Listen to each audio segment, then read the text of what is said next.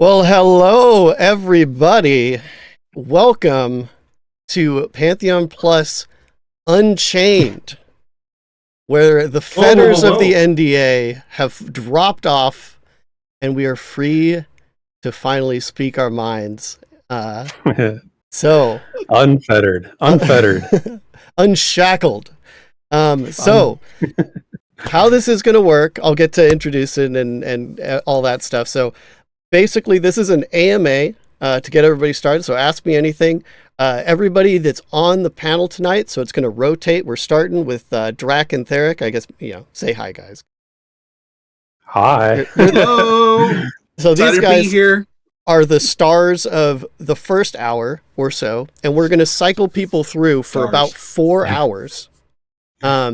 And everybody on here is a PA tester, so we'll be able to answer to the best of our abilities any questions about Pantheon's pre-alpha.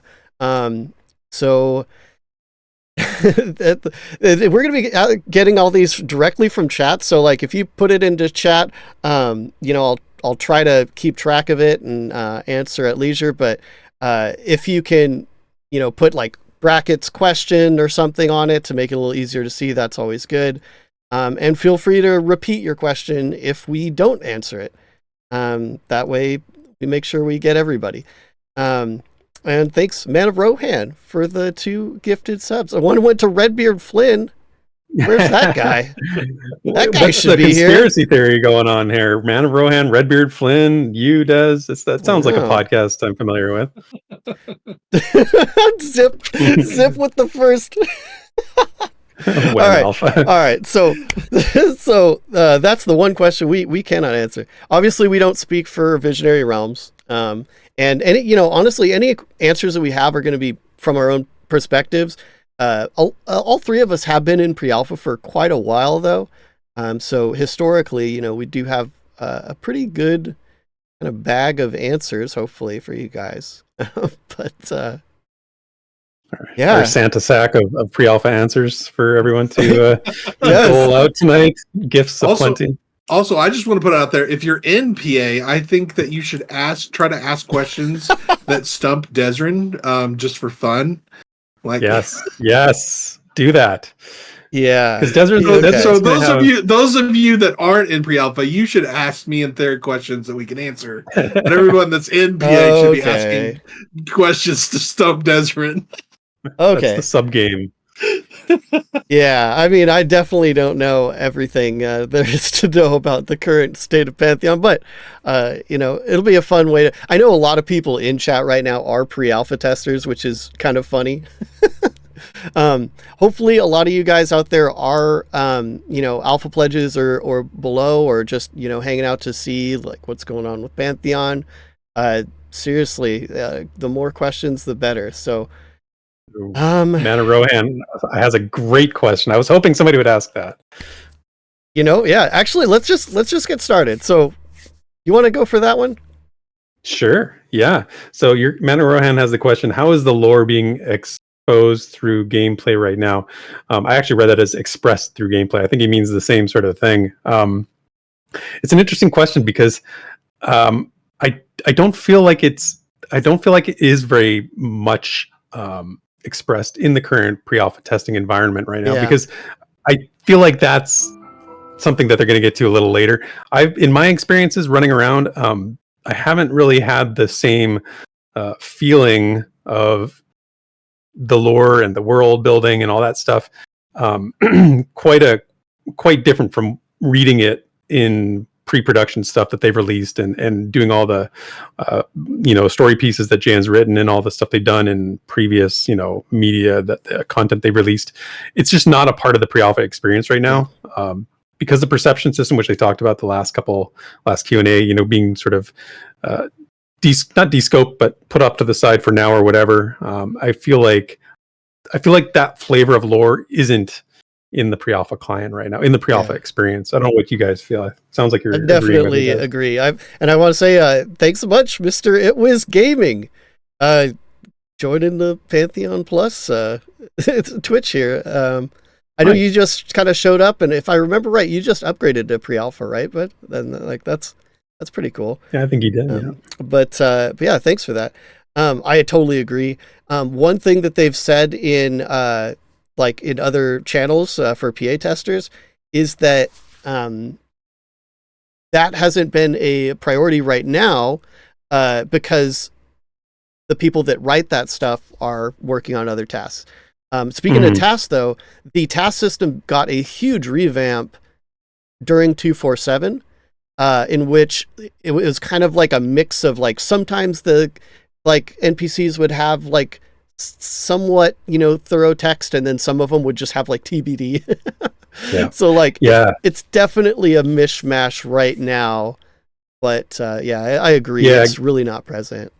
Like Gintalki in chat says there's some faction names, and that's true. So if you click on, there's actually a lot of factions when you go through that's true. Like Avelia, and you click on all the NPCs, you discover the factions when you click on them, and sometimes you'll see like you know, the Lost, or you know, Avelia's Watchers, and all these faction names. And so there's some lore titles, and there's I can't think of one specifically off the top of my head. I should actually, because I could go to Avelia and look right now, which is pretty cool to actually be able to do that. For you guys that don't know, these two like punks are literally playing right now while It's true. So if they look, if one of them looks really like focused or something, you know.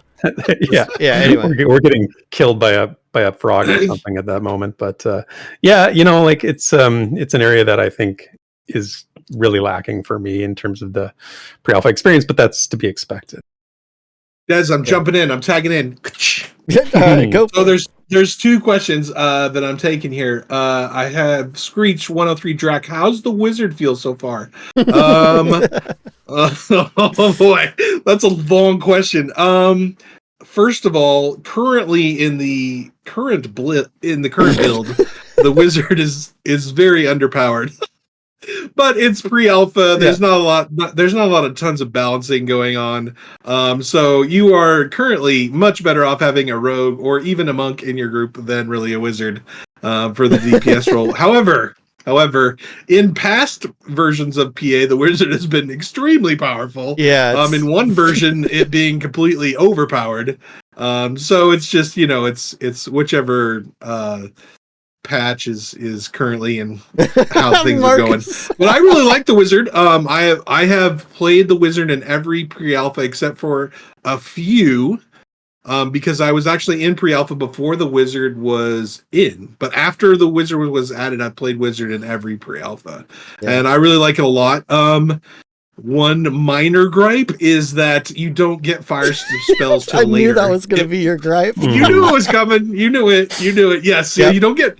Currently, this is the lowest it's ever been. By the way, is you don't get a fire spell till level 8. Yeah. So, and it takes you. You know. I'm not level 8 right now. Level 8 is an accomplishment, man. Yeah, like now, it's level 8 is an investment. It's an investment. Yeah, I'm level 3. Yeah, I've got an enchanter that's level 3 right now. Although I haven't been playing as much as maybe you guys have, but still, level 8 is nothing to sneeze at.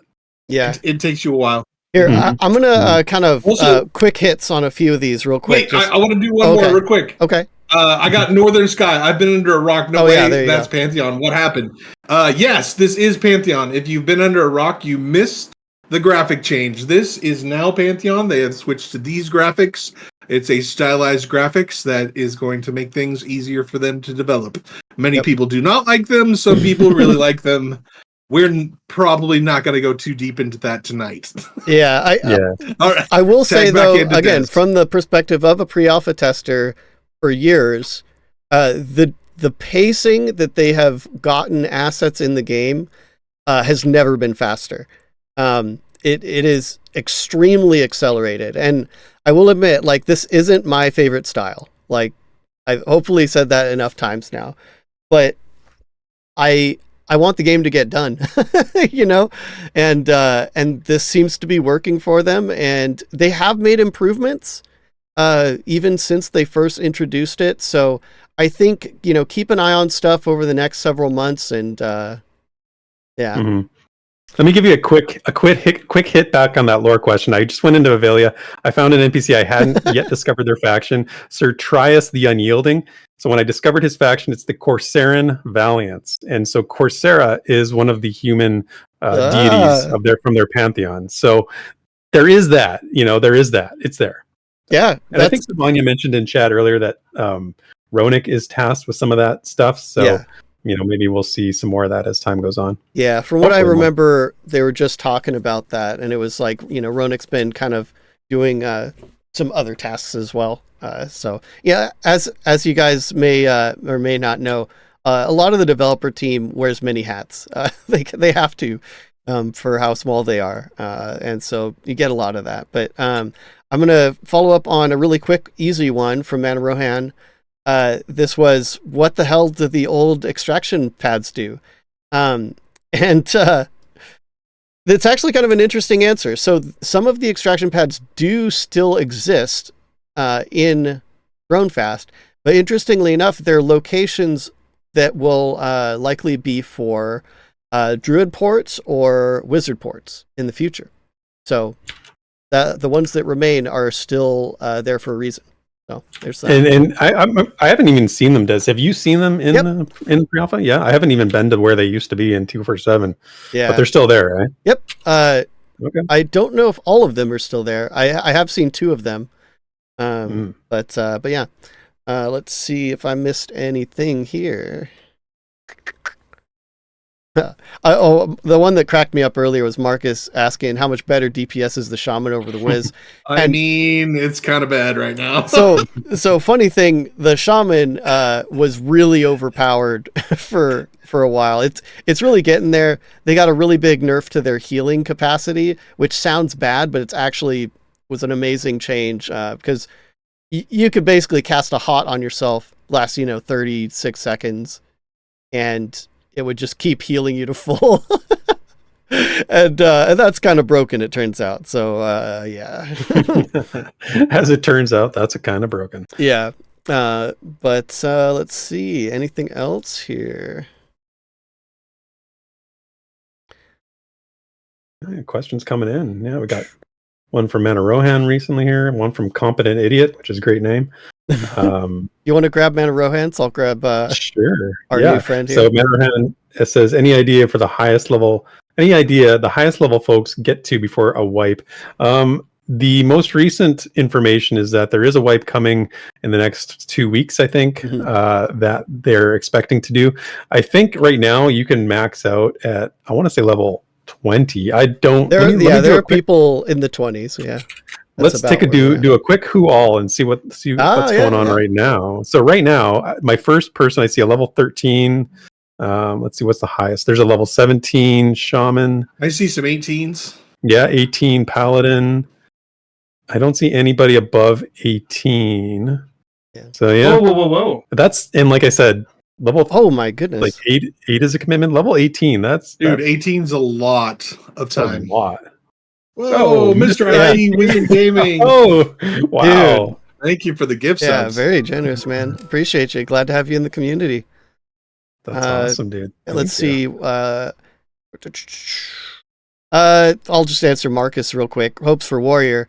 I mean, just to let people know, we're literally waiting on the patch for Warrior right now. Like, it might drop while we're streaming. Yeah, it could literally be any day. As much as I would be like, all right, gotta close the stream because I'm pretty excited for that. But no, walk on the Warrior.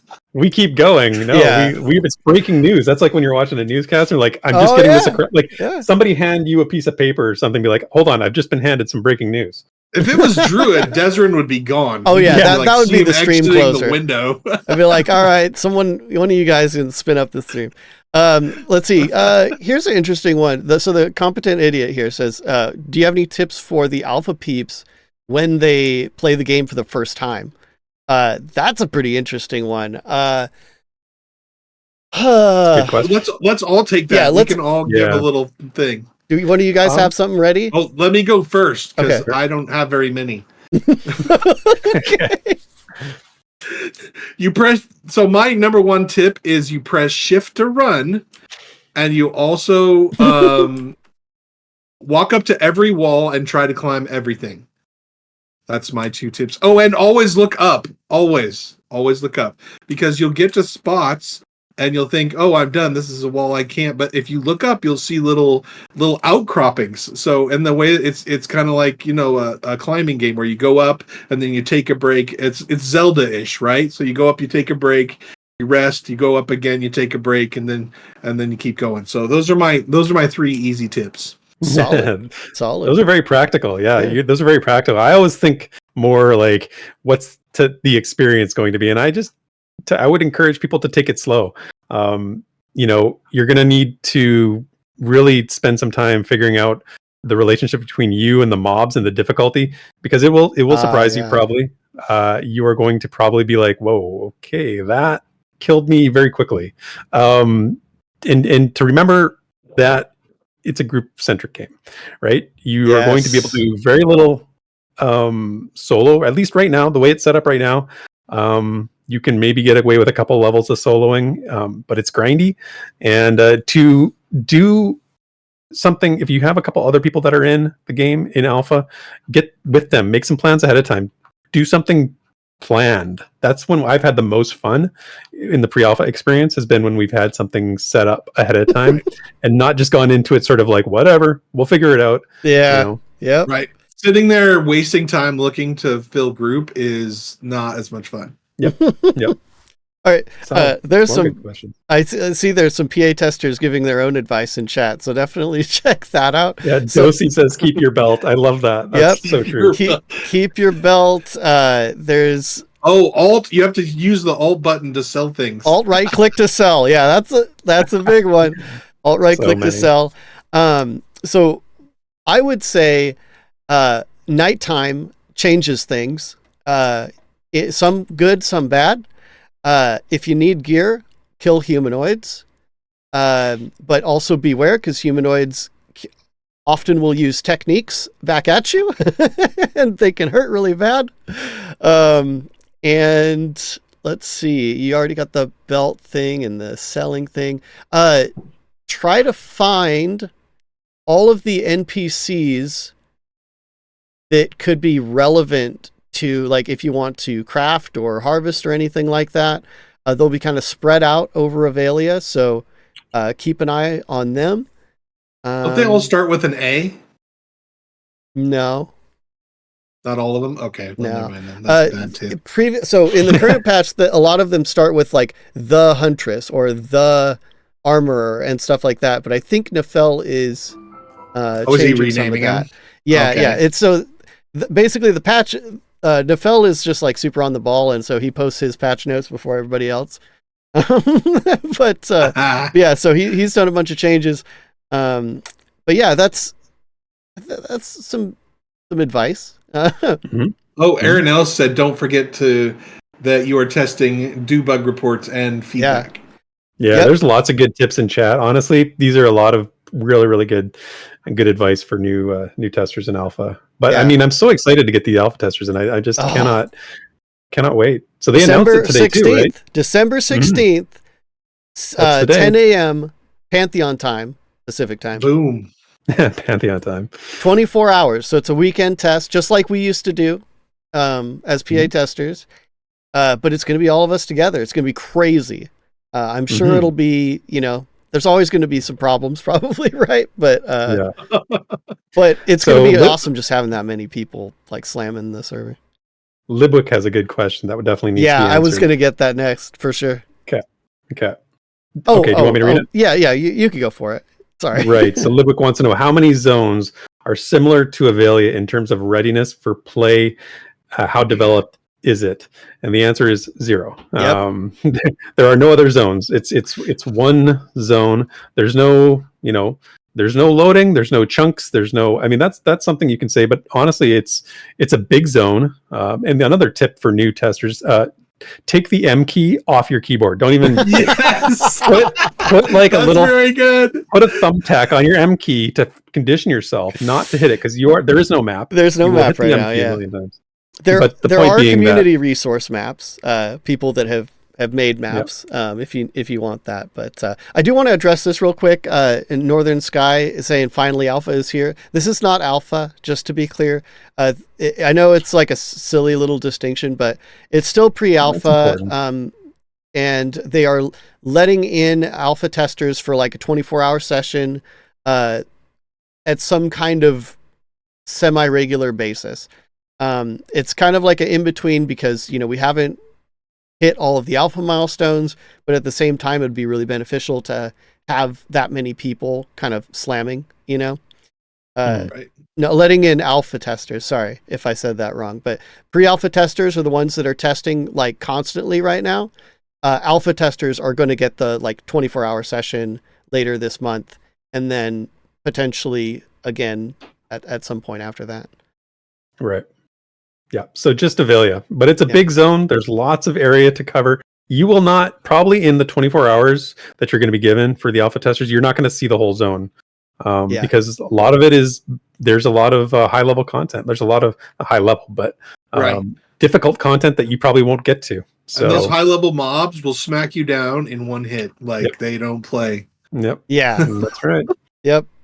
That's, I want to append one thing, and that's, I want to add a bit of advice that +1 level is a lot. Huge. Yeah, like fighting a yellow versus fighting a white versus fighting a dark blue is currently a drastically different situation. So, especially if you're a caster. Yeah, I mean, I'm playing an enchanter, and honestly, the fire beetles that were conning the same when I was level 2 were way harder than any other mob. Like, there's a big difference, even in the mob type, even if they con the same. Fire beetles are that's right, Mr. C.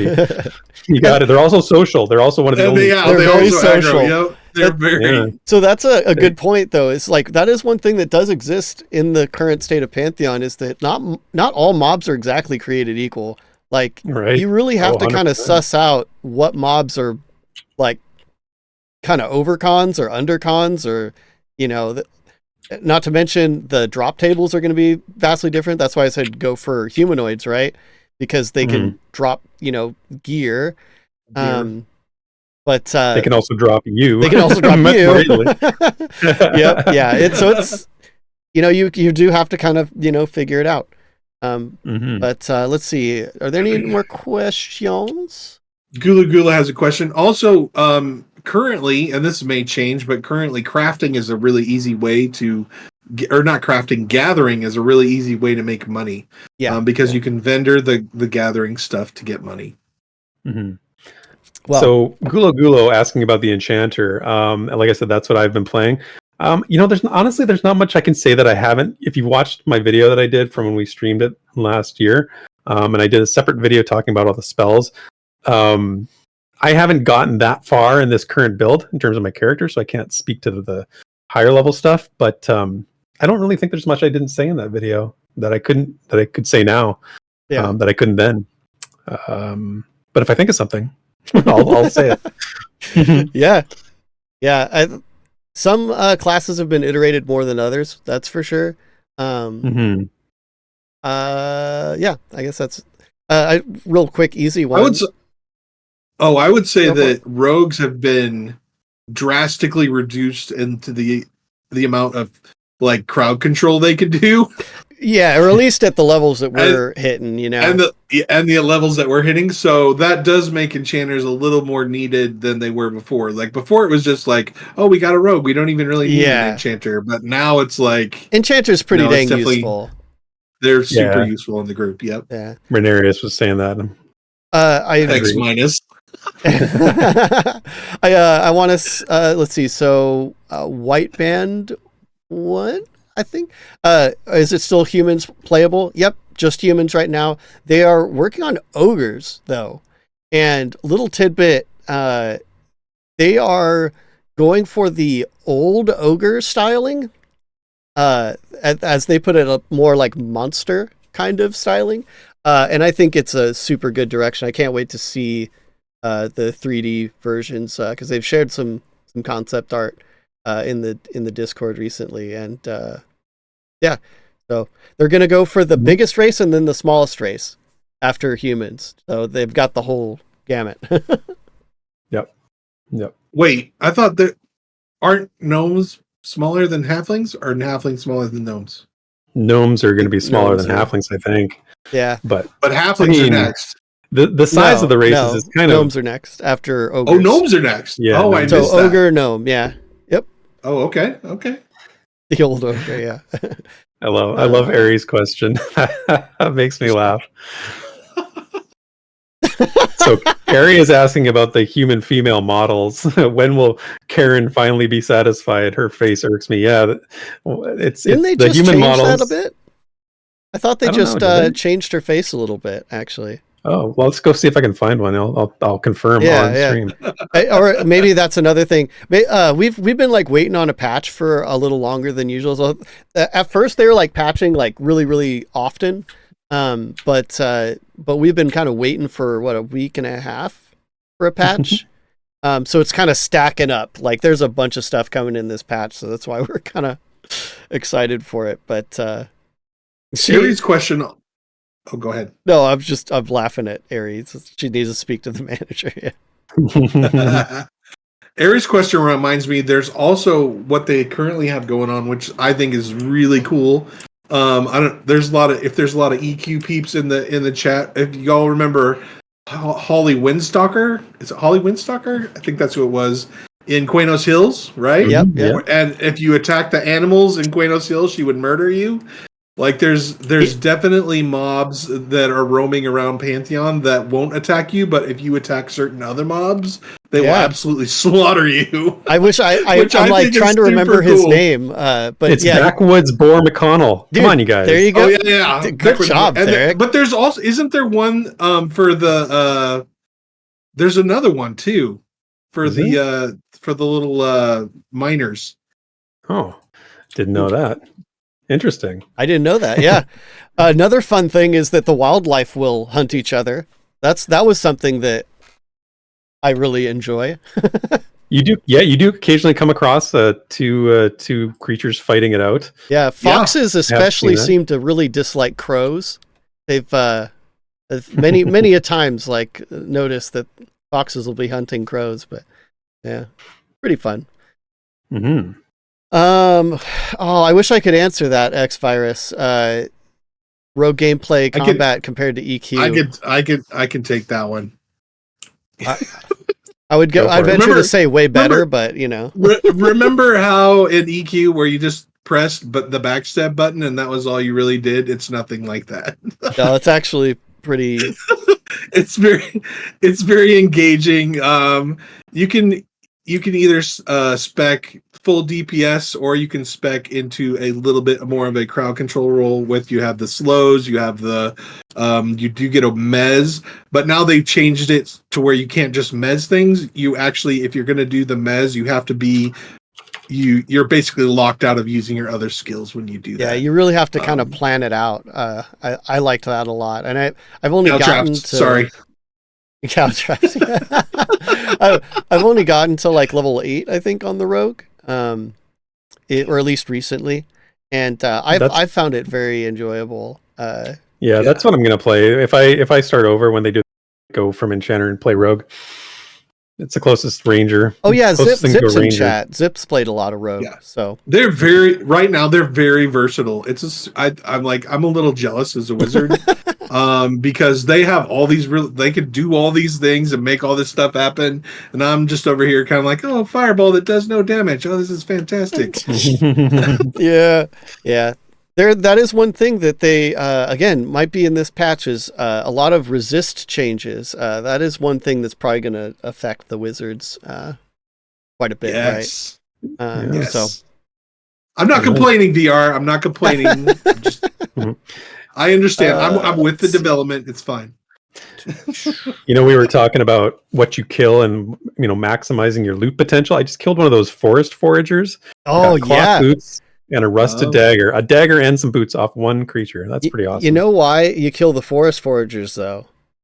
Why is that? There's a really small chance that you get a 10-slot bag. Is that right? I didn't even know that. Yeah, bags. Absolutely. I'm internally jealous of anyone that gets that lucky, but yeah, those forest foragers. Okay, keep talking. I'm going to find more Forest Forgers. Yeah, hey, we need some more Hey, questions. why aren't you inviting me to your group? Where the heck are you at? We're grouped here on stream. We're not grouped in game. But, Oh, I think Renarius asked, like, how much have we played solo versus how much have we grouped? It's a good question. This current iteration, I have not grouped very much at all. We grouped on the day.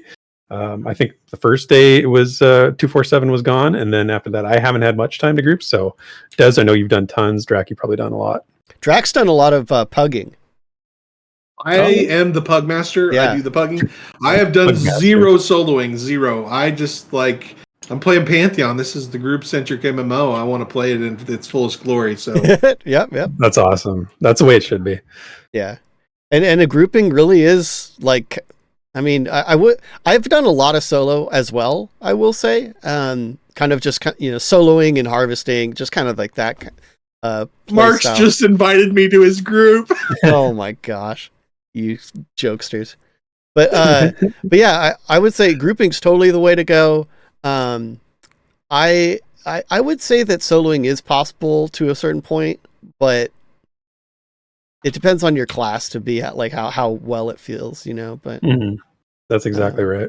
Dude, it feels like Russian roulette with the wizard. You're just like, oh, please don't break root. Really enjoyed soloing with the rogue, actually, because like I said, you kind of plan it out. If you know what you're going against, and you know exactly what you're going to use, you could kind of one-shot stuff, at least reasonably. Right. Yeah. Okay, let's see. So we're starting to get some questions now. This is great. Oh, there's your question right there, Des. I can't scroll up. What the heck? Which one? Let's see. Screech, how do you think the crafting system is coming along? Oh, okay. I'll tackle that later. Sorry, Screech. That's a big one. Okay, we did the soloed and grouped. Let's see. Oh, looking for group tool. Is it in the game yet? It is in the game. You guys have it in front of you. I do, yeah. So what I was saying earlier when I did /who, so you've got your social window. It's got 4 tabs. It's got a who, a friends tab, LFG, and LFM, and they all are functional, which is great. So you can filter for player name. So if I want to look for Draq, I can just search it. I put it in. There's Draq. I can see he's level 5 human wizard. It's pretty functional and pretty good. I think it works well. Yeah. I'm glad to see it in. We said it on the rewind. It was one of the best carryovers, I think, from 247 was the LFG. Yeah, and even the incarnation that we have right now is it's the first pass.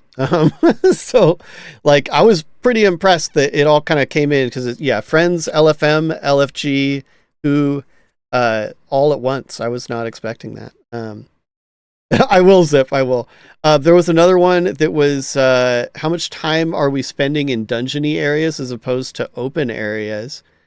Let's see. I think Zip kind of answered this. The main dungeon area is these goblin caves, which I think are pretty awesome. Yeah.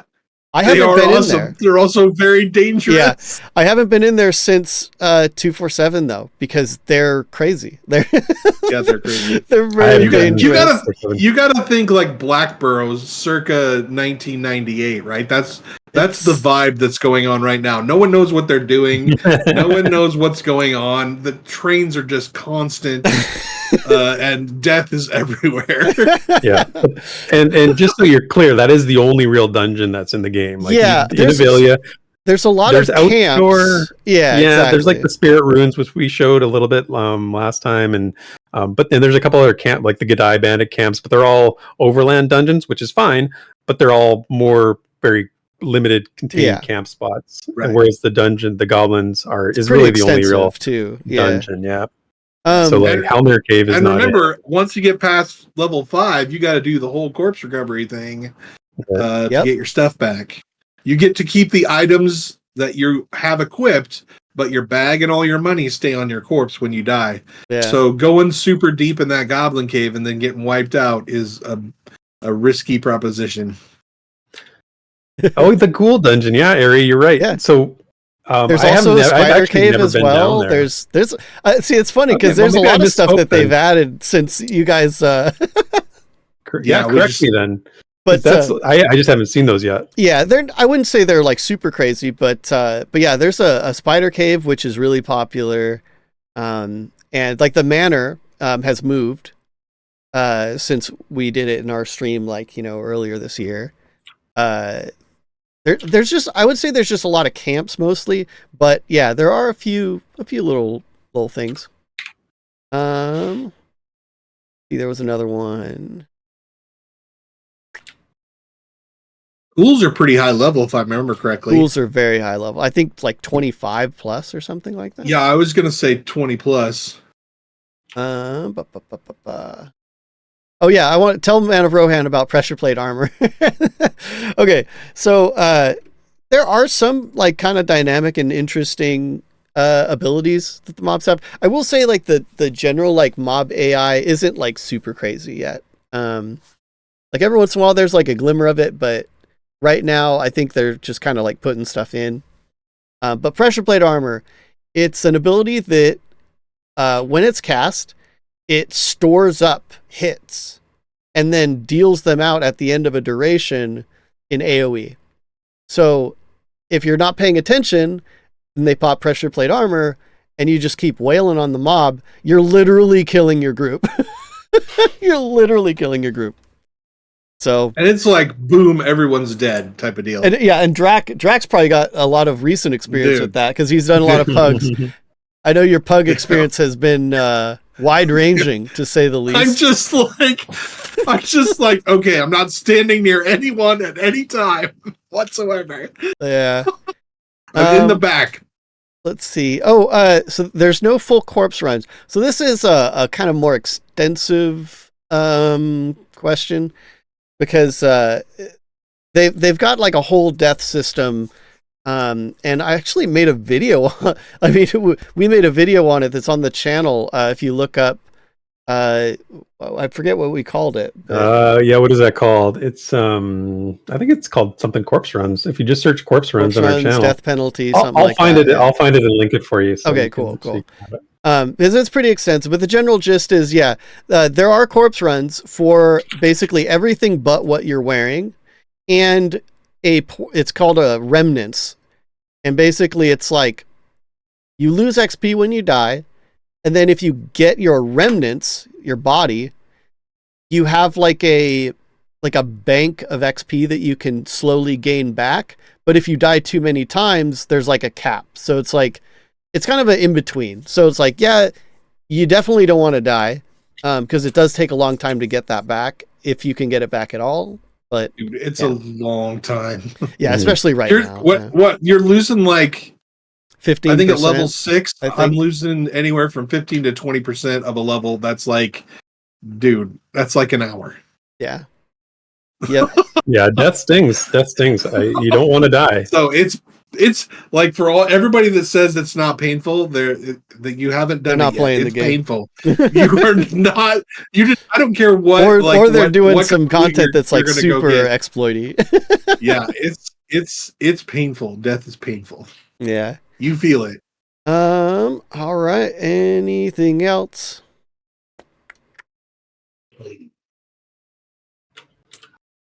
If you've asked a question and we haven't answered it, feel free to repeat. Oh, here's Libwick. How many people are there in-game running around roughly on average in pre-alpha? Oh boy, let me answer this one. Yeah, Desmond has the stats for this. Oh so boy. I was tracking the player concurrency numbers starting in 247 because I was curious like how many people were gonna be playing 247. Now there is a limit to how many people can show up on /whoall, and that is 100 people that can show up on /whoall. And the way I'll put it is in 247, that limit was rarely hit. Ever since it's gone back to MMORPG testing, it is rarely under. that 100 person. So at least 100 people testing most of the time, I would say. I'm pugging that, like, that should tell you what you need to know. Like, there's enough people on that I can pug. Yeah, White Bandit. White Bandit. I would suggest checking that video out because it's WoW's got nothing on this as far as like. WoW death is if it sounds not bad, I'm sorry that I didn't phrase it in a way that accurately portrays it. Yeah. Yep. Let's see.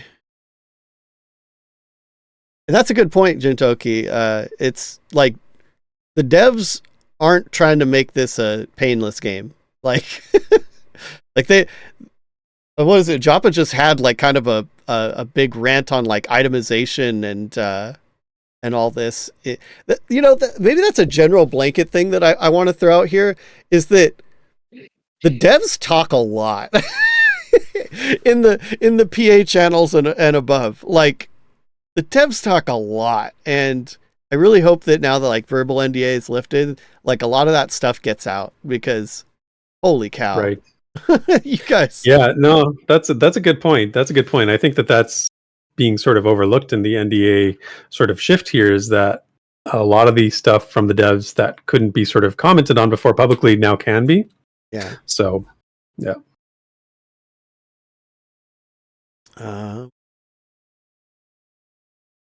Yeah, your bag, your money, and not to mention bags are like a precious resource. Dude, you do not want to lose your bags or the things in them. I've killed 3 more goblin foragers since we've stopped talking about it.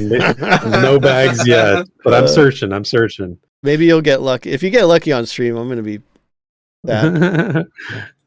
As you did miss out because I can't believe Therek hasn't brought this up yet. But before stream, I didn't even see who it was. Do you remember who it was, Therek? Which one? You said you were going to call him out. Yeah, I did. Actually, when we were hanging out, Epoch, I was just hanging out by the Wizard Tower. Came along, gave me a cursed cape, which is pretty cool. I'd never even seen this item before, but it's a -2 strength, +2 intellect cape for my enchanter. So it's perfect. Yeah, with one armor. Dude. With one armor. I didn't have any cape. And just so everybody knows, like, a +1 stat and anything is huge. Yeah, so this is massive damage increase. So getting that's something actually that has a +2 intelligence is like ba-boom. Mm-hmm. Yeah, and that's something. Thank you. Oh, sorry. No, I just gotta call him out and thank him. Again, talking about that itemization stuff. Currently, and this is what Joppa was commenting on, is that itemization it's a little rampant right now. It's actually a little too easy to get good items at too low a level. And that's definitely going to be changing. They said December to January, they're going to be doing some pretty big reworks on that stuff. But it is really neat to see some of the items that, the more like power players are getting.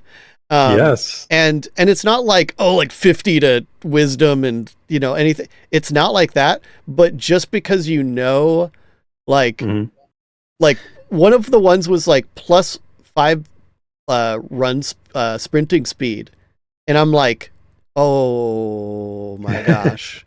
Like, even just seeing people, when we were talking earlier, somebody ran by me, one of the level 18 players ran by me. They had this giant axe. I've never seen this item in game before, and I was like, it was that feeling of old EQ when you saw somebody with a ridiculously cool looking item and you're like, I don't know what that is, I want it. And now I'm motivated. Nice. Yeah. And they're actually this next patch, they're adding a ton of new assets to the game as far as like armor and stuff. The video that's playing right now, my B-roll video, if you look at the character models a little closely, you'll notice that most of them are the same, or they have like this white placeholder model for like their armor. And that's just because those pieces weren't in the game yet, and so that's changing rapidly. I want to throw that out there. And LaFail, question for Draq. I've seen you playing Quarm. How does that experience differ to the current experience in Pantheon? Well, the experience overall is that every time I play Pantheon, there's new stuff. Even with one zone, only the one zone. Every time I play it, I'm learning something new. And Des will attest, and Therek probably will attest to the fact that I'm constantly getting lost and constantly have no idea where I'm going. God. Constantly is an understatement. And there's just one zone and it's so huge and there's like so many different ways to get places and Des is Especially always like, with climbing too, yeah. Oh my goodness, yeah. And Des is all like, hey, you go up the thing and you go this way, and I'm like, what? I do what you're talking about. Mm-hmm. And, so we end up at this rock wall and I'm like, oh, this is not right. It's just we So need that's the main. we need the rogue's length of rope skill Yes. to put a leash on Draq. So like I need Therek to play a rogue all the time so he can just get me around places. Oh man, I didn't sign up for this. I don't know. But I can do that. Yeah, and with EverQuest, I played that game so much I can literally navigate Guck blindfolded. Like I can get to Lower Guck without looking. I can get to pretty much every camp in Lower Guck without looking. It's just not that way in Pantheon. In terms of the wizard class itself, I would say the Pantheon wizard is slightly more engaging, with the potentially, of course, to be absolutely just crush it in terms of engagement.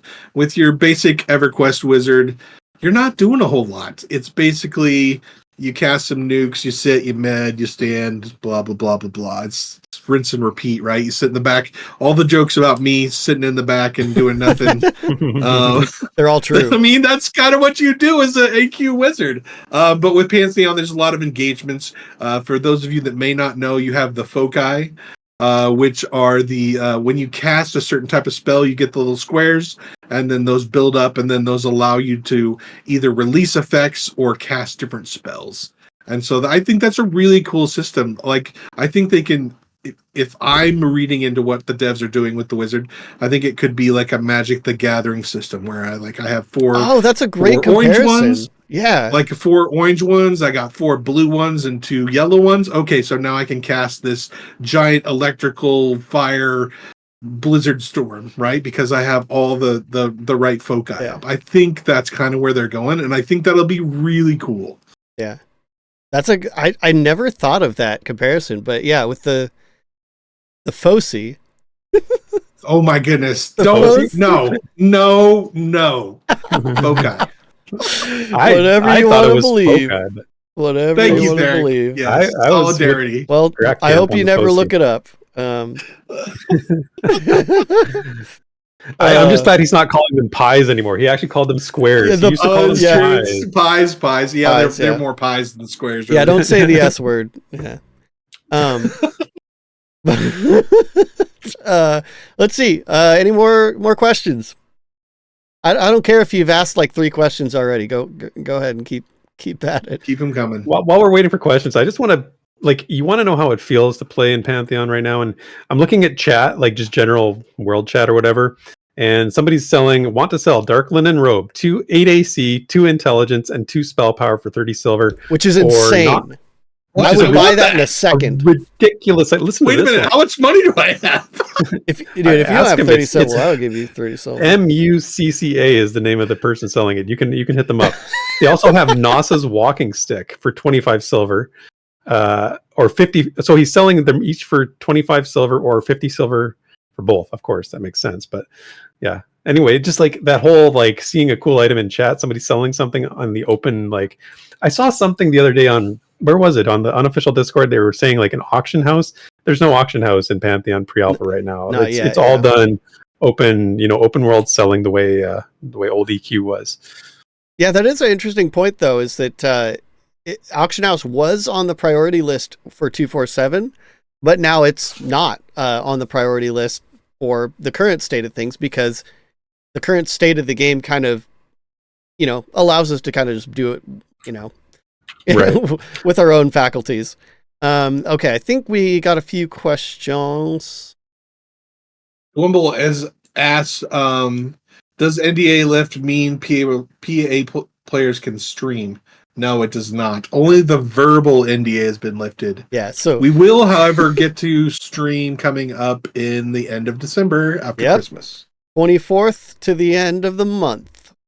And that's open. Like basically anybody who's in pre-alpha or it'd be pre-alpha testers can stream whatever they want. There's no limitations on it, which is the first time that's ever happened. Pretty much, you don't need express permission from VR to do it. If it's open and do it, and you want to go for it. So basically, you don't have to be a big deal like me to stream Pantheon. You can be any size deal. You can be a small deal. You can be a medium deal. All right. Deal agnostic. I'm joking. I expect a lot of like people that haven't streamed to be showing up for that. That's going to be a crazy time. Definitely. It's nuts. So, hi Xenophil, by the way. You missed a few questions answered, but honestly, we got 4 hours, so like I am totally fine with re-answering questions too if it happens that way. There was another question though. Yeah, I saw a couple questions. So they want to know about the best pure healer. Des, this is right up your alley. Shaman someone was asking about Shaman as well. So yeah, I'll grab both of those, I guess. So Shaman, to answer the utility versus heals, the current state of things, I think it's a really good balance of the two. The issue we have right now has to do with those resists that I talked about that are, getting some attention soon. Because right now, the debuffs are very powerful, but they very often get resisted and they cost a lot of mana. It's just to the point where it's just not worth it, unfortunately. But as it is right now, I feel like shamans are very competent healers, and I mean, they're kind of really all-arounders right now. I think the cleric is technically a better healer now, just for pure heals, but it's kind of a toss-up. Because go ahead. Oh, I was just gonna say, correct me if I'm wrong, but I think it feels like the shaman class, because it was one of the first two classes to be put in, it's more complete than the cleric. It's definitely more developed. Yeah. It's so the general gist of the shaman is you've got, let's say you've got a main hot, your second like kind of emergency hot that costs a lot of mana. But the cool thing about the shaman is I think the adaptability. Playing with another shaman in the group is not a problem, like at all. In fact, it's kind of good. But yeah, like the shaman dots, especially after you get a few levels, like the dots make it so you're a very competent soloer even. Very adaptable class. The cleric is a lot more straightforward, and I think the cleric is seeing some changes to make them more differentiated from the paladin. We'll see how that goes, but the cleric right now, they got a lot of they got the shields, so like kind of barrier kind of a thing. They have an AC buff that's insane. That's like half the reason I want a cleric in the group is just like the AC buff is just so out of control. Right. But yeah, I think the cleric's going to be seeing some changes over time. Yeah, the cleric is also, just to take a trip down memory lane, there was a moment in development where it looked like the cleric was going to be like the melee battle cleric, and I termed it the battle cleric. That is not really how it is right now, and they've kind of, it seems like they've pivoted away from the cleric being a frontline fighter to that, at least to some extent. Yeah. Like there was some talk in Discord about, kind of a little bit of reevaluation there. Yeah. Can I take the next question from Competent Idiot, because I really like the question. Yeah, dude, go for it. Yeah, so he wants to know, regarding the world's not games credo, do you feel that in the current client? I absolutely do feel it right now, and it's especially impactful coming from 247, because 247 did not feel like a world. It felt like a game. It was intended to feel like a game. This feels like we're back in a world, even though it's one zone. And the fact is it's a huge zone.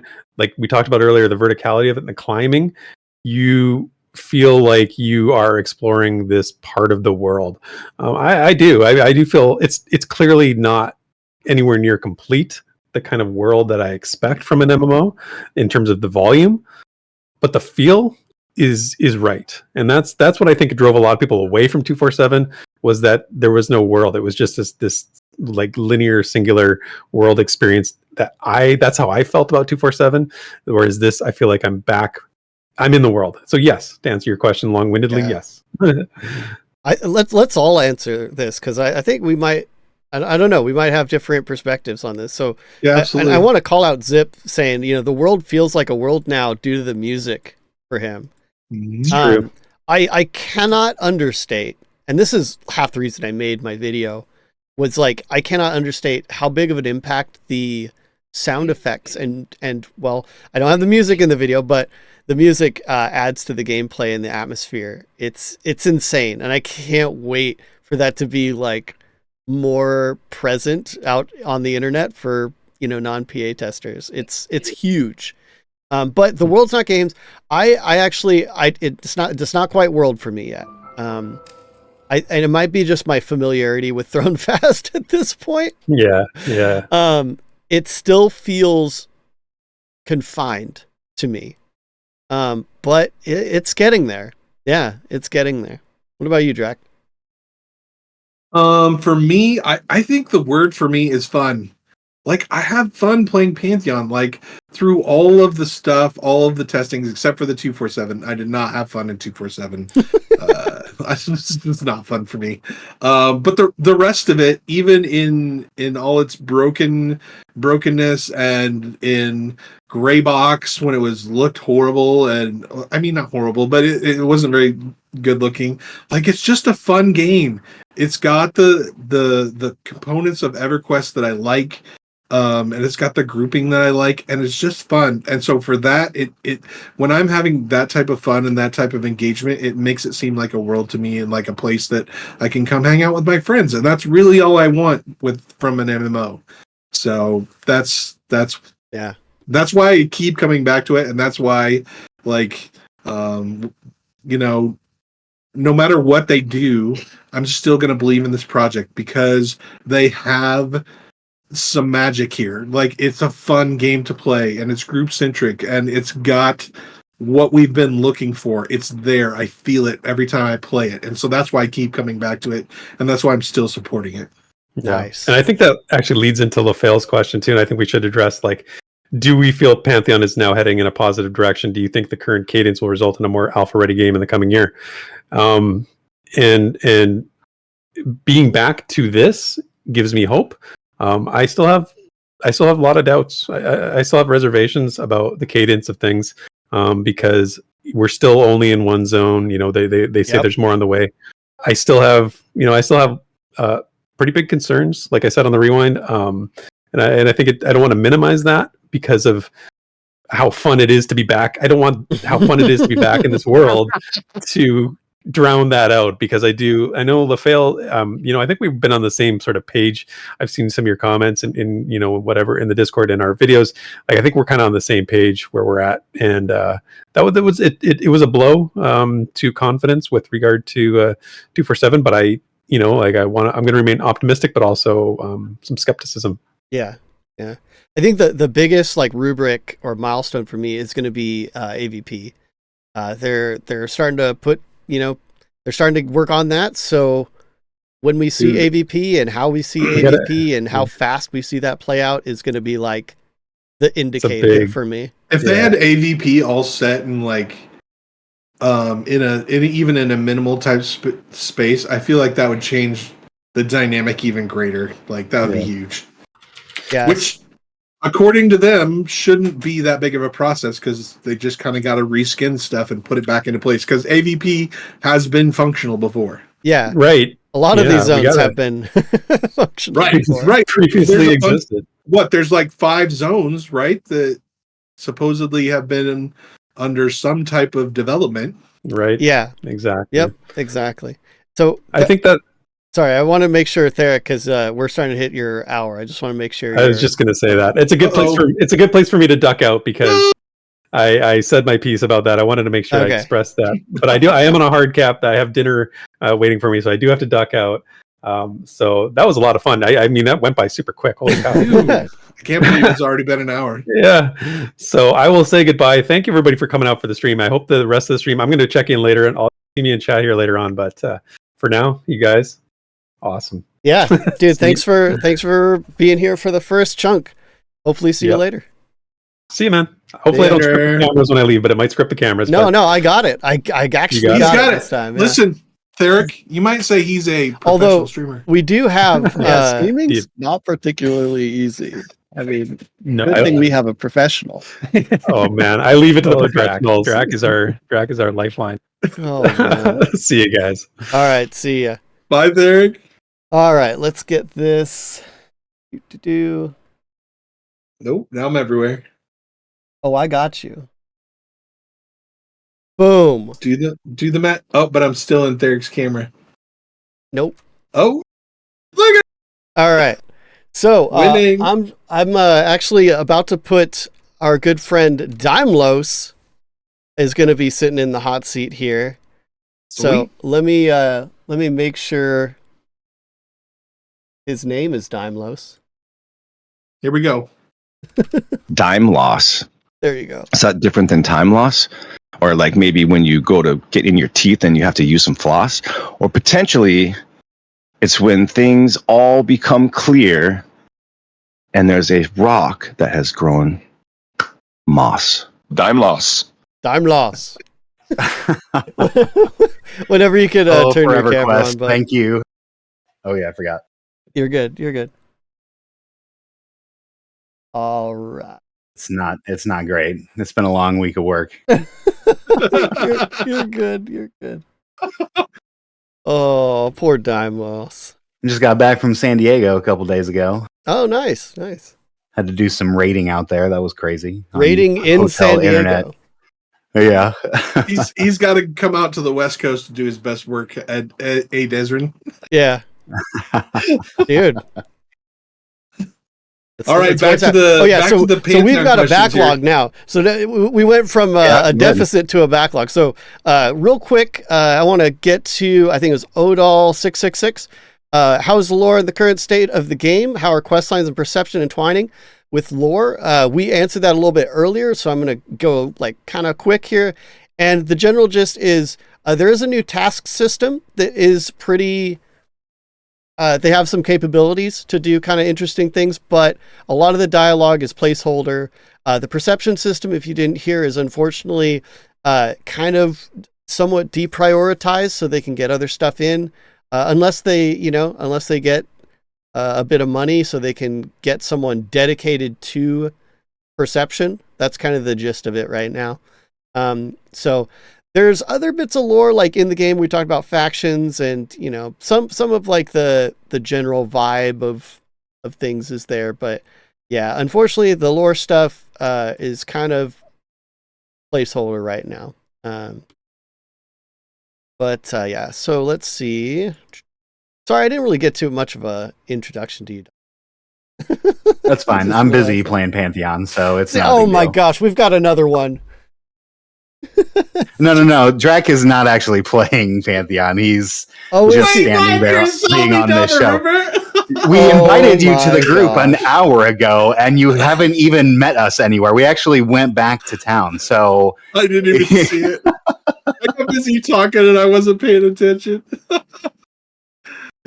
That's too perfect. Terrible. And that's why I'm not playing right now. That's so kind of you, Des. Someone's got to be the person that answers all the questions. Oh, I thought someone's got to be the person carrying Draq. Oh no, that's my job. That's what I do. Okay. Wow. Let's see here. So this is an interesting one. I think we could all try to answer this. This is from Xanafel a little bit before, saying, do you feel that there's enough content in right now to fill the space during the content creator week? Either one of you guys want to try? It depends on who streams, honestly, because there's not a huge amount of high levels, but it could be between us and Zayd God. Well, Zayd God's probably already level 20, and we don't know. Yep.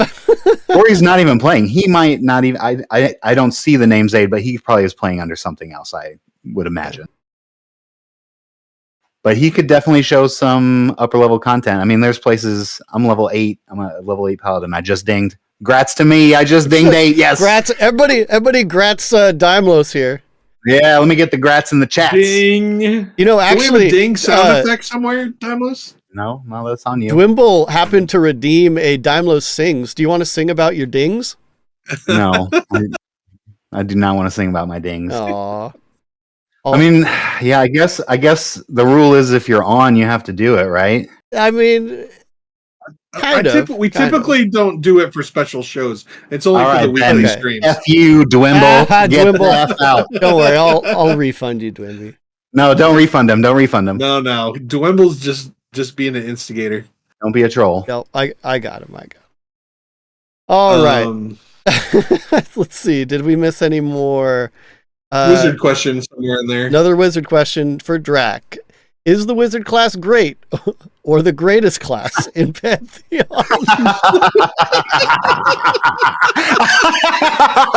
Oh no. Wow. Oh, no. You can tell by Dymlos' maniacal laughing that the wizard class is in fact not the greatest spell class in Pantheon at this current moment. In fact, it is not the best. I would go online and say miserable, really. It's not miserable. I am having fun still. But out of the DPS classes that we have available, it is definitely the least DPS by a margin. Yeah. And a lot of that, like I was saying earlier, is due to the resists. So resists right now, there are some cool parts of resists. Like there's a difference between a full resist and a partial resist, for example. Which I think is super cool, and I hope they lean into that more. But as it is right now, you get spellcasters kind of get the shaft a little bit. You get resisted a lot. And would you have a? Oh. That's just a matter of tuning, right? So I'm sure if that gets changed, he could reevaluate how the wizard's feeling. Right. We do have a Therek's Rainbow. Let me play that real quick. Oh, yeah. Okay. Did you put the whole thing on? No. Damn it, Draq. Can write anything. Tales to grow. It's the lore you know. On Therek's Rainbow. Therek's Rainbow. Therek's Rainbow. Therek's Rainbow. All right.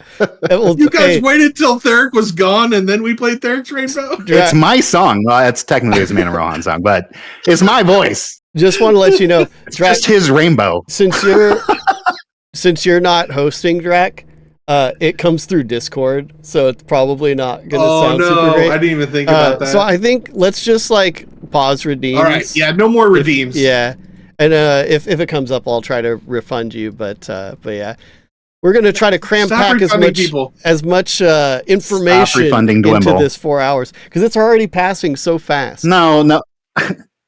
Desrin, you have 4 hours. I've got 3 hours left. Let's make this show actually fun here now. We're trying to be entertaining, not just boring question answer thing. That's why you brought me on here, right? To make people laugh. I assume. So if you guys don't ask questions, we're gonna have to deal with this for a while. So I thought we had a backlog of questions. Where was the backlog? I think we answered them. That was not a backlog. That was 2 questions. That 2 questions in the backlog. It's a normal amount of questions. I wouldn't consider it a backlog of questions. Someone give us a backlog, I guess. LaFell has asked another question. In terms of hardware spec testing, has this been done and is information available, i.e. performance based on CPU, GPU, etc.? Desrin, you want to take that one? Yeah, they were just talking about this. There hasn't been any minimum spec or anything like that yet. There have been people with lower end PCs playing and kind of just saying what their performance is. Right now, I would say it's not you wouldn't want to run this on a potato. There's been some pretty big swings in performance too, because it's pre-alpha and everything, and big things can change for good and for bad. But I feel like right now, who runs on a not great computer of our crew? Not to rat them out, but I feel like we have some folks. Not really anybody. I don't know. I'm running on a laptop. I'm thinking of Sidor. Not to hopefully Sidor's. I'm sorry, buddy, but he's gonna be pissed. But like, I think he runs on like a pretty old system, and it's like manageable, you know. But yeah, you don't want to run it on a potato. But if you have anything modern, it's it'll run it. It runs way smoother than it did before the graphic change. I will say that. Way what's smoother. Interesting is for me, it didn't change at all. So like that really? Kind of says a lot. I think it's that like it's a little bit hit or miss, and it probably depends on a lot of stuff. And all that means is that it's stuff that is probably going to get worked out over time. So I haven't seen any hiccups whatsoever in the graphics. Before I had like a little rolling, like in the middle of the screen, it wouldn't be able to keep up with the pixels. You had that little rolling effect. Oh yeah, tearing. Yeah. And but now it's totally smooth. Yeah, I will say, like, as far as like hitching and stuff, like it's a smooth experience. Like sometimes you get lower frames in certain areas, but like it's at least smooth. It's not like if you remember when we streamed earlier this year, we'd hit like a tile line, like between two tiles. There'd be like the big hiccup. That's not there anymore. Real quick. There is one thing I want to say about this, Desmond, but go for it. If you remember, our newly famous Random Rob, he used to run this thing on an actual potato. Yes, on the worst graphic, like a 5-year-old graphic card or something crazy like that. Like, so it's, and he was running it on high specs, although I'm not really sure doesn't really if changing the specs changes anything. So, yeah. But yeah, he was able to have it on the highest of levels, and I mean, we're talking a real terrible video card. So there you go. Oh, dude, that just made me think of another suggestion. If that person's still in chat, suggestion for when you get into pre-alpha for the first time, for the alpha testers, turn your nameplate distance all the way up. That's one that I missed earlier. Oh yeah, you want to be able to see people. Open your settings, nameplate distance. Boom. Yep. And then another really quick one, I'll just say Virus X, is double heals the meta due to a death penalty. Due to the death penalty at the moment. I'm curious if we have different perspectives in this, because I'm going to say no. Rezzers can't res. What's going on with that? Why aren't we rezzing bodies? Why are we having to res things that are there? That's not fair to them. You penalize for playing a healer? That's wait. What? It makes me not want to not play a healer, right? Wait, expand on that, because like healers do get a res. Yeah, but they can't res themselves. Right. Like if the group wipes, they don't get to res themselves. This is another like I'm a old fart like EQ guy, and it has to be the way that I remember it, right? F you, Desmond. I'm trying to be very polite here, and I'm just saying, not dropping the F-bomb, but F you. Because we talked about this, maybe it wasn't the two of us, but this came up recently, and I realized like the way that you go about rezzing is different. And it's familiar to me, but not familiar to some old, EQ folks. Old as in like, EQ back in the day and et cetera. But like, yeah, I get it. An old man. Yes, I've got it. I'm old. You're not even that much older than me, so it's whatever. Yeah, right. Right now you don't res a Remnants, as in like a body or a corpse. You have to res a person directly. So if they release, you can't res them anymore, which to me makes sense, but I understand there's another way of doing things. So that's probably a TBD. I'm sure that will play out, I don't know. I mean, you're a healer. How do you Maybe the healer shouldn't die. Maybe people should protect the healer. Wow. I mean, that's old. Wipes happen a lot. This is a hard game. This is a hard ass game. You will die. You need to be rezzed. Yep. And only because the death penalty is so unbelievably unforgiving. Like Don't die. Here. You want a tip? Here's a great tip. Don't die. Don't die after Good level luck. 5. Yeah. Yeah, that's not going to happen. We do have a backlog of questions now. We actually have a backlog. Got a really good one here. All right. You want to grab My boy Archbishops. Go for it. Well, you want me to start at the top, or you want me to? What are we doing here? However, we'll if you don't get your question answered, just ask it again. We don't care. All right. Here's the top one I got. What is the funniest bug you guys have seen in PA? Dymlos. Ogre face. Say ogre face.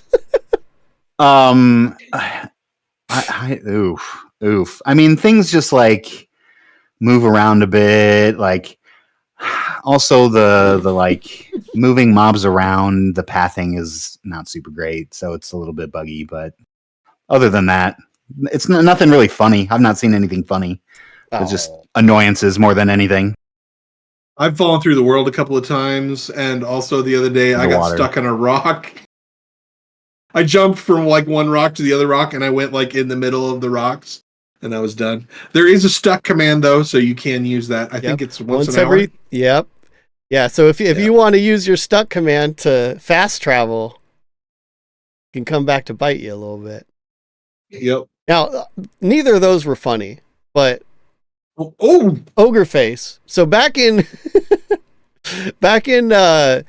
pre-alpha 5 / gray box days, there was a bug with the character models that would like contort your face in the most grotesque of fashions. I can't wait till the verbal NDAs or the full NDAs lifted so we could show this, because it cracked me up so much. So there was that bug where it would contort your face, and then there was another bug where your weapon wouldn't attach to your hand. It would attach elsewhere. Oh yeah, I forgot about that. That's a good one. Yeah, so there's been some pretty funny ones, I think. Yeah. All right. It's still really fun though. Yeah. Mr. Coddleshire wants to know, how does Dymlos raid 5 times a week? Oh my gosh. That's a great question, Mr. C. I am about to leave for a raid in about a half hour, so you got to ask the questions before I go off to raid. Dymlos is currently playing a paladin and has played a monk before, and also a cleric. So those are like kind of your 3 classes.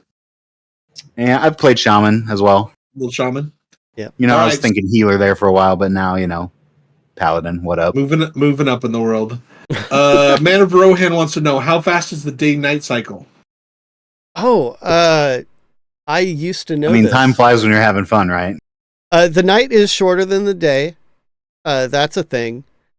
I have this written down somewhere, but I want to say it's like 59 minutes day and then 29 minutes night. It's something weird like that. Yeah. I had no idea. The nights don't seem that short. Yeah, they definitely are like considerably shorter than the day. But yeah, it doesn't feel like it because night is insane, which we haven't really talked about night too much. But that's because night's scary. We don't really want to talk about the night. Night is legit. Maybe if some folks have some specific questions about night, we'll get to that. This is another Xanathel one. Are this class character models, animations, especially the humans, placeholder, or is that it? Oof. It's a great question. There's a lot to unpack there, not gonna lie. And I don't know if we can get into all of it, but it's kind of rough, but it's probably what it's gonna be.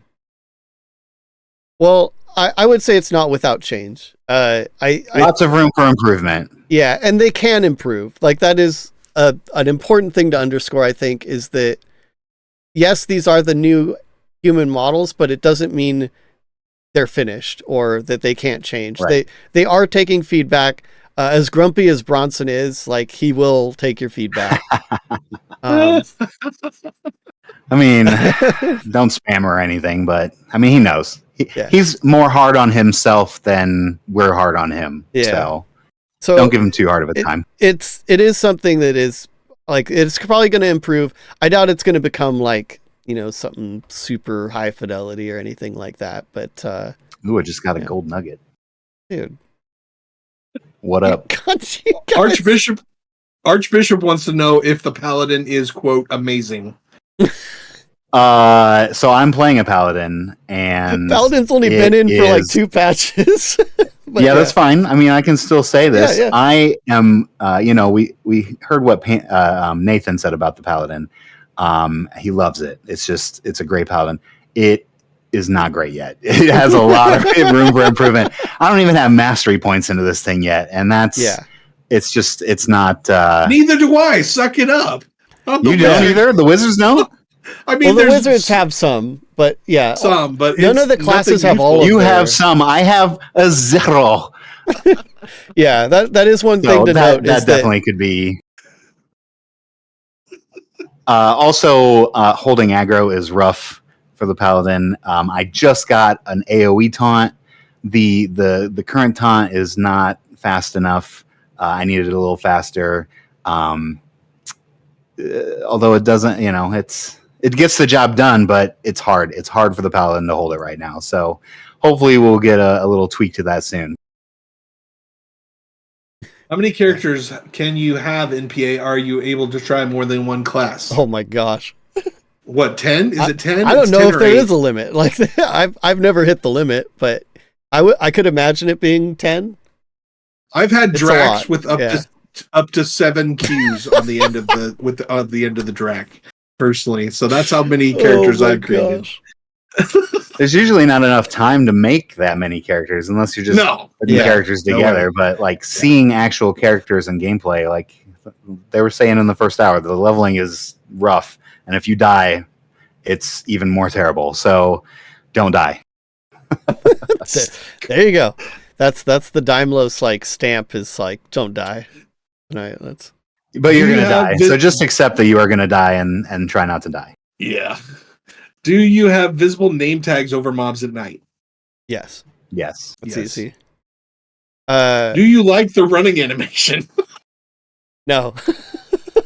Absolutely not. Who wrote that in there? Awful. It kills me. It kills me. Like, and I really, I try not to really like crap on anything that's like, someone else's work. Like someone put effort into that, and I don't want to like make them feel bad, but at the same time I don't mind. I have no problem with saying that, Desmond. I think the that's a rough the response speaks for itself. and I hope that they can improve it, that's for sure. I'm certain that they will improve it. I'll trust that it can. I've seen it better, so I know it can be better. That's a good point. That is a good point. Talk about difference in night and nighttime. The moon coming out is big. Like it gives you a little reprieve from you really want the I moon. Can't see but a foot in front of my face for a while. So, that's not fun. So night is a little interesting. So basically, it is fun. I shouldn't say it's not fun. It's fun. If you're out in the open, like if you're not under like tree cover and stuff, I would say you can generally barely see. And then the moon comes out, and then it's like it's pretty much fine if the moon, full moon is out. But if you're under cover, it is dark. It's real dark. Yes. So the caves are real dark. And the caves are literally like you do not go into the caves without a light source. And even with the light source, it's not good. Yeah. It's not going to go well for you. It gives a really good feeling of like a dungeon delve though, I think. You were talking about the goblin caves earlier. I will say at level 8, I still have yet to go in there because it's scary. It's scary. Which is a shame because you can unding. Remember that, people. You can unding. Yeah.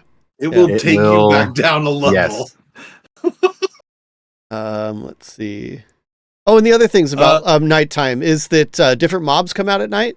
One really popular thing is there's a bunch of different kinds of skeletons that can come out at certain places in the world, and it's kind of funny to see that early armor good. Yeah, exactly, because they're humanoids, and they, you could see one walking around with a sword or something. You're like, oh, I want that, and you go for it. But it's pretty funny because people will like time it, and you'll see like a swarm of players come into an area that they spawn when like night's about to hit, which is pretty fun. Let's see. And there's also mobs can spawn with like a different like a completely different set of mobs, not just additionally. Like I'm thinking of the second Curse Wolves. They have the dire wolf version of those spawns. Sweet moon hoppers. Moon hoppers, the rabbits. The bunnies, the bunnies, yep. Yeah. That's where you get some sweet rabbit meat. Nom nom nom. Rabbit meat to make movement speed food. Yep. I wasn't going to say it. I wanted to leave it as a surprise. LaFell is asking, adding to the backlog, is it worth paying for PA? Why would I want to? Yeah, I mean, we did it, so yeah, we all feel it's worth it, right? So I guess I can't say otherwise. It's a lot of fun. But it's grouping. It's people we know. We've had these groups together. I've known Draq forever. We're playing together. It's fun. So make sure you are very social and reach out to people, unlike me, or bring your own people, like me. Dude, that's a great thing to say there. If because I was going to say I don't think it's worth it at all. If you're trying to like play a game, right? Like if you're trying to like play a even somewhat polished game, no, don't. You're only going to be pissed off. Like it's not going to be good for you. It's definitely not there yet.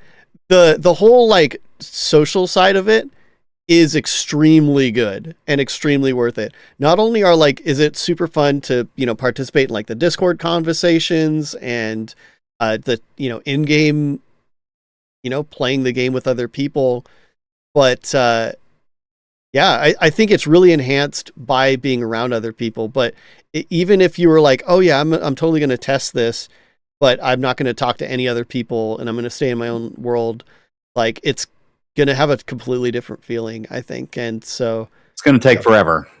If you're buying this as a thing you're going to solo as you have time, it's not going to work well for you. Yeah. But yeah, if you're into certainly doable. Yeah. Also, I would say if you have more of that type of attitude, I would definitely look at the alpha package and then just schedule yourself for the alpha dates. Yeah, right. Because there's going to be a whole influx of new people that will be your level. I'm guessing they're probably going to wipe for every alpha. Yeah, we're going to be their level. Yeah, we're going to be your level. Yes, so you can hop in with us and play. Like that would be the route I would go right now. Right. If playing was my only concern, if you want to back the game and you feel excited about the game and you want on the inside, one of the really cool things about being a VIP is you get access to the devs in a way that I have never had in any game whatsoever. Like it's insane. It's insane. It's absolutely insane. Like I feel like I'm calling Ben Dean up to like, what am I going to put on my hamburger, right? Like. Yeah, I'm just kidding. But you just get this like insane level of like we're interacting with the devs in no way that I've ever done before. So if that's what you want to do, then that's the VIP. Drop the $1,000. If you're like, hey, I really want to get into the game, it's really exciting, I want to play, I'd definitely go with the alpha pledge. If you're gonna, I will say the greatest gaming experience of my life is in Pantheon. So would that be the video that was released today? No, but that was a really good one too. So, so multiple epic moments. If you've if you play MMOs and you love MMOs, just absolute epic moments like that, where watching Random Rob mez that dragon is unbelievable. Oh my gosh, yeah, Raven, yeah, there's no favoritism for streamers there. Obviously, I was just gonna say, I think the people that get responses out of devs the most are not they're not streamers at all. They're just there a lot, And we are spilling beans, right? Because we're busy making content. Other people are busy chatting to devs in the Discord. Exactly. There was a really good one. Oh, I wanted to mention one thing real quick. Oh, okay. If you have not seen the Nathan Napalm video that he put out today, the puppet video of the story of with Dymlos and Nathan and the whole crew mezzing the dragon, like, you have to go watch that. It's an absolutely true story. 100% true. And Nathan tells it like no one else tells it. Oh, I guess Des was part of that group like too. Nathan tells it. Yeah, no, he did such a good job. Like the storytelling was so good, and it made me so giddy because he's not like everything he's saying is like, yeah. I have footage, like I have footage of my own to prove it, but I can't share it right now. So he did with the puppets, the backgrounds, and the way he like phrased everything was just. Yeah. A little guy's running across the screen with the spirit of the wolf. So freaking great. Yeah. I love Nathan so much. It makes me laugh a lot. Okay, so this is from LaFale. Are spells and skills simply earned or trained at an NPC, or do these need to be researched or something similar? Little bit of both. So there's NPC spells where you get the majority of them, but there's also drop spells, and the drop spells are kind of worth getting in a lot of cases. OP, you can say it, Des. They're OP. I mean, I really want the shaman one that I don't think I've gotten since like gray box times, but yeah. Have you guys gotten any of the drop spells? Since MMORPG back? Haven't seen one since. No. Not since the old build. Nothing with new graphics. And those are pretty rare too. Yep. Yeah. Are you guys seeing the new spell effects yet? Oh, bro, I just saw one today. A little bit. What was your experience? Because I'm trying to think of which one specifically. Am I even able to say what it is? You can say what it is. Yeah. All right, so I saw this freaking epic lightning bolt come out of the air. Like, Draq, positive news. Your lightning bolts get freaking awesome. It like, they're like kind of down a cliff a bit, and I'm kind of up above them, and the lightning bolt is enormous. Like it's at least.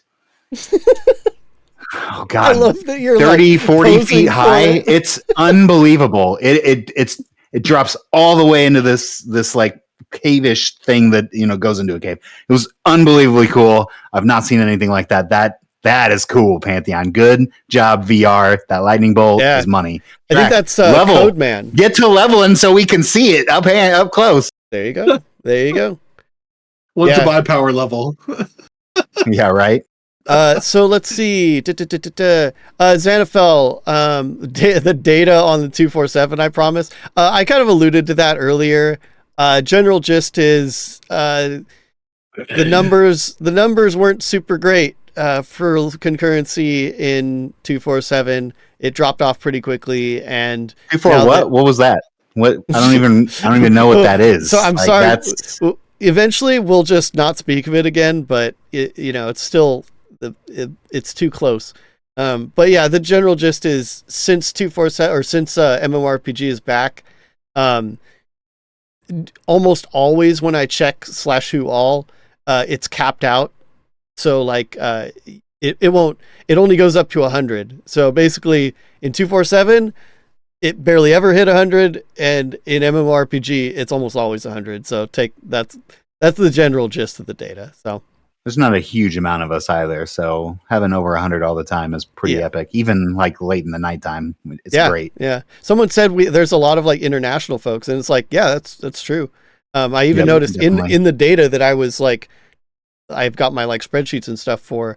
It's kind of interesting because there's like two high points in like the graph on the daily, because it's not just US folks playing, so that's neat.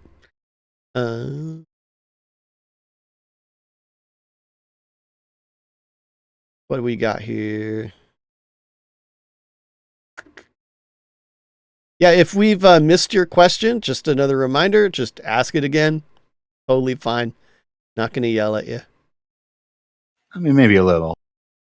Well, depends on how well we know you. Not seeing any. We know a lot of people, Desert.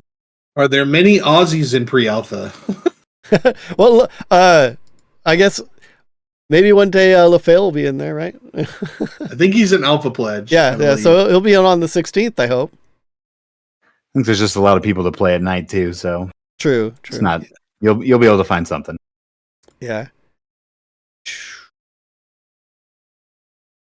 Has the Shaman class changed any to where it can be an aggressive healer, or is it focused mostly on healing in a group? Aggressive healer. It's the best aggressive healer. Yeah, I mean, it's kind of a solo king right now. I don't think there's a better the solo only class. aggressive healer. It is, bar none, the best class in the game. Yeah, it's because you can set yourself up to basically be like, have your hots and your dots, and you get a lot of both. so you can kind of load up your bar and just heal yourself over time as fast as you do damage over time. And it's like, it's not the fastest thing ever, but like, I think it's one of the safest and fairly fast soloers in the game right now. Let's put it this way. Got it When the out. wizard gets to level 10, there are very few choices that you have to make. When the shaman gets to level 10, like you have like loadouts. Yeah, it's true. It's definitely a great class. Have a friend that wants to play Shaman because it is great. Yeah, you really want one in your group for sure at this point. Yep. Or force one of your friends to play Shaman. Thanks, Marks. Love you. Speaking of Marks is asking about Rogue. I talked about Rogues a little bit earlier, but I really enjoyed soloing as a Rogue. Up to I got to like level 8 recently. It's really fun to kind of make sure all of your resources are available and kind of combo as like I think the Rogue is fun when you know what you're going against and you know that you have exactly enough firepower to take it out instantly. But if you misjudge that, it's kind of messy. The Rogue is very squishy. Level 1's not very nice either. Level 1's pretty rough.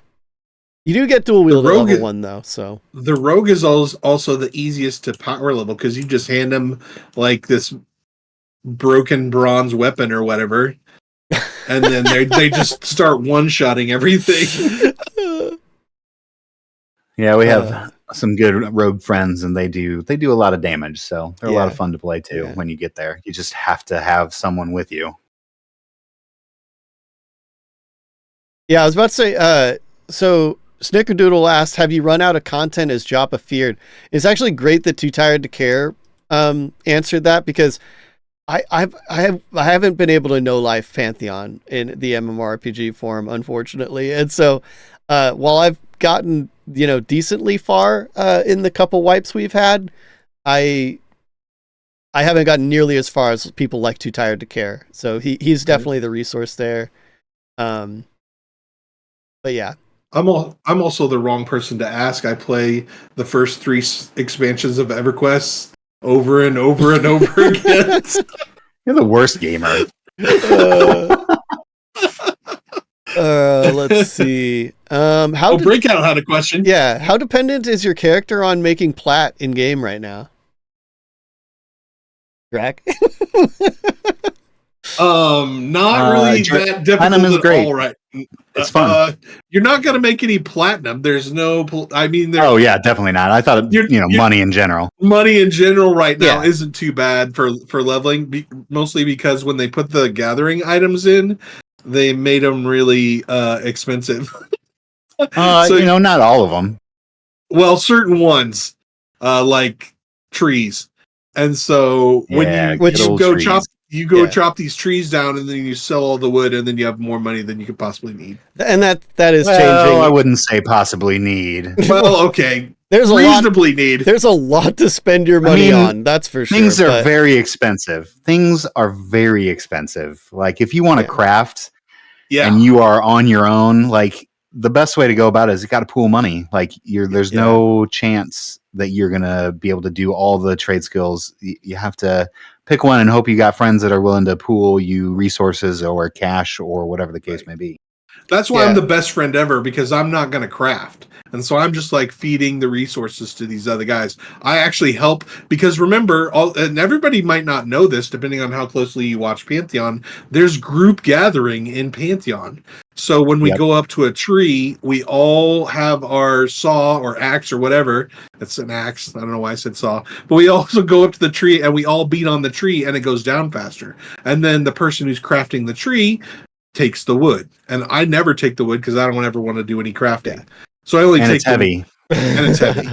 Yeah, and so we'll all fill our bags full of stuff and then go back and deal with stuff. But there's a lot of gathering that goes on as you adventure, because if you have crafters in your group, they're not going to want to skip all those gathering nodes. And even you as a non-crafter will always be able to help with the gathering. You just got to pick up the tools. Pantheon, Rise of the Gatherers.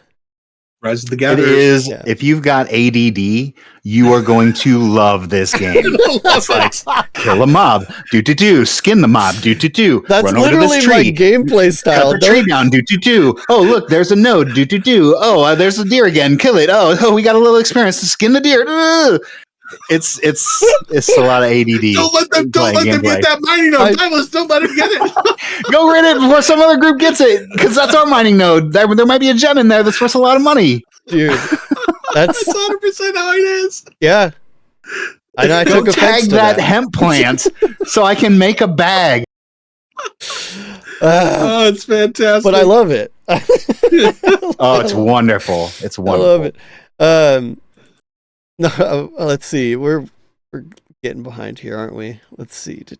Are we? I gotta go. We're talking about exciting stuff. Oh, do you? Get back to? Yeah, I gotta go raid. I literally gotta go raid.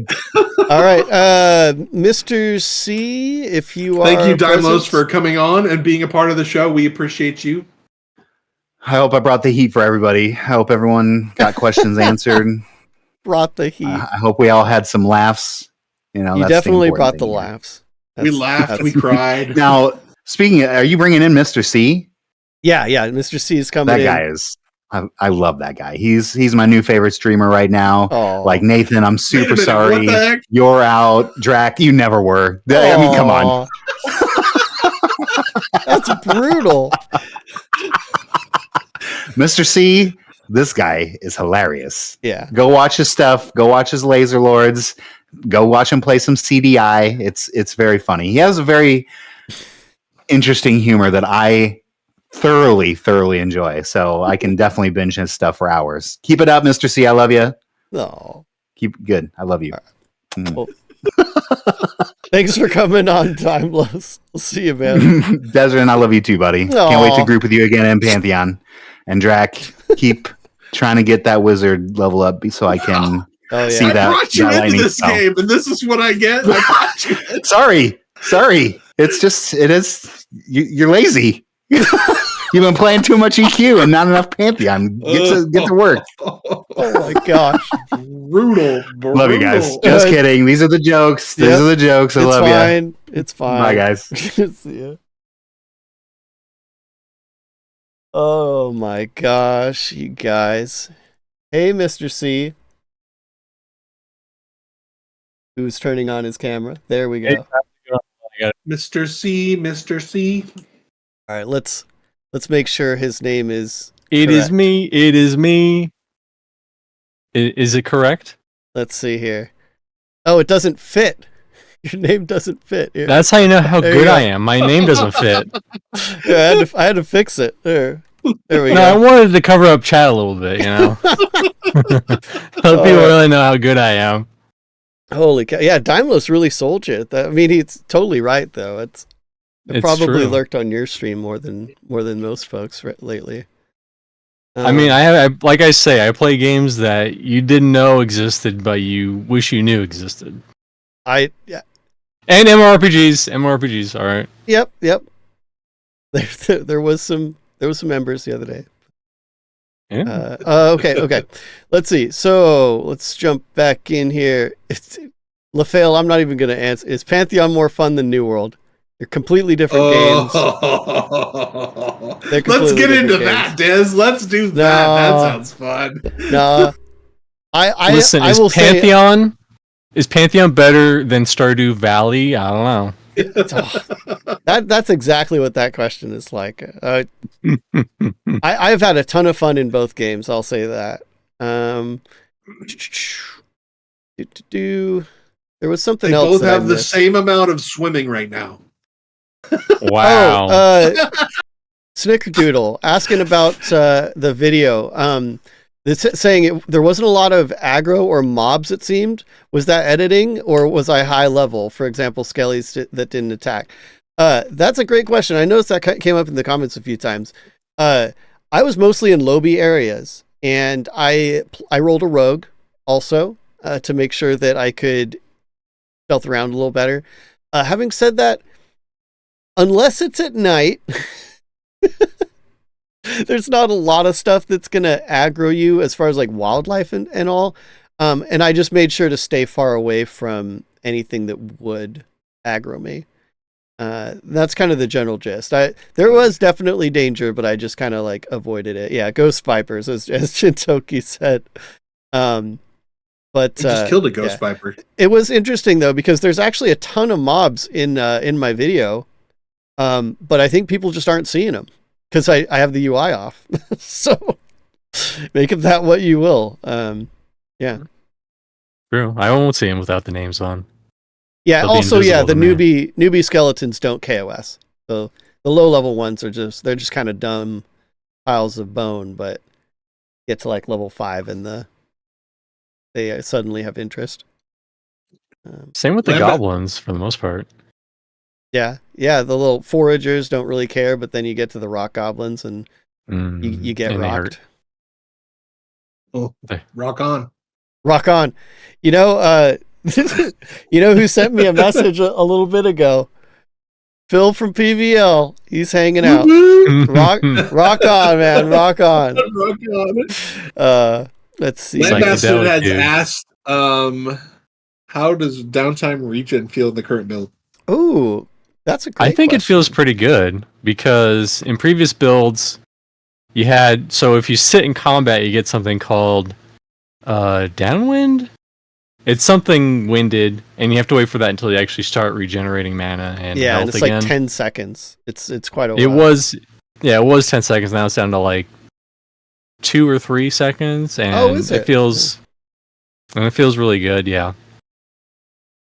And it feels like as an enchanter, I'm not sitting there the entire freaking time, so that I can actually regen mana. But to kind of go back, because Therek didn't really elaborate on any of this. I don't know if any of these spells are currently in the current MMO. I hope they are, but Brain Freeze for the enchanters is amazing. It's an amazing debuff. I hope it's still in there, because when you cast it on a mob, there's a chance that the enemy will be stunned for like 1/10 of a second, but 1/10 of a second really adds up over time. Mm-hmm. So that's really especially powerful. If it hits also, at the right time, Exactly. When they start casting something, it's like, oh, like pressure plate armor. Yeah, exactly. Another one that's really cool that I haven't seen in another MMO was what was it called? I forget the name of it, but Enchanter's got another spell that's another drop spell where it's an interrupt, but they take that spell and they use it. Yeah. Spell steal, maybe that was it. There's a I don't remember the name of it off the top of my head. It's in our Enchanter video though. Is it Spell Turn? Spell Turn. There you go. Yeah. That's an awesome ability. I've loved that. That's probably one of my favorite abilities in the game. It's you take this, you interrupt it, you take the spell and you throw it back at them. I forget what the duration is. Like you only have the spell for a certain amount of time. You can't like keep it forever, but but it's really cool because like you'll interrupt a heal and you like give a little heal to your party members. Yeah. Really neat stuff like that, or big damage. Has anyone tried to steal pressure plate armor? Like I said, I haven't gotten the spells that I love so much again in this build. Google is asking me, will it be worthwhile to have multiple enchanters in a group? I don't know. That's a stretch. I would say right now, no. Yeah. In the current build. Because there's no charm in the game right now that I know of. They do some decent damage with the dot.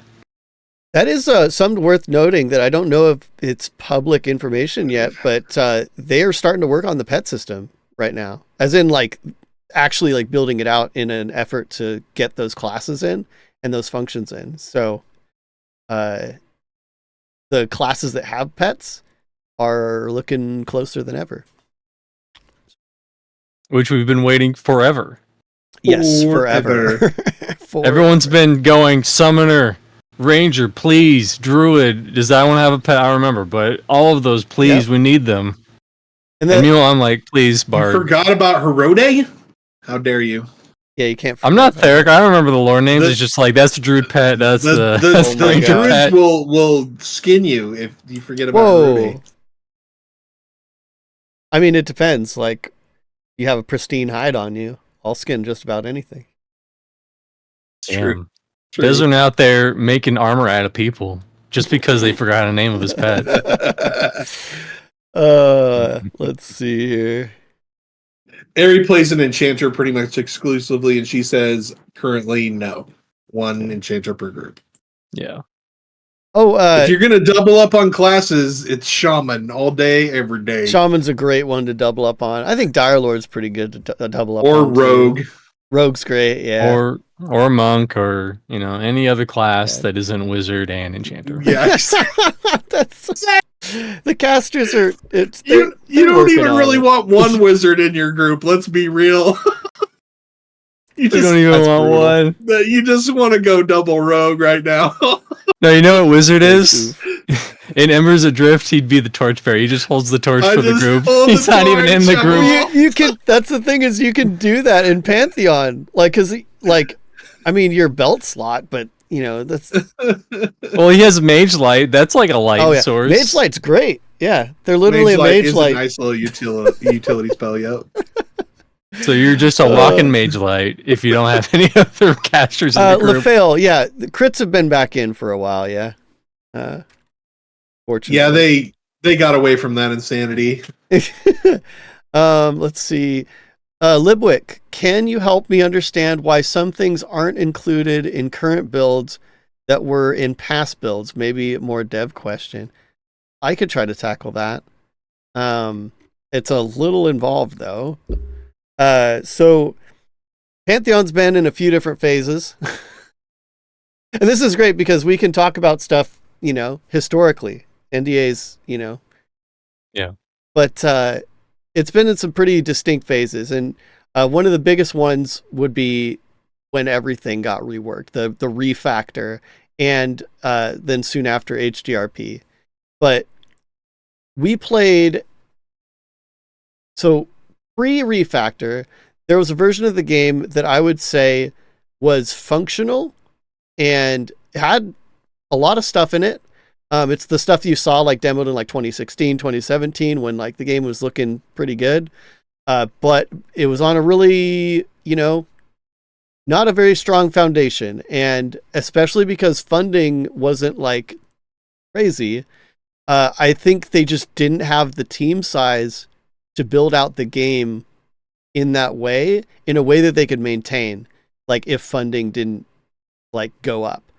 And so the refactor is kind of a big turning point where a lot of that old stuff, like, it pretty much got scrapped in the name of what we have now is maintainable, and like they can actually build the game with a small size team. Like the team that they have right now with the version of the game that they have right now is actually able to make progress. Whereas if you look back even a couple years, when they were trying to do like the old art style and maybe some more like lofty systems, progress was really slow, right? And so, I mean, we had gray box bears and deers for God knows how long. 2 years, yeah, 2 or 3 years. So it was, and pretty also brutal. it didn't always run the smoothest either. Let's be real. Yeah. Well, Right. There there's was a lot crashes that's all the been- time, and things were going up and down, and yeah, it Well, was Yeah. What I know about the early PA tests is that you had to have multiple servers, even though it was you just had the VIPs, not even the let's drop Black that. Rose. Oh, Yeah. I'm sure. I talk about vinyl fairly often, right? And so one of the big things that I guess we can just say now. So in the past, the zones would literally crash at around like 60 people. And this is like before Pantheon was like zoneless and all that, right? And so that's pretty brutal. That's pretty brutal. Because they were a lot smaller. And a lot smaller. Yeah, that's true. And so like, I mean, that's because they were using a different networking solution. So part of the refactor and, putting vinyl into place is that now we've got literally hundreds of people and it's fine. Like, like the things that cause crashes are not just a lot of people in the zone. That doesn't really cause crashes or anything anymore. Right. Des, you got an ad in 10 seconds. Mine says it ends in okay. Oh, well, ends. guys, oh no, you're right. We've been going on an ad. Oops. Yeah, hopefully. Well, listen, my future wife, if you're out there, I love you. Bye. It's over now. Oh my gosh. It's over now for me. Okay, welcome back, everyone.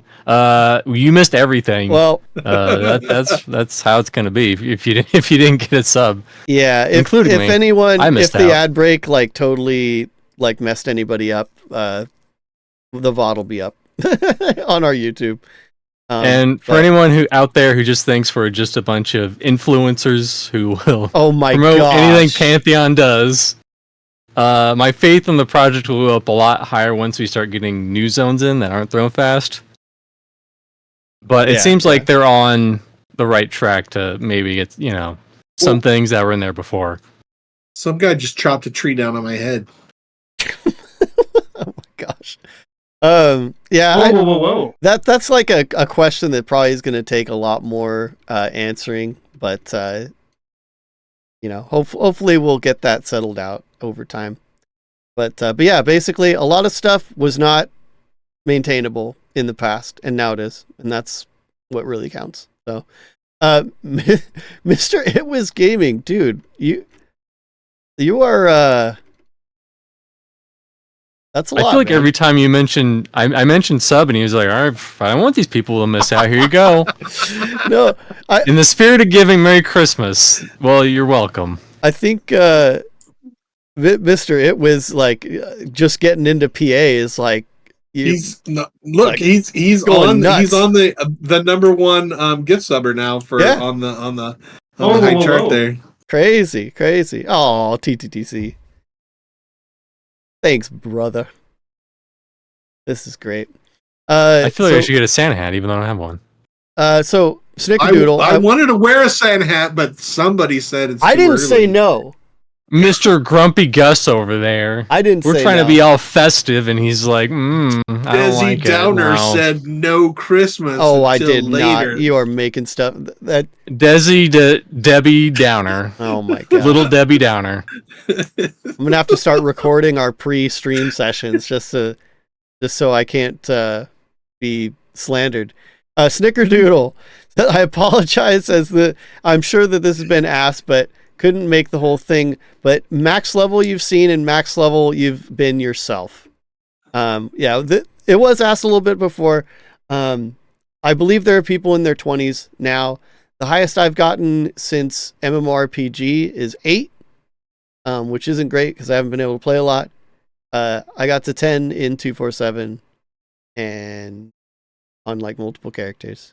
Yeah. The highest I've ever gotten is 10 before 247, and that was when the tests were only 24 hours. for a weekend, and then after that, that was it. And then maybe if you got lucky, you didn't get wiped. Highest I ever got was 10, and I am currently 6. Go on, Draq. I am 5, almost 6 right now. That's the highest I've ever been since we came back. In an early session, like back 2018-ish, I did get to 18. Yeah.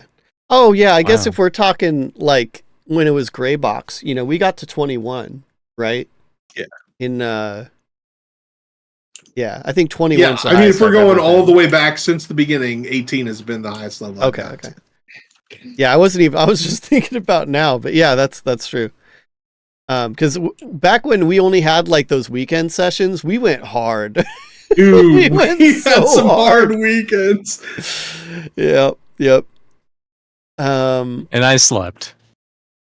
Libwick, do we know what their funding target is? That's something that they actually haven't.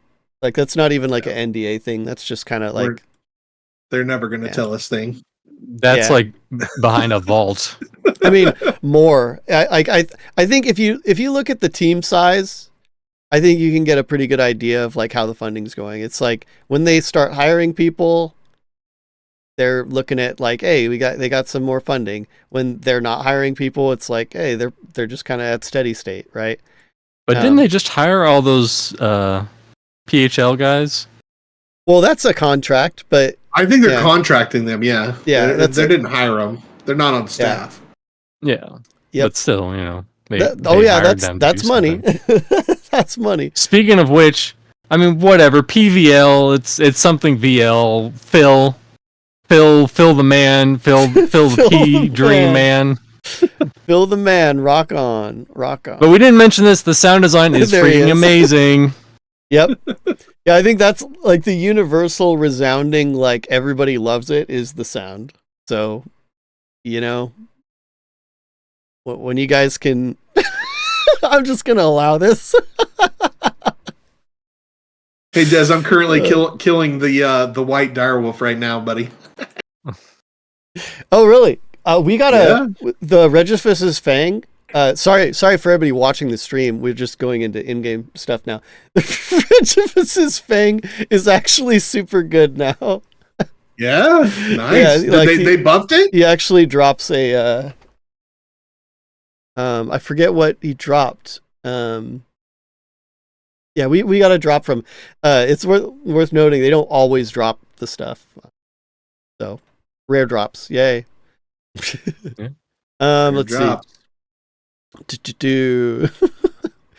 Just a reminder, if folks are coming in here late or whatever, if I missed your question, just ask it again.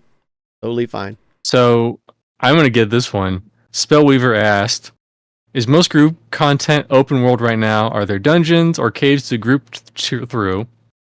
Knowing that there's only Thronefest at the moment. So currently there is the Goblin Caves. That's like the most dungeon-esque dungeon in there right now, but the majority of the other camps are open world. Yep. Right now it's like, I would say like a huge amount of the content is open world, like little POIs, or like some are, you know, larger POIs, but like in general it's mostly open world. And then the Goblin Caves is pretty extensive. Like there's a lot. I mean, it supports like, I don't know, 10 groups, maybe. I was going to say 10. Yep. In the Goblin Cave. So it's pretty extensive. But just gotta keep in mind that this isn't like WoW, where it's like, okay, this is the zone, it's flat, this is all the mobs. There's multi-tiers. Right. There's like, you climb up and there's like an orc camp, and then you climb up here, there's like a higher level Gadai camp. There's just layers like an onion. Or you climb up in the wrong place and there's a really high level Gadai camp. Yeah. White Bandit, mobs do leash, but remember, this is zoneless. So mobs kind of have to leash.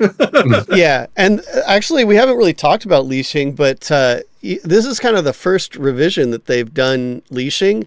And honestly, I think it feels pretty dang good. Because mobs can basically keep up with you it's pretty hard to get away from stuff. Yeah, but if you have movement speed bonuses, you can usually get away if you're like running in a straight line, you know? So it's kind of like Des and his fancy movement speed food. Ooh, I'm a crap. Hey, there's a reason I craft that movement speed food, man. Like 10% movement speed is the difference between life and death.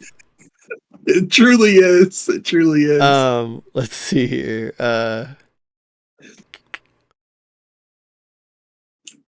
Would you say VR is focusing more on the core aspects of the game rather than aspirational features such as gliding and silly stuff like that? Well, funny enough, LaFail, I'm just going to spoil this. Gliding's already in the game. So, at least functionally it's in the speaking. game? Yeah. What? Yep. There is a named that drops a scroll that gives you the ability to glide. It is just a mechanical, just for testing thing. But wow, I didn't know that. Yeah. Yep. Me and Draq, we're getting beans too. Yeah, beans too tired to care is totally flexing on us here. Yeah. But to answer the question, it does seem like they're really focused on the core aspects of the game. Like I wouldn't say they're focusing on like extraneous stuff like at all. I can't think of anything that's like not core. Personally, I don't know, you guys. Yeah, I mean, if anything, they're pulling back, right? Because they talked about pulling back on perception. They've talked about like the mount taming. Like, I think that like with that all is.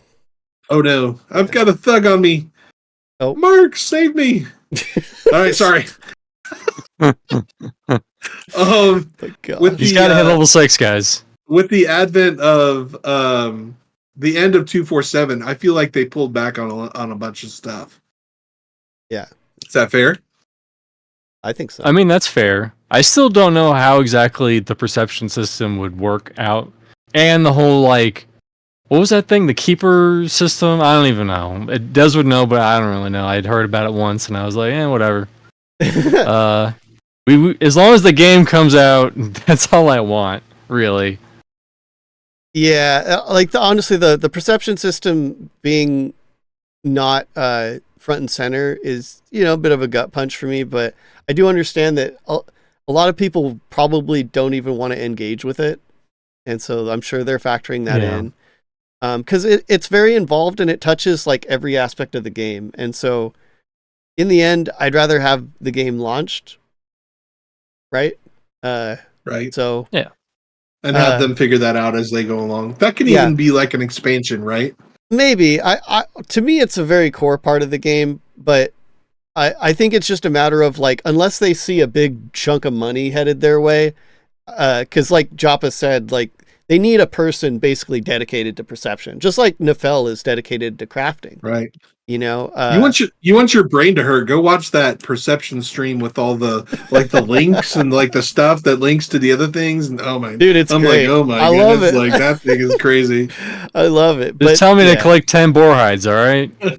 Yeah. So, having said that, there is a task system in the game, which is kind of like less intense questing. So there's still that. Yeah. And to a lesser extent, a faction system. Yeah, and factions, like they do stuff, like they can change to make you KOS and stuff, but they haven't leaned into it a ton in the current. It's close. Yeah, it's close. I think that's just one of those things. It's like they have like the foundation in there, but they just haven't like started to kind of like lean into it too much. But yeah, what are you saying? I was talking more about the what do you call them? The guys that give you the tools, like they have a faction in them, right? Yeah, where you do quests and you level up their faction, and you'll unlock things. Also, spending money with them.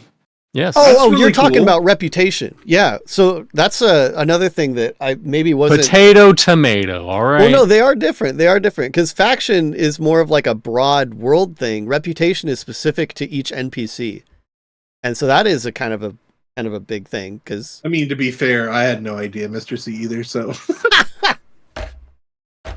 me and Draq, we're keeping on level. Des is like all in the lore heavens right now, and we're just like, listen, do we have a sword? Are we good? My God. Do we have a staff? Let's see. I feel like I've missed some stuff. Feel free to repost if I've missed anything in the last. The guild thing. I want to get the guild thing. Oh yeah, go for it. Go for it. So Steve Clover was working on the grouping system and the guild system.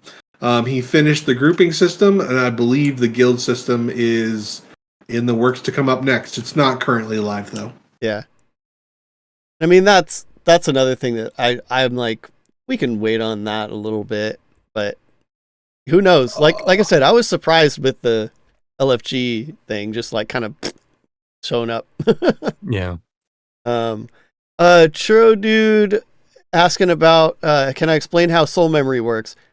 It sucks. That's how it works. Oh my gosh, what a crybaby. I mean, Dymlos said don't die because of the die. soul memory system. Yeah, but I just saw the new lightning. Oh my goodness, it's so awesome. Oh. Churro dude, there's actually a video I did I want to say earlier this year, right? Or last year or something like that. It's on the Pantheon Plus channel. I don't want that to be like a cop-out. It's just I already like kind of quickly explained it earlier. And it goes way more into depth than I could on stream. So it's, soul memory. Just look for soul memory or corpse run or death penalty. I think it's like, how's the death penalty work in Pantheon? Probably one of the better cooperative things me and Therek have done. Well, guys. Well, there's a dragon. Well, I'm riding him. Well, I'm flying over Terminus right now. Oh my gosh. This is things that are totally happening right now. You can trust me. I'm in the pre-alpha test. I'm flying around. Mr. C is no longer with us. Not believable. Oh my gosh. Okay, let's see.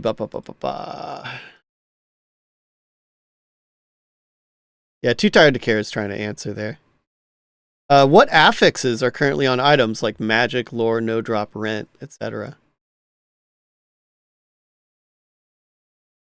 I don't know. There's probably a lore. See, that involves reading LaFail, which is just not something that these guys are into. That's mostly a Des question. Yeah. So yeah, magic is in, unique is in, Lifebound is in, which Lifebound is, if you die, it stays on you, which they don't really use too much now because 247's gone. Rent is, it's not called rent, it's called temporary, I believe. I think that's about it. Yeah. We just had Sweet D raid us with 8 people. Thank you, Sweet D. Oh. Thank you for the raid. He had we did an awesome, amazing stream with him. That's been like a long year time and a half ago. Yeah. 2 years? Where we did a naked gnome run. Yeah, that was good times. From Gnome City all the way over to our room. How excited am I for Dragon's Dogma 2? Super excited, but that's not what the stream is about. Yeah, let's talk about other games that aren't Pantheon. No. See how quickly we lose everybody. No. All right, more questions, people. More questions. Throw them at us. Sweet D, what do you want to know about Pantheon Rise of the Fallen? The verbal NDA has been dropped. What do you want to know? Anything. Our mouths are open.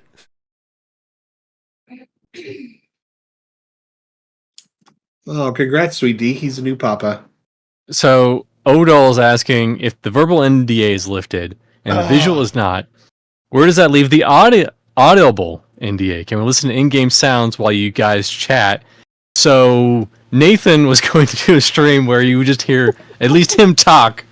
I don't know where that's going, but he threw it out there. I still don't do that. All NDA people do not do that. I still don't know the official stance on that yet. I've been trying to figure that out myself. You're playing with your pre-alpha access. When in doubt, ask VR first. Yeah. Or do what I do and just stream for 3 seconds, then turn it off. I didn't actually do that. That's a joke. But I said I was going to do that in the past. Well, Sweet D asks, are gnomes the superior race? Well, they're not in the game currently, so yeah, no. they're not. But they are next up. After they ogres. are next up yeah. to be developed. And can gnomes be monks, shamans, and bards? No, currently. But didn't Joppa say something like the race class? Yeah, the race class. Yes. Yes. It's getting reworked. You think he said like end of the year or something? Right? I don't know the timeline. Wait, so I'm looking at the race class right now. What were the classes? He wants to know if they could be shamans, monks, or bards. I don't think they can be any of those. No. They can be enchanters, necromancers, rogues and casters, summoners, and wizards. Yeah. But currently. Hey, maybe your dreams can come true when the new class matrix comes out. Right. We're also hoping for some, or I'm hoping for some progeny love where we unlock additional race class combinations. I just want bards. All right. I've been seeing at the top of the mountaintops. Listen, I want my bard, and Joppa has said bard like twice in the past year, so maybe. Yeah, we'll see how that turns out. We'll see.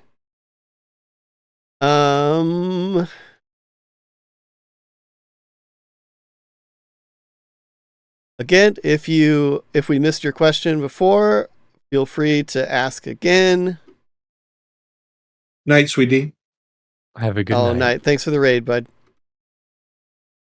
All right. Well, as Too Tired is mentioning, the equipment does have list bard and necro, but we don't even have summoners in. Yeah. They've come out and said in the PA channels that doesn't mean anything on timetable. Yeah. For Bard and Necro release, that's not like a sign. Yeah. I mean, they could add Bard, but it won't do anything. It won't have any abilities. It'll just sit there with armor. It'll be a. Are there monsters that only come out at night? Yes. There are certain camps where, like the Wharf, which I literally just experienced earlier, where there's rats during the day, and then at night it turns into G'day bandits that will aggro you, and they hurt, and I had to run into town and not die. Oh yeah, and the Moonhoppers. Oh, the Moonhoppers. Moonhoppers are terrible undercons. Holy cow. Yeah. It's like every Moonhopper is a jacked rabbit, you know? Yeah. Xanathel, no, we don't have any information on the race class matrix update. No. We know it's in the works, and we might get it posted sometime. That's what we know.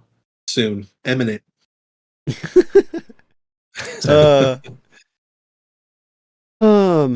Anything new, guys? Let's see.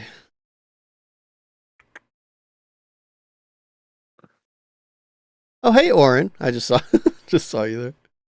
What's up, Oren? If you just showed up, Oren, we're answering any questions you might have about pre-alpha because the verbal NDA is gone. So, if you ever... Bard does nothing, still more wanted than Wizard. Brutal. Brutal. Just stab me. Brutal. Oh yeah, nice shout out. That's such a burn. I'm trying to get on my jacket. Oh, let's see. Oh my gosh, the time is flying though. Wow. Let's see. Any new questions, guys? We are at your disposal. How does the speed of combat in group feel? Is there adequate downtime? Yes. We could each answer that. Yeah. Go for it. Mr. Seago. I think it's fine. End. Comment. Yes, I think it's in a pretty good spot. I feel like it's not like super like downtime-y where I feel like there's like, 20 minutes between fights or even 5 minutes between fights. You get like maybe a minute between fights. And honestly, there's a lot more moving around right now. Maybe that'll change when we get to more dungeon type situations, but right now it's a lot of moving around. So you fight something, and then you gather something, and then you skin something, and then you fight something, and then like there's that rotation happens. And so it's kind of a nice little cycle, but it's not like a lot of pressure. So I like it. The cadence is perfect for me. Because when you're doing the gathering, it's not like you're not thinking about anything. You're just doing the gathering. Yeah. So you can just kind of talk while you gather. So you can, that's kind of when you engage, or when we engage with people and like whatever, have those, and then you're back to fighting, you're serious, and then you do the other stuff. You move from spot to spot. Yeah. I think I'd agree in that I think it feels pretty good right now. Like there is downtime, but it's not excessive. We've gone like through PA, we've gone in major swings. Like actually, right. What is it? The last iteration, was it pre 247, where like they really lowered the regen while resting. Oh, that was it felt awful. So bad. It felt so bad. Things resisted things like crazy. So you get all this time gathering all this mana, and then it would resist. Yeah. And then you'd be like, well, it was so sorry, guys. Yeah, so it's in a lot better state now. It exists though, which is what matters, right? Like there is downtime, it exists. You can make it better with food and all that, but it never completely goes away. Although like some classes have less downtime than others, obviously, but like Monk. Yeah. Let's see. I saw a few question marks up here. Has a reason been given why the NDA wasn't lifted from visual? I mean, I give my opinion on that. I think it's just because they're not done. Like, there's still a lot of stuff that is changing a lot, and I think they're well aware of the art backlash. It's funny because some people love the new art, right? Like, it's very polarizing. But I think it seems like they want more of the game in a, like, at least, I don't know, less open to bashing state. It's, I don't know, it's a silly thing because we're at the point where, no matter what, we're always going to get, like, people are going to be like, 10 years in development, and it's never going to live up to that. It really never is. And so, like, my personal opinion is, like, they probably should just drop it. But that's up to because the game looks way better than it did with the initial 247 prop, should I say? Which mine has probably slapped that thing and shoved it out the door immediately. Because it wasn't, he did his best, but it wasn't a great video. That's all I'll say. Yeah, that's a good way to put it, Raven. Like, I wasn't a huge fan of the new art, but I kind of got over it, And I feel like it'll be like, WoW, because a lot of people, even now, they'll be like, I hated WoW's art style, and then I played it, and then I played it for 5 years, Yeah, right. Also, just remember to, like, I'm a pretty secure person in who I am, and like I'm pretty confident, and like you can say mean or bad things about me, it doesn't faze me too much, but like in this, dude, when you have your blood, sweat, and tears out there, and this is like your creation, this is your baby, like this is your child as a dev, and then just over and over and over again hearing people just trash it, like, it's hard, man. And I would, I think I would be prone to being cautious as well. Right. And so, I think that they're going to go slowly. And they also, I think, Des and I think we're talking about this pre-show a little bit. I think they're doing it in stages, and they want to kind of see how it goes.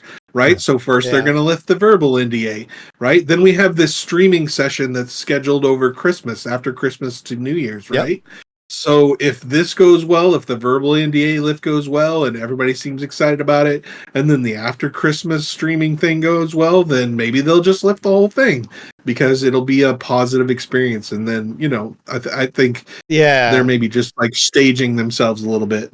And let me go in here and say something real quick, is that I know there's a lot of people out there who, it doesn't matter what you say or what you do, Pantheon killed their father and they have a vengeance and they will leave comments no matter what you say. Or whatever you post, or whatever, game's 20 years old and this is all they have to show for it and blah blah blah. But ultimately, you're never going to really convince people who are following this project that it's going to be bad unless it's something that comes directly from VR, and we pretty much saw that earlier with 247. Yeah. And they failed fast. Yeah. Right. And, and we're back to a place where we want to be. Yeah. I stole my crayons in kindergarten. Cather M says, how long does it take to run from one side of the playable area to the other?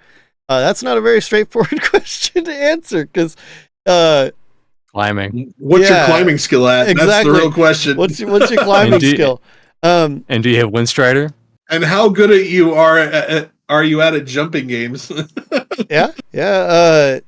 I would say the runnable stuff. I'm thinking if you were to run from like the old Perception area all the way to what we used to know as like Oceanside, which I guess that would be like the Manor now, because you can go up that cliff and to the Undead Manor. I think it's about like maybe 12, 13 minutes. You're like sprinting and stuff. But then you add like all the different plateaus and stuff that you can't just run up. So the zone's big. And this is only one side of the zone too. It's worth noting, like, there's a whole other side, like the side that Thronefast City is on. Yeah, right. We haven't even gotten into the city yet. Yeah, and then there's a lot of outlying, like the outlying areas that are like in between Thronefast and AVP that aren't currently populated. It's really hard to say, but it's big. It's probably bigger than it should be. But yeah. It feels like the biggest zone I've ever been in an MMO. For sure. Yeah. It's pretty dense too. I think that's something that I really appreciate, is it's not really spread out. It's dense. Right. And you don't like go long stretches without seeing stuff or mobs, right, or like, yeah, it's not like, oh yeah, it's huge, but there's nothing in it. Like, you don't get that feeling at all. Yeah.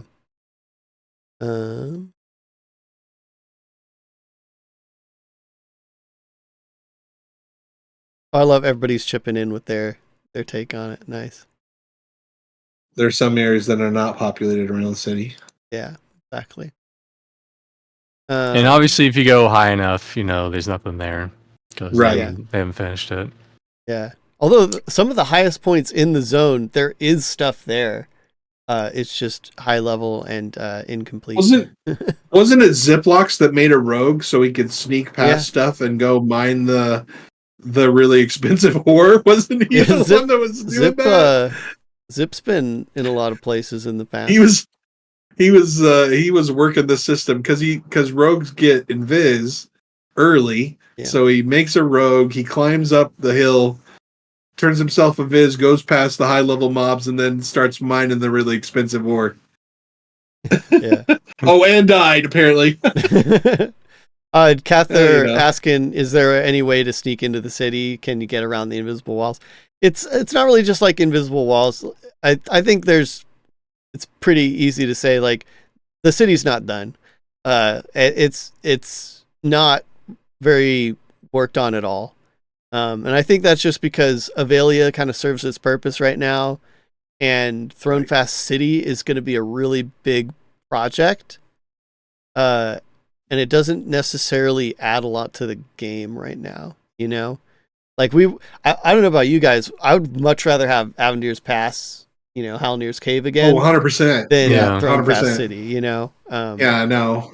That's more of like near release city, because quest trainers. I'm thinking like things that go in there are like auction house, Maybe if you're gonna do player housing, that would be a fantastic place to do that. Whoa. I mean, it's like Stormwind and WoW. You know, if you just had Elwynn Forest, do you really need Stormwind City? Not really.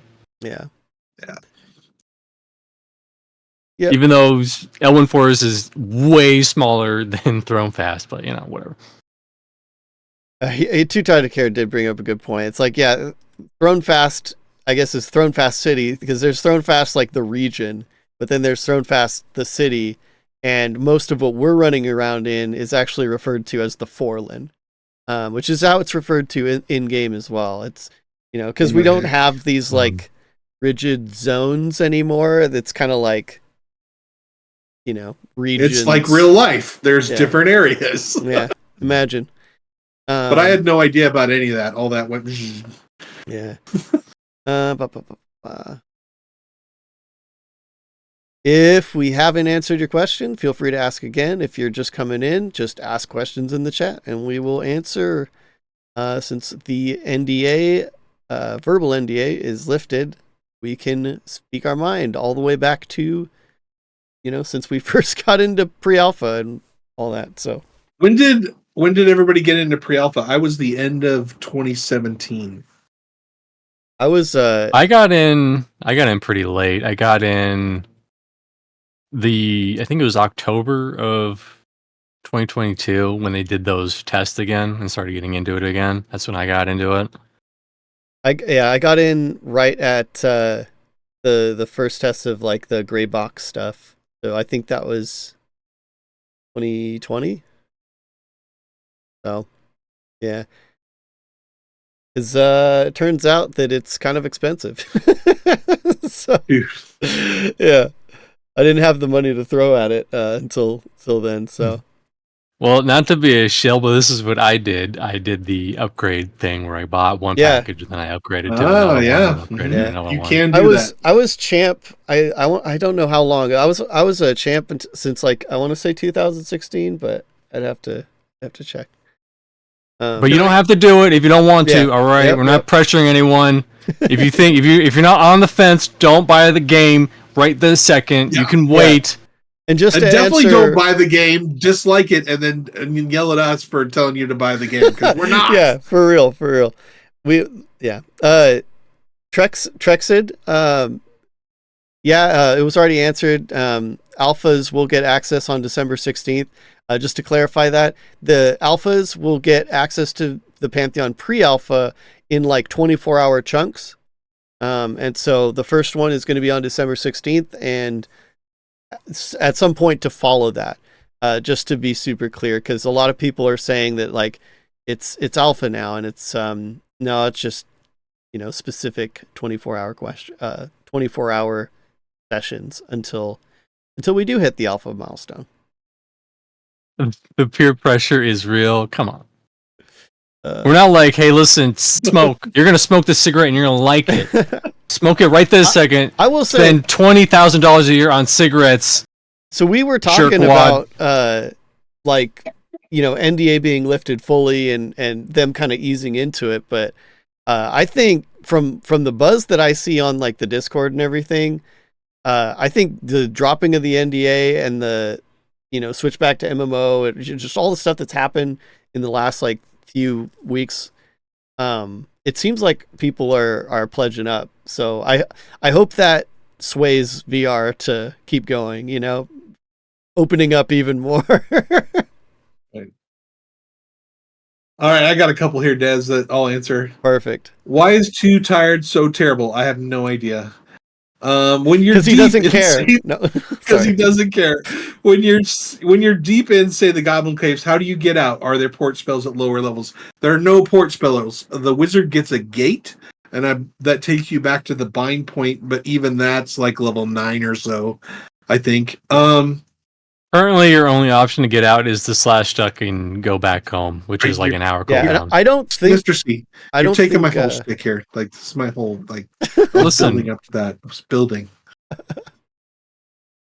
Listen, I get to the point, all right? If you take too long, I'm just going to interrupt, and get to it. I see that. Are you the new Dymlos? So that's what Dymlos does. He does the same thing to me. Hey, listen, I'm not as bad as Dymlos, all right? I won't yell at you unless there's a good reason to. I will say, I don't think they have plans to do like a Hearthstone to get back to town. So, and Slash Stuck is purely for testing. Yeah, naturally. So if you're going in, just make sure you can get out, right? Generally. The great Dundini wants to know if he missed his invite to the panel. Did I not invite Vin to the panel? He can have my spot. He can come in. Vin doesn't use a webcam. There you go. That's my excuse. Oh, yeah, that is kind of a requirement. Sorry, Vin. Maybe today. It really isn't, but I'll say that. You need a webcam for this reason only. Look at this. You can't do this on just voice. Look at all these actions, all right? Look at them go. And this is also why. There you go. Nice. Now he's the real Mr. C. Now he's the real Mr. C. Hold on, I gotta look down. I got your emote here. Hold on, I got those. There you go. There you go. My beautiful emote. Now you know why. The trick is now you can't see, so now you can see what's going on my screen slightly. You can see the Discord in my classes. Ginger. Listen, everybody. Ginger no side. I'm so sorry if I butchered that. Asks it. Is audio and music changing depending on your geolocation this time? And heck yes, it is. There are specific themes for areas you're in.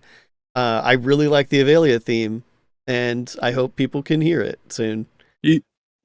Catherine's asking if that's Pantheon reflected in my glasses. No, but that was brought up to Nathan, and Nathan really thought about it. He's like, maybe if I wear a reflective shirt.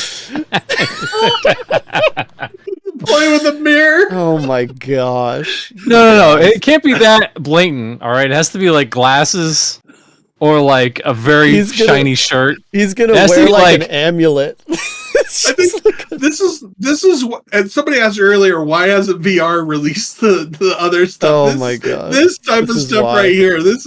This keeps them up at night. I guarantee you.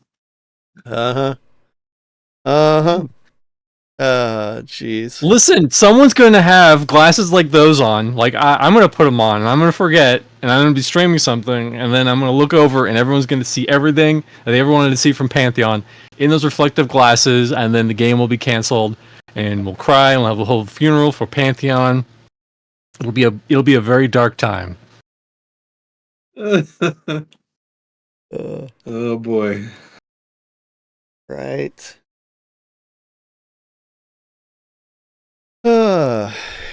Anything else, guys? What are they afraid to show?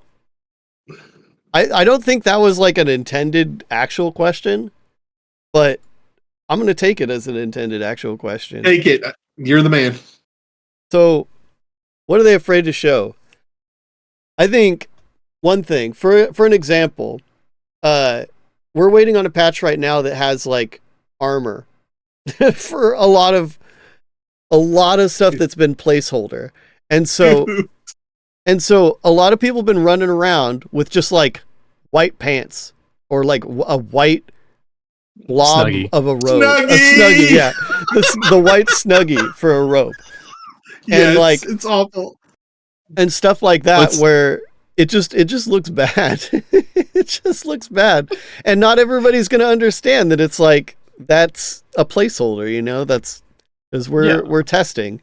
How many Asmongold videos where he just like trounces on Pantheon's graphics do we really need out there? So it's like this, all right? If you show someone a picture of a lady and they're overweight and maybe they're missing a few teeth, they're going to say, ew, what a disgusting lady. And then you say, excuse me, that's my mom. She works at the soup kitchen and she gives the local cats. And you're like, geez, I didn't know, sorry. Mr. C. Oh, so basically they're holding out because it's like showing someone that picture without the pretext that they're someone's mother, and they give to the homeless, and they give to local shelters, and feed the local cats. You know. I don't think I can follow that, Des. You're gonna have to go now. Someone ask a new question. We're we're moving on. We're just gonna ignore what I just said. Listen, this is why you tune into my streams, all right? Dude, it's just 4 hours of that straight. True. Your overweight, ugly mom still wanted for the group more than a wizard. Oh my gosh. Brutal. Raven has been on point with the burns. Dude, Raven has more burns than the wizard. Well, pre level 8, that's true.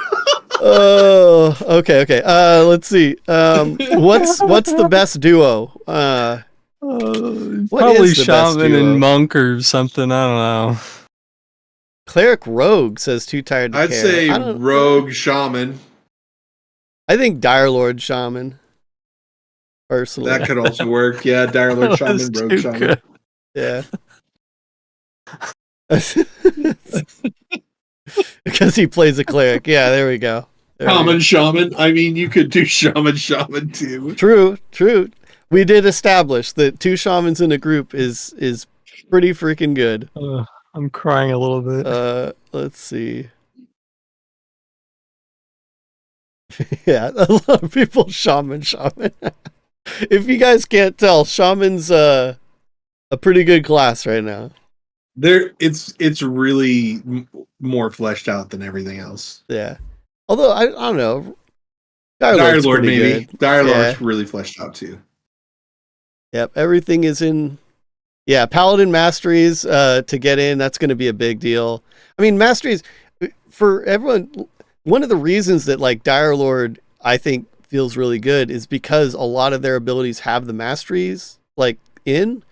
And the fact is, like, a lot of classes just don't have Masteries for most of their skills. And that's, like, that's a big part of the game. So. Spellweaver wants to know what makes a cleric feel rewarding to play when Shaman brings debuffs. Any clerics here?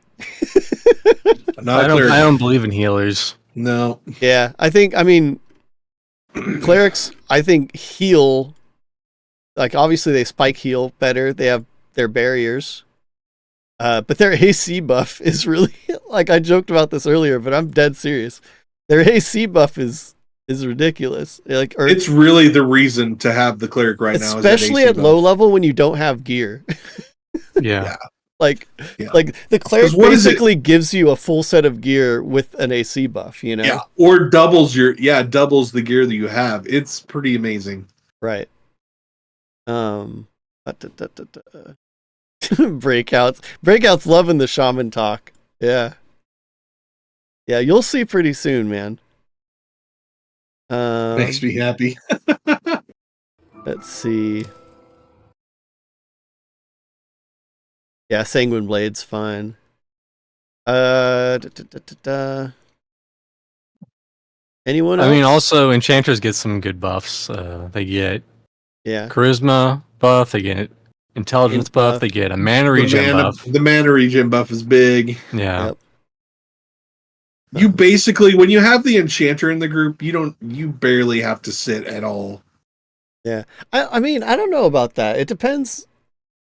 How I look at it is like the enchanter kind of enables you to go a little more ham. Like, totally. Yeah. Because if you get ads, you could just mess them. Yeah, if you have an enchanter and you have like good food, like the +2 food, you don't have to rest too long. Like, yeah, you still have to rest, but not too long. So charisma is a thing. Charisma actually is more of a thing than most games to make it now. Like, it actually lowers your buy price. So you can legitimately buy stuff for cheaper if you have higher charisma. Mm-hmm. All our crafters are currently trying to put together charisma sets. Yeah.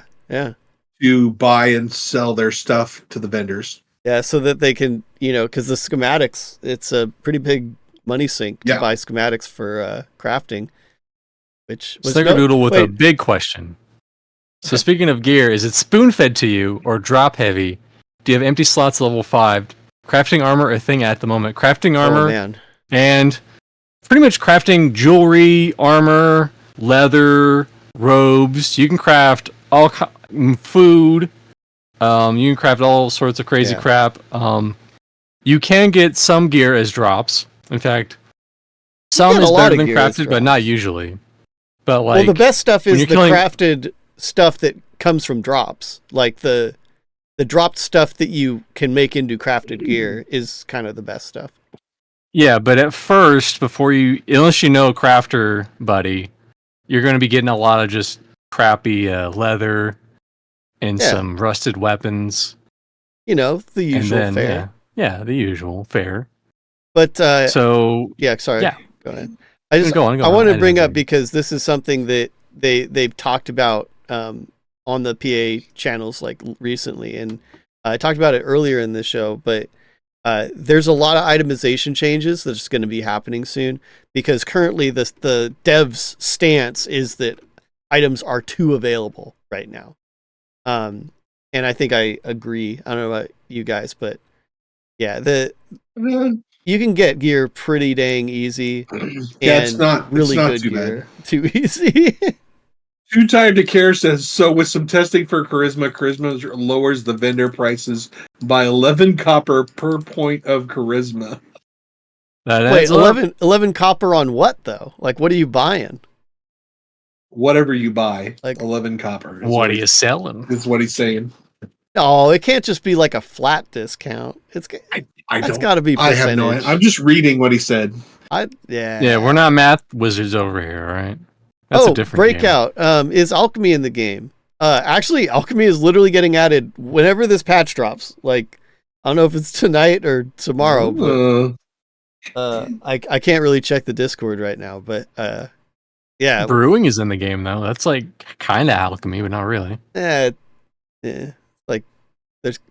Yeah. Oh, that was another thing on Snickerdoodle's question, right? Was like about crafting and like there's. No, it was Mr. It Was Gaming. So speaking of food, there was a take about auto consumption. How is food working in the game right now? So there's cooking and brewing, make food and drink, and the cooking is actually pretty extensive right now. The general gist is the food you make gives you regen, and like depending on the tier, I guess, of food, the regen gets better, but then they also give you other bonuses, and so food is actually a big deal, I would argue. So this is a question I have for you, Des. What are they doing with the food and drink bars currently in the game? Are they going to get rid of them, or are they going to continue in there?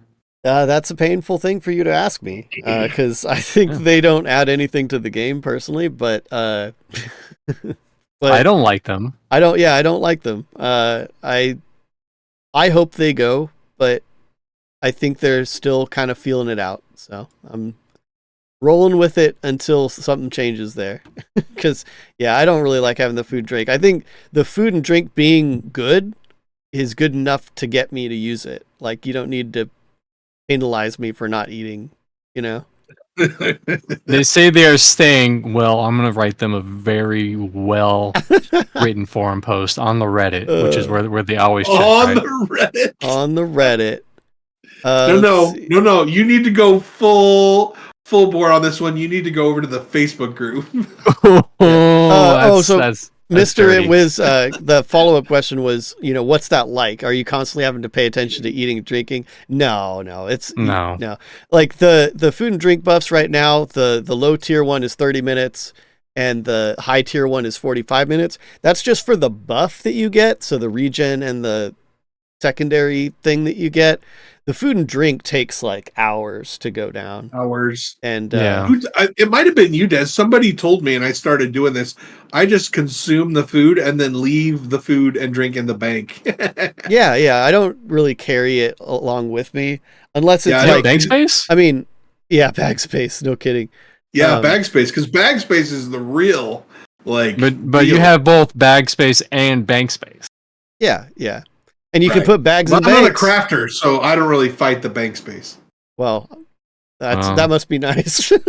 Must be It nice, is nice. yeah. It's very nice.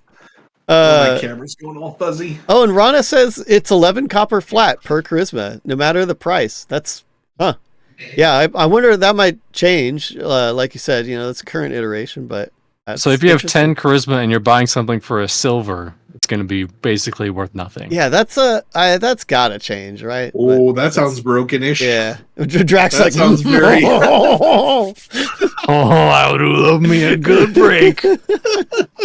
Odal666. Q.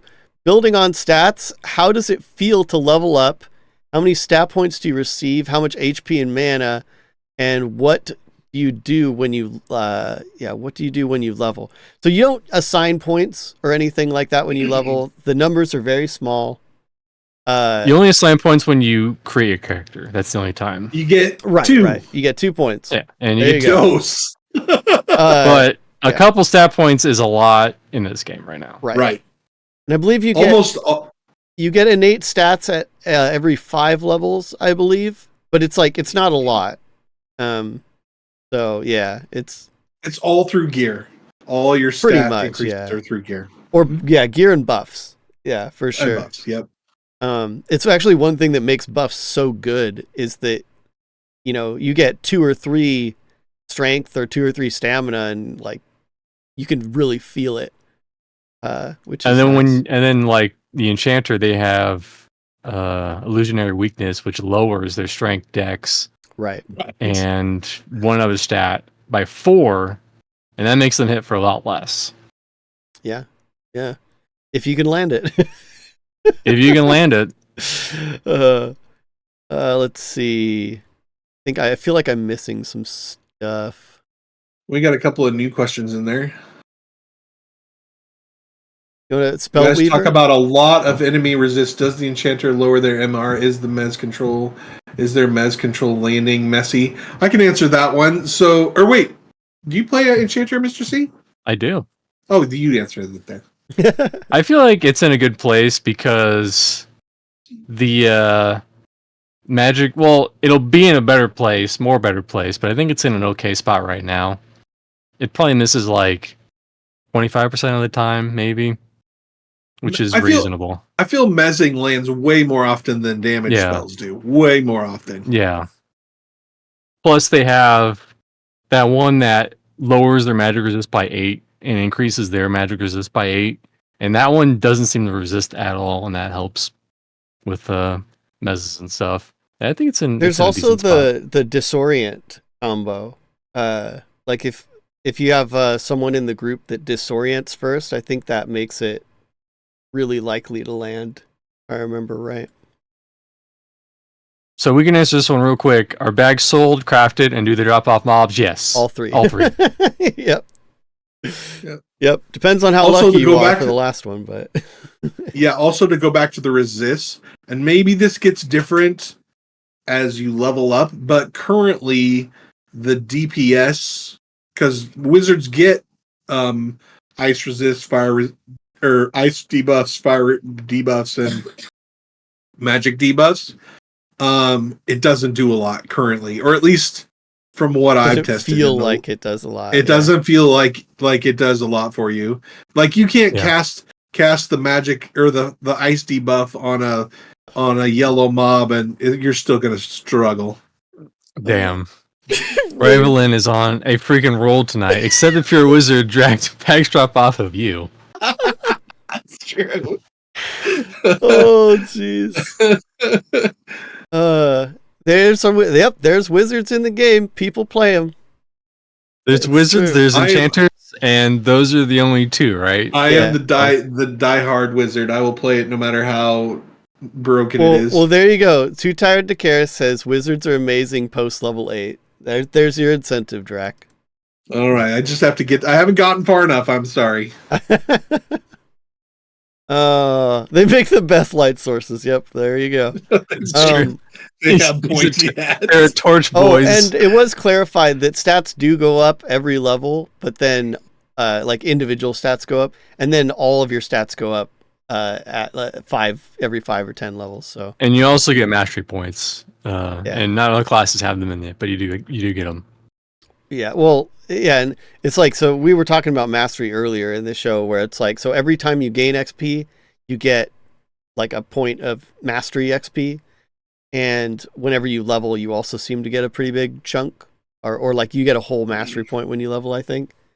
And then you put those into like boosting certain abilities. It's just not all of the abilities in the game for all of the classes have mastery attached to them yet, so but it definitely affects you quite a bit.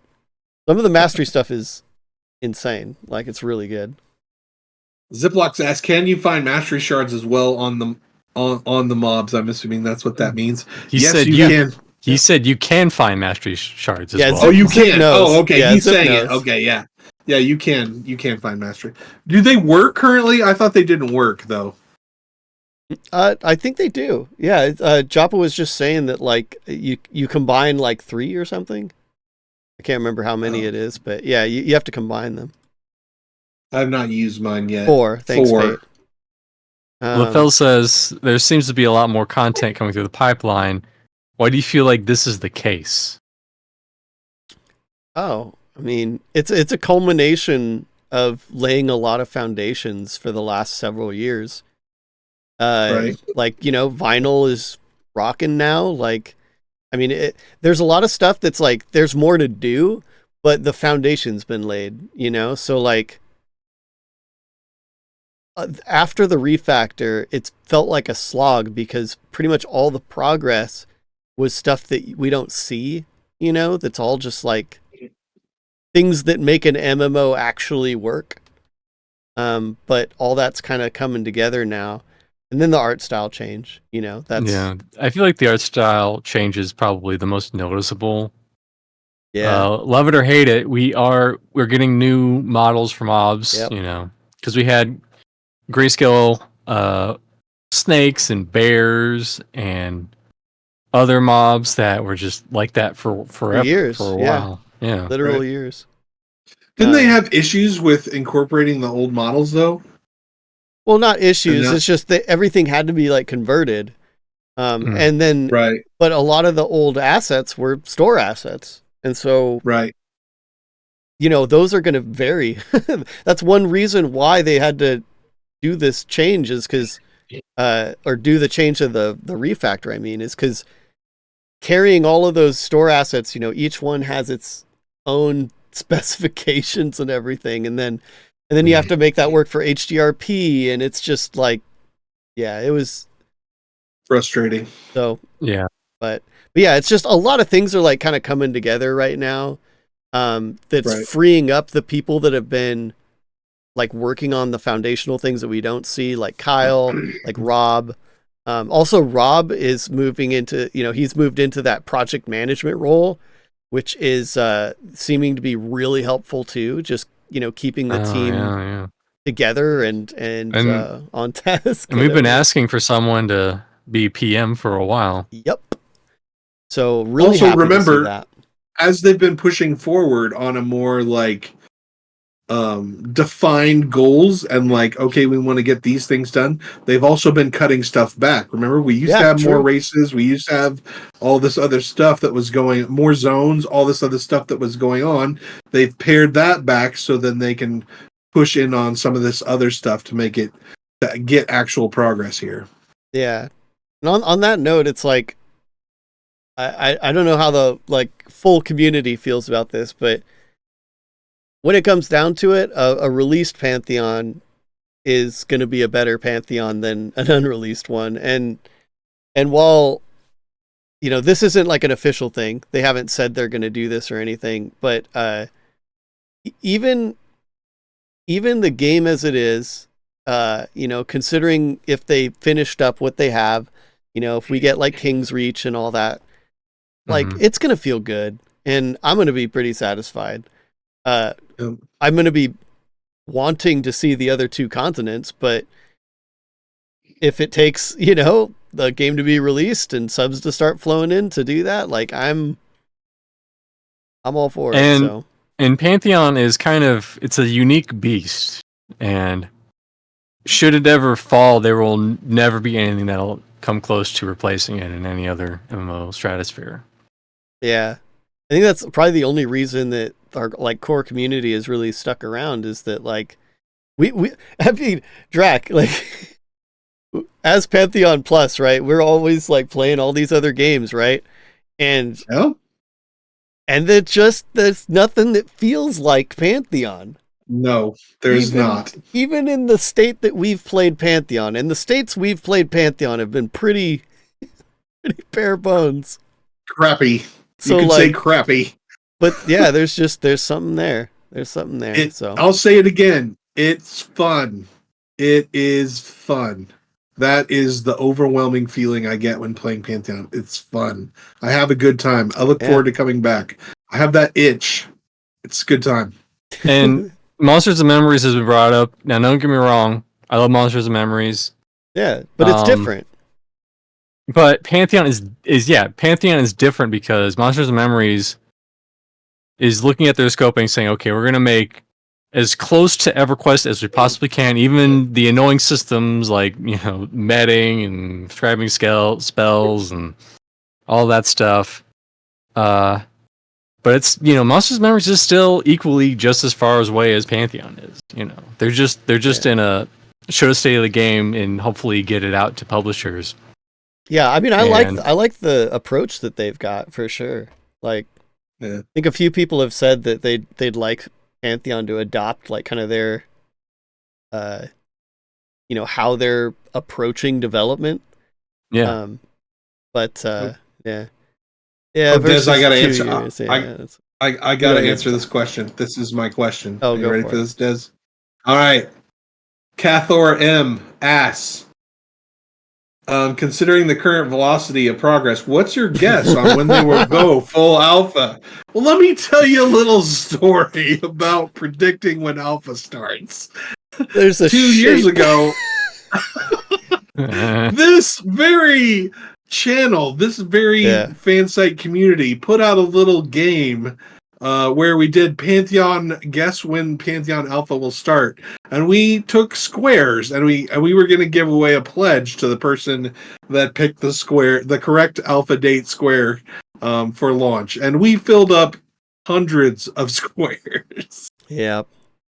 And it blew up in our face. So I will never, ever be predicting a Pantheon Alpha date again. Yep. Just, it comes when it comes. And like, that's why I think it's so important just to like say that we're going to all these different games, like we're giving them their shake, but there's still something about Pantheon that just doesn't, like just nothing else seems to like do it. And let me kind of jut in there a little bit, because people are saying that, hey, Pantheon's been in development for 2 years and Monsters and Memories have been in development for quote unquote 2. Pantheon was a failed Kickstarter in 2014, and that was a weird card game back then. All right.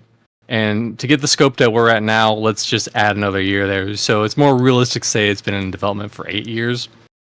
But I understand people, you know, they're tired. They've been pitched a lot of various things. But at the end of the day, Pantheon is a unique thing. You know, like I said, if Pantheon falls, if another AAA studio tried to do what Pantheon do, it would have cash shops. They wouldn't probably have the climbing system. And Pantheon is just such a fun game to explore. Like, one of my favorite memories is I was on my enchanter and I was just seeing how far I could climb, and I found these undead ruins with all these high level mobs, and I managed to just skirt around them without dying, and I found a tiny little bag on the ground, and I picked up that tiny little bag, and I had a unique ring that only Dire Lords could wear.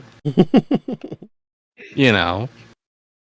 Yep. I wanted to address this is like first time chat, and I feel like I get where they're coming from. So the real Esquire says, you know, having given $1,000 years ago to support this game, would it be far off to feel a little strange and bad about that support? I don't think so. Like I know a lot of people are in that boat. I gave a bunch of money a long time ago, and I still haven't seen the fruits of it. And I don't know how I would phrase this. I feel like I've gotten my money's worth because of the PA testing and the community around the PA testing, like, meeting all these people and stuff. And I know that's kind of separate from the game to an extent, but like, I don't think it's bad to like not be happy with where the game's at right now, or to not like where it's been in the past. But I mean, like Zip said, like, just got to go forward. And the truth is, regardless of what, super, super angry people are going to tell you, like, the team working on this game is not nefarious. Like, they've had their big stumbling. This isn't vaporware? This isn't vaporware? Well, even besides that, like, I'm trying not to belittle it, because it's real, man. Like, yeah, okay, like, I'll stop. I don't think we need to defend it, I don't think we need to defend that, like, but it's actually, the refactor and all this stuff, which it's like, that's all valid stuff, but I don't think that means anything to people that are upset. And it's just, I have to reinforce that the team working on this they're super passionate. They're not always right. They don't always go the right direction, but what's under the hood is unlike anything else out there. And it's been that way since it started. And the fact that nothing else has really come along that's targeted that same thing that makes us want to log in right now. Like, I mean, I'm like, I enjoy doing the stream, but like, I want to be playing right now, Right. Dude, we played 22 MMOs over the last 3 years. Yeah. We have seen it all, okay? Like, that's a lot of MMOs. And I will tell you that Pantheon in its current state I have more fun doing that. Yeah. It's like, it's super incomplete. Like, there's still so much to do. Like, nobody's glossing over that. Like, the mountain in front of us is humongous, and the only way to get over it is either time or money or both. and right now it's like, they're pacing themselves, so we get what we get, and it's going to be a long time unless some crazy thing happens. But where it's at right now, like, at least we're going somewhere. We're going somewhere. And I understand people who put money into it, like, let's say, like, 3, maybe even 5 years ago, and they expected to get like an immediate product within 2 years. It's just, at the time we didn't, crowdfunding MMOs is still a wild landscape, and anyone who goes into a new crowdfunding MMO is stupid. Yeah, I don't know if I would recommend, like, this is why we don't like hawk for Visionary Realms to like tell everybody to go pledge and stuff, is because, like, you don't get your money at your own peril. It needs to be discretionary funds that you can absolutely lose. Also, I can't believe how fast time's gone by, because Nathan and Sparoh are in chat already. And I thought they weren't coming in till like the very end, and then I checked my clock. We've been going. Here they are. It's the very end. If you guys are ready to hop in, just like let me know. And I'll kick these guys out. Draq's been with me this whole time. Whoa! So, I'm like your steadfast. Yeah, I thought we were besties. Stalwart friend here, and it's just like Nathan comes in. Yep. It's like, see ya. I'm sorry. We're not big streamers like VR. Nathan. VR might not play favorites, but Destra does. Oh my gosh, that was pretty good, Draq. That was pretty good. Yeah, there you go. Oh, but they're ready. Drag him in. Thanks everybody for having me. Great job, It's been a good run. I'll never see you guys again. Oh, I'll see you guys on the other side of the afterlife. Have a good one. Bye. Go watch their stream. Bye. See you guys.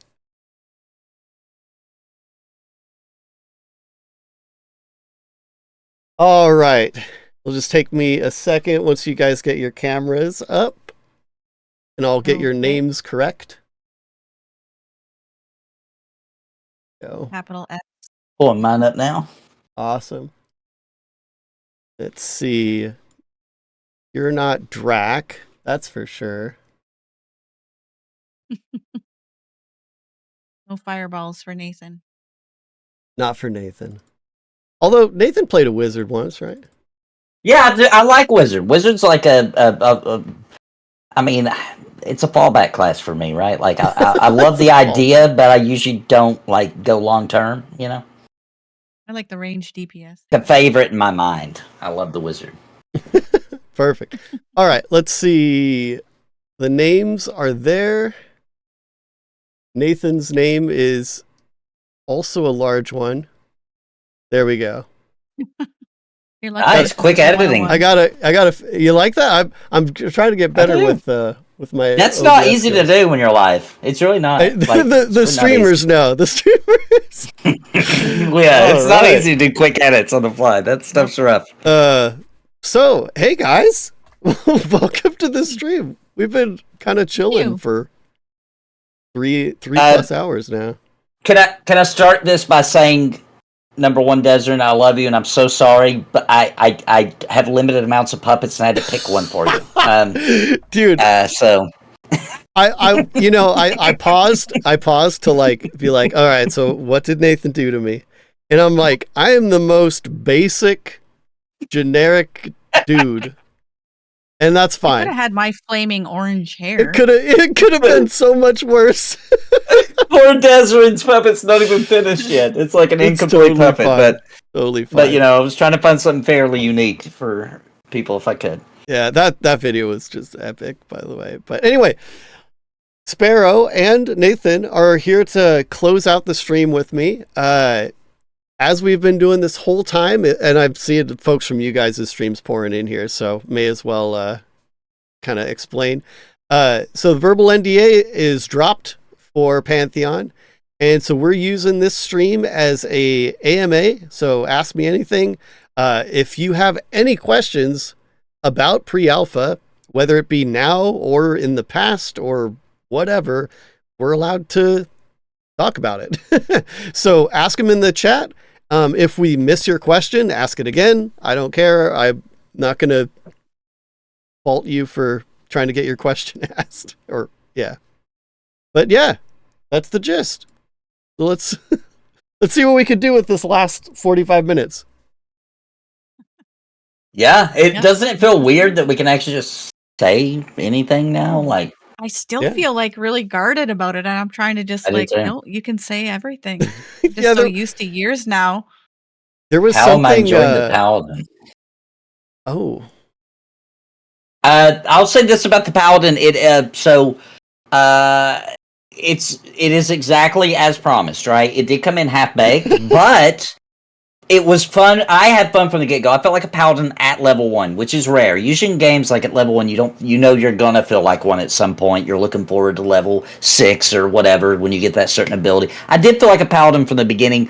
Now, I wasn't sure if it was by design, if that's what they wanted to do, or if that's just how it was turning out. But when the Paladin first came out, you couldn't just get aggro. You'd have to wait a little while because you have to build up, Wrath, and then you could finally taunt.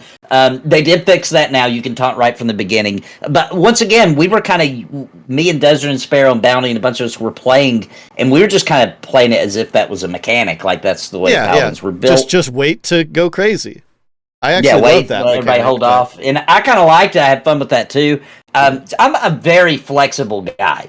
If you give me a lay on hands, you give me some sort of lull type something, right? And you allow me to be able to tank, to be able to hold aggro, especially single target, I feel good. I'm very easy to please. But I do like the Paladin. I think they're improving it pretty fast, and it's coming together, and I like it. I'll have you know that Dymlos was one of the first guests on the show, and so he gave his own take on Paladin. And he's angry with it, or is he happy with it? I'm not sure. It's just funny because he explained your take too. So it's no, he didn't hate it or anything. He's just sees things to be improved, I think. Yeah, there are things that need to be improved. 100%, definitely. It's not perfect. It's not like launch ready or anything, but it's a good time. You know, like I don't want to play any other class. I'm happy now.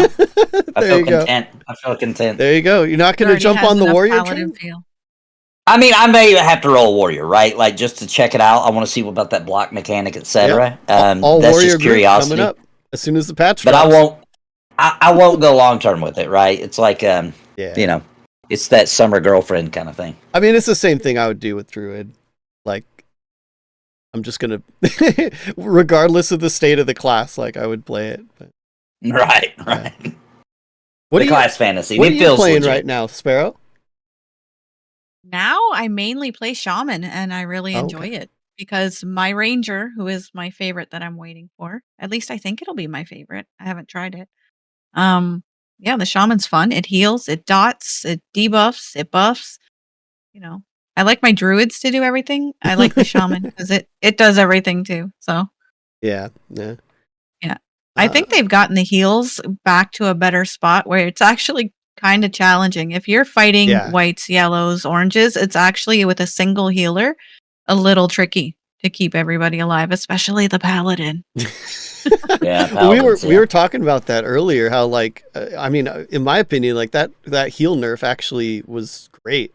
Like I thought, like it was so made it needed. More challenging. It was so needed. Yeah. All right, come on, guys, get those questions in here. It's funny. Someone asked, or someone said earlier, they're like, I don't know what to ask. Because you don't know what you don't know, right? Yeah, don't have the gameplay in front of us, right? So I guess that'll just have to wait until we stream, you know, at the end of the year. There was something though. Oh, Libwick. Here we go. For the zones that were created in the old art style, are they just awaiting conversion, or you know, and not deleted? That's an interesting. I hope they're not deleted. Like the story that Nathan told all took place in Hangor, and I loved that zone. Me too. Or it's not even a zone, I guess. It's just an area in Avenir's Past. But and we've even seen that in HDRP. Yeah. So based on what we've seen as pre-alpha testers, here's what it feels like, because we don't know what's going on behind the scenes. We just get to see what they show us in pre-alpha, right? But it feels like, based on what we've seen, that they probably are converting those zones. However, when we get them, they'll probably be drastically different than we remembered them. That's my opinion. That's what I would think. I would say anything that we've seen since HDRP is probably more close to what we will see after that gets, you know, converted to the new style. But anything that wasn't converted to HDRP, I think could be, who knows? Yeah. What were you going to say? That's a good point. I'm hoping that they let us into those zones before they even get the ability to maybe have the zones connecting, like how you normally go. Oh, yeah. Through to zones. I think they're going to use portals or something like that to get us through. Yeah. And the technology's there because they had the portal. The tower. That was supposed to be the tower. temporary purpose of the tower, is just to be kind of a hub to port us to the somewhat unfinished places. There is a certain, if somebody's testing a game, most of the time they fit the personality type to where they also enjoy unfinished areas, right? Like we like that. It's super cool to see it in the early state. So hopefully we get to see a lot of that. Yeah. Our imaginations fill in a lot, I think. Yeah, absolutely. It's true. I mean, we played Greybox for 2 years. Right? Yeah, and loved it. Wow. We loved it. And I would say that 2 years ago, the Greybox mode was my favorite time in Pantheon. That is when I had the most fun. I would, you know, say that was also when I was newer. So I was newer to Pantheon, and it was exciting. Yeah. But the game itself was so fun. Yeah. We had so much fun. We would stay up all night long. I would stay up till 2 or 3 in the morning playing, and that's insane for me. I never stay up that late. Yeah. And I'd get 4 hours sleep and come back the next day. There was almost a sense of depression when the server went off. Because we only had 24 hours. Yeah, and you're like, oh man, now what am I going to do with my life? You know? Yeah, so much has changed. I saw somebody asking about favorite moments. I want to mention something weird that I don't think anybody else will mention. So one time, this isn't like my favorite moment ever in Pantheon, by the way. This is just something I'll never forget. That's kind of bizarre. So one time we went into a dungeon, And me and Desrin had figured out that at that time there's this weird glitchy thing you could do where you could lay on the ground and you could spin with a torch and you could put on a light show. And me and Desrin in the front of a dungeon with a bunch of people waiting for the groups to gather. It was Hangor, yeah, it was. Not Hangor, Halnir's Cave. It was Halnir's Cave, yeah. The zone into Halnir's Cave where so many trains happened and we were just spinning on the ground with a torch. Oh man. Oh, I gotta tell that too. So we went in, we were just like, me and Desmond like had it perfectly like synchronized where we put on this light show for everybody in there, and it was hilarious. But it was like waving a plane in, you know, like this way. But when we went into Halnir's Cave, man, I remember we pulled, because it was my first time in Halnir's Cave that particular night. And it's brutal in there. It is brutal. We can explain. We can explain. Yeah. Right? So to visualize Halnir's Cave, it's kind of like a birth canal. It's like it's painful. Like, it squeezes you. The start is narrow and only so flexible. But then it opens up and then it starts going into different places as you go in. But what that means is there's kind of like a funnel point, and those trains get brutal. For sure. I remember somebody in pre-alpha. We were just trying to figure it out. We're trying to break it and learn, and like we didn't know, but we had pulled back so many trains. I'll never forget as we ran by with the train for like the 5th time. Somebody was like, "Can you please just leave this dungeon?" You trained me like 100 times, bro. I'm sure they didn't do much better. They were tough. That was tough. Yeah, people that got to the end of Halnir's were the real ones. Like, and there was some cool stuff down there too. God, I can't wait to get back to that zone. Okay, you had to acclimate. When we raided in there because we stayed outside of the 2 groups. We took 2 groups or maybe 3 down, so that we could get down as far as we could, and we died over and over. And it was awesome. We got to see parts of the cave we never got to with just one group. That was a great time. Yeah. The other fun thing about pre-alpha is you're a little bit more riskier because you know there's gonna be a wipe at some point. You know it's not permanent. So like you'll just jump in holes. You'll just do random stuff just to see something you've never seen before, and you're cool with it. Yep. Here, I want to grab some of these. So I wanted to see. Oh man, I'm so sorry to butcher this, but Ray Holford said, "Do Rangers feel like archers from the get-go, or do they feel melee heavy?" They say they know, they have the minimal knowledge of the game so far. And just to let you know, Rangers aren't in the game yet. They are working on the pet system, which is part of the Rangers. They have kind of like temporary pets. That's kind of how I temporary understand pets. it. Yeah. It's a whole like mechanic, but they're not in the game yet. So just to let you know that there's several classes that just aren't in the game yet because they have like mechanics that aren't built in yet, so the class wouldn't be complete. Then I wanted to get classes specifically are difficult to do. Yeah, I mean, but when they have the mechanics for the classes, it's super fast to get the class in. As we found out with Paladin, when Joppa was like, "Y'all want, are you okay with a, unfinished class or whatever?" And then like, a week and a half later. Next week? Yeah, it was so quick. Yeah. I couldn't believe it. But, and then Warrior, whenever this patch drops, that we've been, we're like waiting on this patch so much. But Ben and I, real question. Is there any props that have been set up on the test server or thrown fast port? We saw a lot of gray boxing done a long time ago. We've not seen any screening in that direction. What is currently the interaction between players and deep water? Oh, okay. So the two questions. First one's easy. Thrown fast is not really built out in game currently. We were talking about this a little bit earlier. Thrown fast the city, right? Yeah, the city. Yeah. So sorry to separate so what we've been running around in is called the Foreland, which is part of Thrown Fast region. But Thrown Fast, the city, is a massive project, and I haven't been in it. There's nothing really in there. It's just unfinished. So So that's kind of an easy answer there. And honestly, even I would rather have AVP and all that instead of I don't think Thronefast City is going to add that much to the current experience. So, but no, because we have a city, right? Like it's not like a big. Valia's got what we need. It's a Valia. Valia's good enough. Like for testing, it's perfect. Right. But then, what's currently the interaction between players in deep water? So in case you didn't see it, Ben and I, so a lot of the underwater stuff is kind of getting scoped back a bit, but they did say recently that they are making really good progress on swimming. So there's still going to be some content. It just probably won't be as extensive until a lot later, unless a truckload of money shows up at their door. Yeah, and by swimming, I think it's just surface level, right? Yeah, I think that's not like first.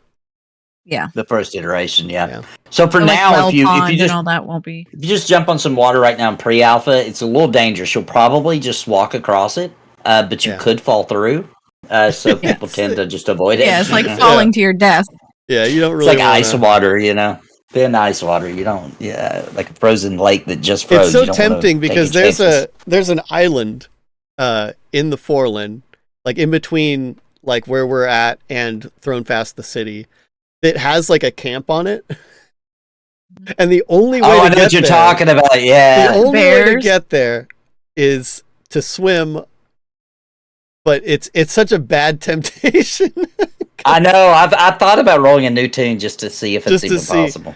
I've heard a nice like hammer drops there or something. But anyway, oh my gosh, bounty code, trolling.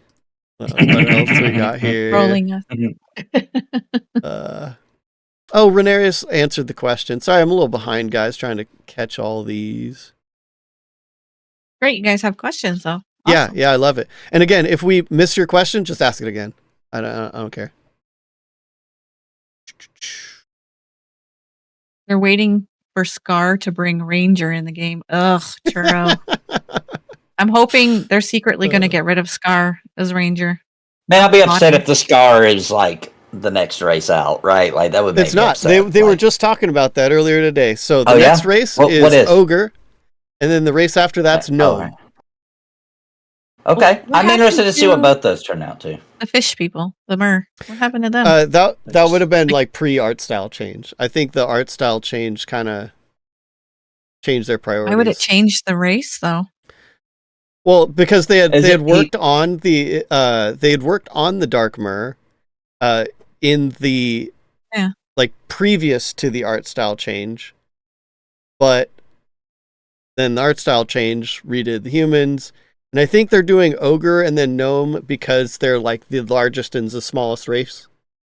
Yeah. Just for like metrics. Testing armor. Yeah, because all the rigging and stuff that they've been working on. So like, kind of test the extremes. Makes sense. I haven't seen players climbing trees lately. Is that still working? Nope. I haven't seen anyone climbing trees. I actually haven't even thought of that and haven't even tried. No, I think they purposefully make it so you can't climb the trees because it allows you, because basically back in like Gray Box, when you could climb trees, it lets you kind of get around stuff a little too easy. Yeah, true. So it's more climbing the terrain. We still died a lot, even though we could climb trees. It's still pretty challenging. Yeah, climbing. I do think that climbing in Pantheon is pretty definitive to the game at this point. So, like, it's one of those features where I don't necessarily need it in an MMO, but when I play Pantheon, I'm glad it's there. It's really weird. It's really weird.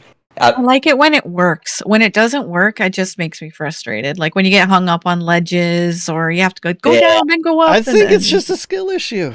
I never have any problems. I don't know. I rarely have problems, but I think some of us are just like we are attuned to the jank. You know what I'm saying? We get attuned to it. We're just like, totally. It just becomes no big thing, I did want to answer Trexit again. Ask how do they distribute the alpha client of the game on December 16th? Will there be a client download in my Pantheon forum account somewhere? Obviously, that's like to be determined. Like they'll send emails out to everybody with instructions. I think they said next week. Yeah, something like that. Yeah, and how it currently is there's a special pre-alpha forum. And there's a download link there for us. I think they'll distribute it separately for you guys because it's like I don't think all the alpha testers are going to just get temporary access to the pre-alpha forums or anything. So just look for instructions in the email, basically.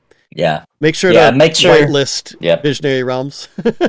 That's exactly right. I missed my first invite. I found it because I looked in my junk folder, but yep. Don't upgrade last minute. That's a good point out because these are manually have to be done. So if you wait to the day of, you may not get in. I'll tell you right now, our toy is the guy handling all of the CS requests right now. Like he does a great job. he does a great job. But he is one man. So yeah, he's just one dude, and they're usually super overloaded anyway on a big, especially like opening day for alpha. They're going to be so slammed with things happening that you might get missed, and that's not them doing it on purpose. It's just they're a human and they got a lot on. I should point out there will probably be a place on the Discord to look for like support where the community can help you, like for installation stuff, because.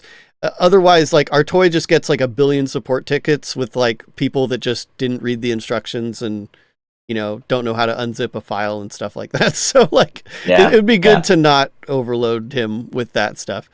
But yeah, anyway, just reach out to the community as usual. We'll help. Follow the directions exactly. Right? Some of that you might want to eye roll. And I'm going to say this too, and this may have been already mentioned on the show. When you first start Pantheon, the very first thing you're going to do is it's going to ask you to set your contrast, your gamma, right? Follow those directions exactly. Because every game I play, I put it a little brighter than what they say, right? Don't do that in Pantheon. Do exactly what they say. Harsh. Yeah, it will blind you. You want to do exactly. And like, it won't help you. I see A, I don't see B. It won't help you in like caves and stuff either. It doesn't. Like nope. The way they got the tech, it's still dark. Yeah, you can't cheat it. Just set it to how it's supposed to be. Yeah. Or you'll be blinded. That's something. Talk about night. That's something I've loved coming back to the MMO with this new art style. Is in that skeleton area with all the green haze, and when it's dark and the skellies come out with their glowing eyes. It is cool. It's really cool. I love that area. I think Desrin's video did a really good job of demonstrating the night and like the effects and the people running around with torches and how dark it was. I think it nailed it. Thanks, was very accurate to how it is. Yeah. You both did a really great job getting that to the public. Sorry. Let's see. Anything new? Come on, guys. Get your questions in. We've only got less than a half an hour left. I mean, obviously we're not the stream will end, but we have the Discord. Here, let me grab a link. Ben Ananias earlier asked her I see the devs are using different hair and faces. Is that possible in character creation yet? Currently no, but we are seeing faces be added to NPCs, and every single face in the game that isn't the face you play as looks better. That's true. In my opinion. Someone asked earlier about the Karen face, so let's talk about it. I make that fun of that all the time. I hate that face. Yep. Oh my gosh. Yeah. When we can change that, it'll be the Oh my gosh. Okay, so Screech, I just remembered that you asked this like at the beginning of the show. So Screech just asked like crafting. It's a little much for me right now to test. I I don't know. I feel like it needs a bunch of spreadsheets and stuff right now. It's not really at a spot that I'd be happy to. Which is funny because Too Tired to Care literally linked his spreadsheet earlier. Yeah, right. I'm just not into that, so I'll just have to wait till it's a little further along and throw myself into it. However, if you just want to make some coin, gathering is an excellent way to just run around and just get some coin. I did that. I actually got so addicted just because it's not that it was some crazy new mechanics. Oh, really? Yeah, I got addicted. I ended up staying up till like 6 o'clock in the morning. Oh my gosh, I got to go to bed. Oh my god. And here's the other thing. They made it so difficult right now for you to accidentally sell your stuff back to a vendor that you just bought. Yep. You got to alt right click it, but I still did it. I saved up like 44 silver, and I thought I equipped it, and I didn't because I was still in the inventory. Talked to the guy, and then I sold it, and was like, no, you gotta be kidding me! I just farmed for like 2 hours. Oh man. So and go ahead. I was gonna say, Fate was saying that they could wish they could share their screenshots and stuff. I mean, don't we have something coming up, like a week of streaming and content creation? So starts we'll be on able the to put 24th stuff together till the end of the year, basically. So anyone can stream Pantheon. So I mean, obviously, or make we content. will. You don't even have to stream it. Or make content. Yeah, for it. Yeah, exactly. So someone asked about racials, and I think the easy answer there is racials just aren't in the game yet. They're actually getting reworked. Maybe that's not public knowledge. So that kind of came up a long time ago. But yeah, the racials are going to get reworked to some degree. But now there is a lot of mastery in the game right now, which is cool. Depends on the class. Yeah. Depending on the class. Paladin has none that I'm aware of so far. Right. I haven't found Shaman anything has I can some. do. Yep. For the heals, right? The hots. The heals, some of the debuffs. One of the debuffs, random kind of like things, but one of the debuffs has a pretty cool one where if you land the debuff on the enemy, it actually gives you like a 5-minute AC buff. And I think that's 2 points into weathering. Oh, yeah. Yeah. So the Shaman has a few. Dire Lord has a ton. Dire Lord has a ton. Yeah. That's the one tank, right? The varying states of the classes, right? Yeah. They're just not all. Yeah. What are the most fun quests to do here and why? What makes them fun and worth your time? The quests right now. So right now I want to differentiate, right? Because there's the task system. So they completely redid the task system, which is kind of like your simple quests. Which seems mostly what I've seen since I've been back into the MMO. There's a lot of them, yeah. Yeah, I think that's what they were kind of focused on and working on with the 247. So that kind of quickly got implemented in. Right. Oh, I think. Yeah. And so in that note, I would say they're not long ones. Yeah, there's not really like a long quest line right now. I mean, there's like a series of tasks, but I want to differentiate from quests because I think their goal with quests is like much more like involved and stuff. Yeah, epic. Yeah. Yeah, and the way it feels now, it's what you would expect, right? Like, it's you talk to. It ends up being like this if you if you come into the game new, you won't know who has the quests, so you either go around talking to everybody looking for them, or even more likely, you'll group up with people and they'll be like, "Oh, have you done this quest?" No, okay, let me show you where it's at, and then you end up running it together. That's kind of the feel of everything right now. Yeah, it's nothing too crazy because the current things in the game, just to bring it full circle, the tasks are mainly for gaining reputation with specific NPCs. Because as you gain reputation with those NPCs, it can unlock new tiers of like inventories. So for them to sell you better stuff, basically. So that's supposed and that to be was the something main they gained from 247. Yeah, true. Very true. That came in for that, and it's still, I don't know. I'm not big on quest hubs. I yell against that all the time. So it's kind of like meh if I don't have to do them, but I would much rather do simple quests, quotes, or something other than like it's not something you do for XP. That's probably worth noting, right? Right. Yeah, the XP gains aren't like super great, on purpose. Yeah. Money and faction. You're pretty poor when you first start. So, any bit of money you can get. Yeah, a silver, you feel like you're like doing great. Yeah, because you got to buy spells. You can buy a spell. Yeah. Yep. Spells get expensive too. Just like they do. Like level 5, they're like 5 silver. The way we've always played is we get in our group and we have either a master loot or everybody just loots, and then when we're done, we just all share the silver we got to make sure everybody can go back when we go back down to get new spells. Yeah. Unless you're in a pug where... and try and find it. Yeah, pugs. I don't know. Pugs are different. I know. I should have gotten more pug stories from Draq, because he's been through the ringer. He's had the loot gremlin, the impatient puller. He's gotten all the archetypes. But Ben and I ask, how common are the loot boxes out at campsites? Have y'all noticed the change in availability in spawn spots like they said it would be? They're pretty rare now, right? Yeah, they're rare. I've only seen a couple. Yeah, most of the ones that you find at the lower levels are just like ration crates too. So, which is nice. I mean, food is like good. But Fate said the exact same thing. So, but yeah, I think I'm not a big fan currently of the food system. I'll say that. Yeah. No, same. I would agree.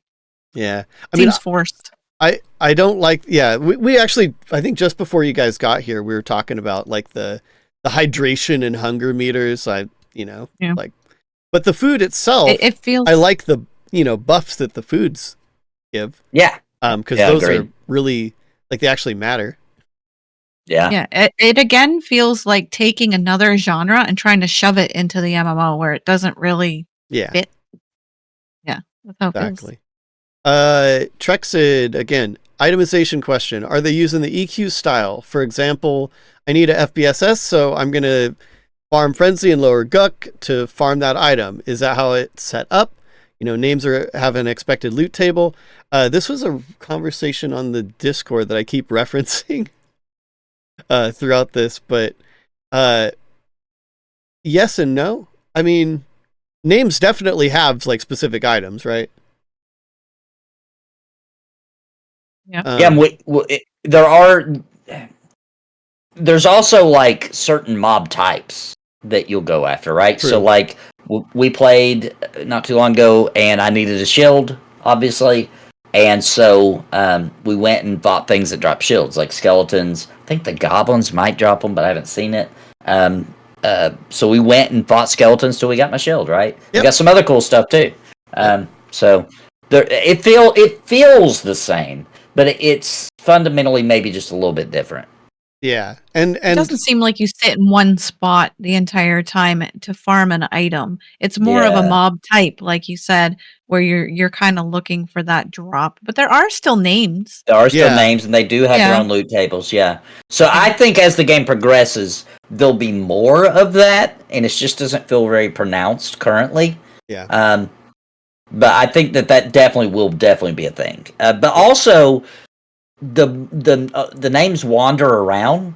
So like just because you don't just sit in one spot for it to spawn. Right. I mean, it's just different. Like Pantheon really does embrace that dungeon crawler mentality even outside of dungeons, I feel like. Yeah. Yeah, you move around a lot. Yeah, like even when you go to a camp spot, you're usually kind of rotating around. Yeah, it's less of a sit in one place the whole time and more of a rotation. Like you're kind of like working your way around. And it takes some pretty interesting design philosophy to force that, because I am a sit on my butt and let's camp this spot kind of guy. I like camping too, but yeah, naturally that's just what I do. But like even when I play Pantheon, I don't even think about it. But I am not doing that. Yeah. It just kind of somehow they've made it to where that's just what you do.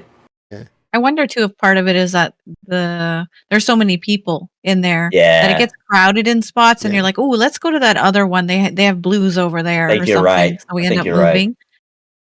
Yeah. How many weapon types are there in the game? They did scale them down a bit, didn't they? Kind of like, so the weapon types still exist, but I think the techniques are more generic, right? Yeah, like bashing, shiv is like daggers, right? Sword, axe. But there's still skills for like spear, dagger, the different like piercing weapons. I think there's still skills for those, right? Oh, Zelik's saying 2 sword types, 2 axe, 2 pointy, and 2 club. Yeah, there you go. Boom. One hand and two hand. Yeah, that feels right. And then there's the pull-on, where it's like nobody knows what to do with the pull-on. And also the hand wraps. Oh yeah, hand wraps too. That's true. And staves. There's also a difference between like monk staves and caster staves too. Which I love. Yeah. I love that. There was another one that I feel like I'm missing. Oh, there was another thing on the topic of itemization from names. One thing that's pretty prevalent now is farming names or mob types for specific crafting schematics, because the crafted gear from the dropped schematics, again, the intertwine, nature, it's like the best gear in the game right now. Which the crafting community is growing in a really cool way. I hope this continues. Because like I was playing the other night really late at night, and there was this guy, he was just working on his skilling up, and he was just giving away free low level gear and weapons, and then he had an armor smith next to him, and he was giving away free low level armor and just yelling it out, and super super cool. Like a lot of people asking, like communicating throughout the game about like, hey, I need an armor smith, I need this piece, I can make it, I'm willing to pay this much, I'll tip. OC chat. I mean, it's really cool. OC chat's hopping with that cool stuff, and I love it. Snickerdoodle's asking, can you see what you unlock or what you can unlock at a future tier? If not, are you just hoping there's something at the next tier? I don't know if that's for crafting or for adventuring. You can see like your spells from your like trainer. If you're talking adventuring. For crafting, it's a little more complicated. Yeah. Do you guys do any crafting? I don't do enough. I haven't. No, So- I'm gonna wait till it's a little further along out of the spreadsheet phase. Okay. Well, we'll see how it goes. But the crafting stuff is a little more complicated because, like we were talking about earlier, with the reputation, like gaining reputation with the NPCs, is really prevalent for crafting. Because they'll only offer like kind of starter stuff at first, and you have to do tasks for them to get reputation to unlock the next tier.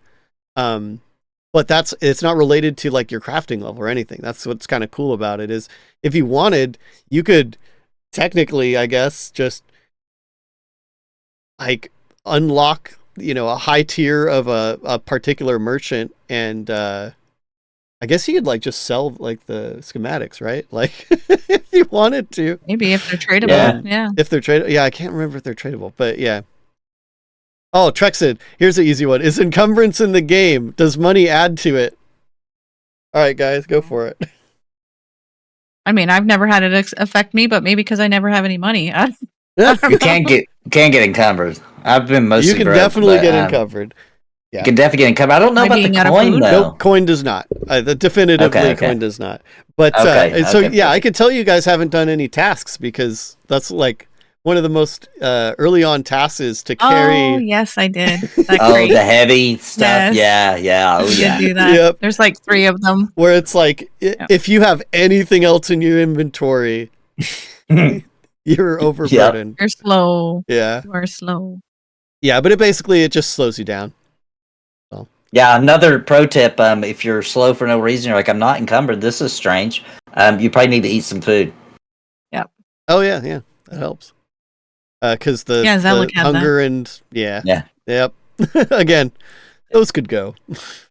Yeah, Yeah. that's the kind of thing I'm not big. But it was funny. We had somebody in the group, and he's like, "Well, I'm not running as fast as you guys. It took us a while to finally be like, do you need to eat some food?" Yeah. Ben and I, how is the mobile reaction right now in fights? Do they change? Oh, mobs, I'm assuming. What's the mob reaction like in fights? Do they change targets and positions often, if not being taunted? The one thing I liked about Embers is how the mobs will change their locations while fighting you. I don't think they're doing that yet. Yeah, they're not doing a lot of location changing. But as far as like aggro management and like heal aggro, low health aggro, all the basic, what I consider to be basic golden era aggro mechanics are all there, and it's something you definitely got to pay attention to. So definitely, it's a situation where you could just be joking and you're having fun and you're fighting things that are fairly easy and there's no real danger, and then suddenly seems like nothing changed, but you're suddenly in big trouble. So it feels good, I think. I don't know if I can't think of a time that really talked about you having to like actively follow a target like you do on Embers. Well, like their AI stream that they did, it's not there. Like we're not seeing that when we're fighting. Oh, I think the biggest thing is like mobs will cast like on like other group members other than the tank sometimes, but that's kind of like more of a like there's a disposition. For example, like the bloodthirsty, they'll go for whoever's lowest, like low on HP.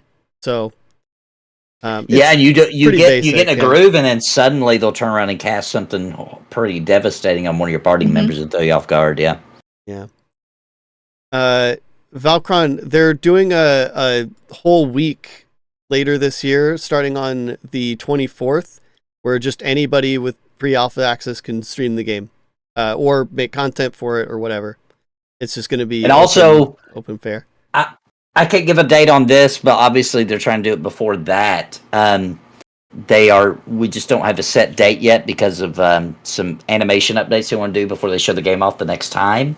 But Ben Dean has promised me I'll be the first person to stream the Paladin. So it would have to happen before the 24th, or else he's a liar, And you'll train him.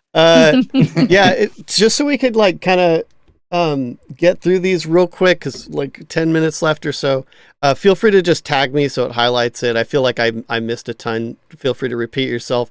Ben and I'm sorry to say, man.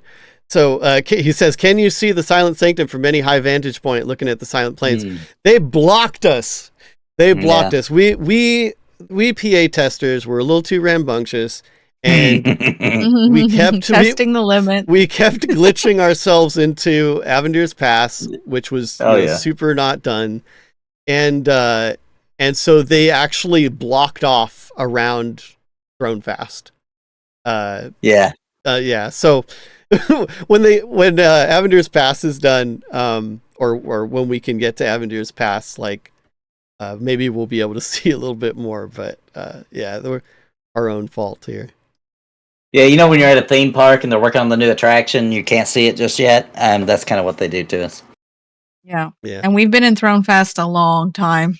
We're ready to see Avendir again. Seriously. And we've had so many great memories, like in, Greybox time, in Avendir's Pass, Halnir's Cave, and all that. And to see it again. Just so everybody knows, the culture of Pantheon when AVP was in the game was you logged in the game, you ran for AVP.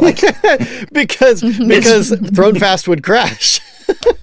That's true. And there'd be too many people. Oh my gosh, I gotta tell a story. So one time, and the entire server realized that Thronefast was going down, right? And everybody was just like trying to chunk along to make it to the zone line. And it was this hilarious thing of like hundreds of people on the same road. And we're all and there was people on the other side, like, welcome you back. Congratulations, you made it to AVP. It was freaking hilarious. You made me think of a time, Zealot, when the Dire Lords were aggro to the guards. And he accidentally forgot, and he went into the Avelia, the town, and the whole town went after him. And he was running down the road. Recorded. You have it? Oh my gosh, it was so funny. He was laughing so hard. It was even the horse. Even the horse was. The horse was pissed at it. Everybody was mad at Selleck.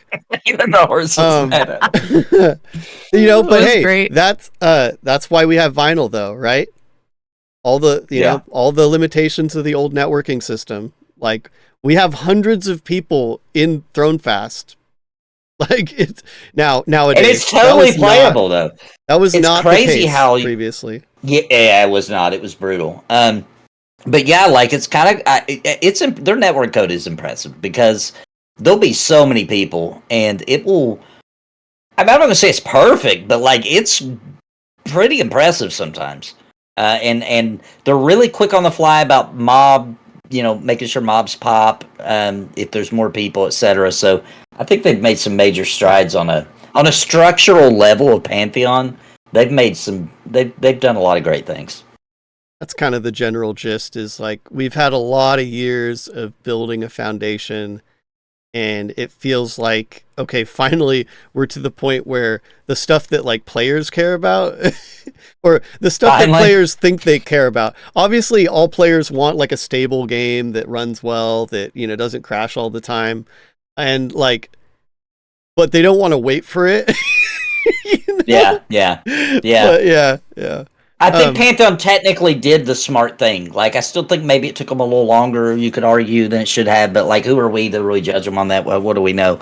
But they've done the smart thing, right? Which was let's get the things that absolutely have to be in a good state, and then we can build on top of that. And I think as long as they keep progressing forward on actual content in the game, then I think it'll be worth it in the end. We're definitely in. And I wanted to.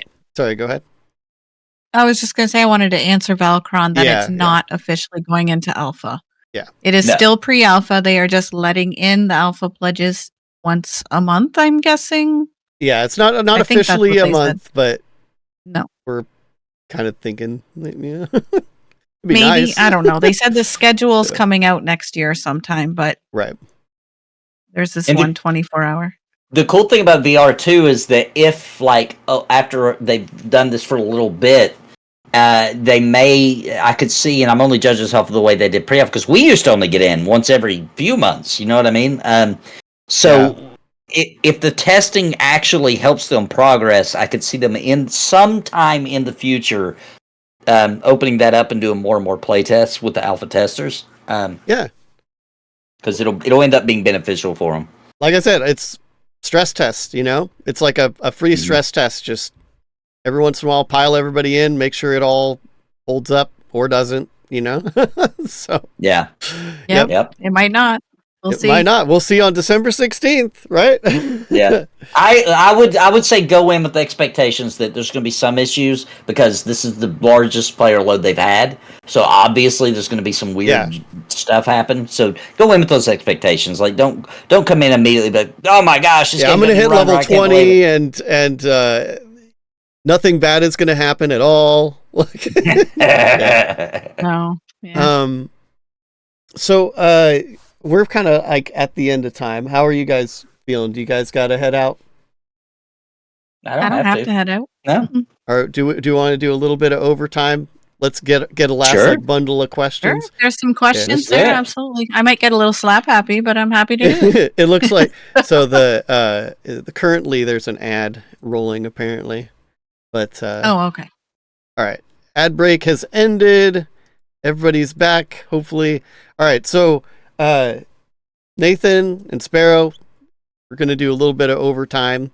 So everybody get your last just bundle of questions. Just tag me, Desern does, and we'll just try to crank them out as fast as we can.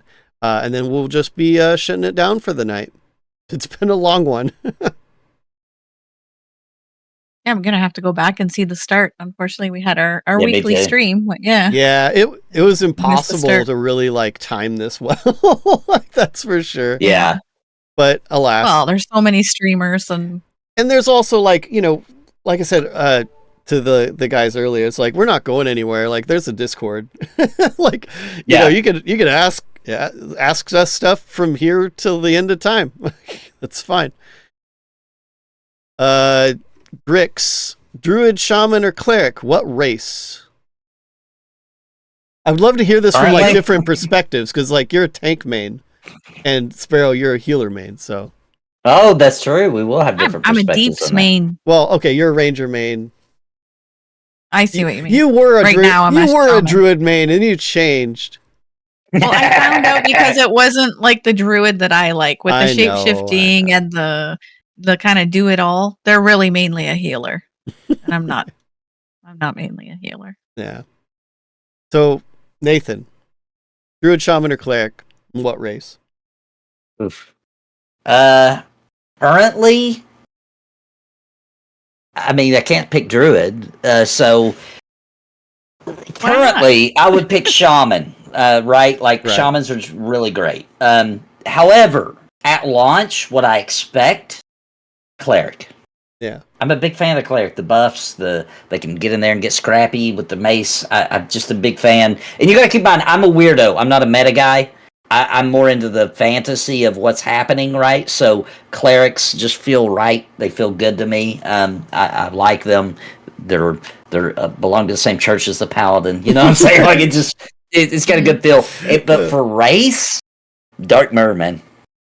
Dude. Dark Mirror cleric. I gotta share this because I saw this a few days ago, and someone said that I think you'll appreciate this, but the paladin is just the Pentecostal cleric.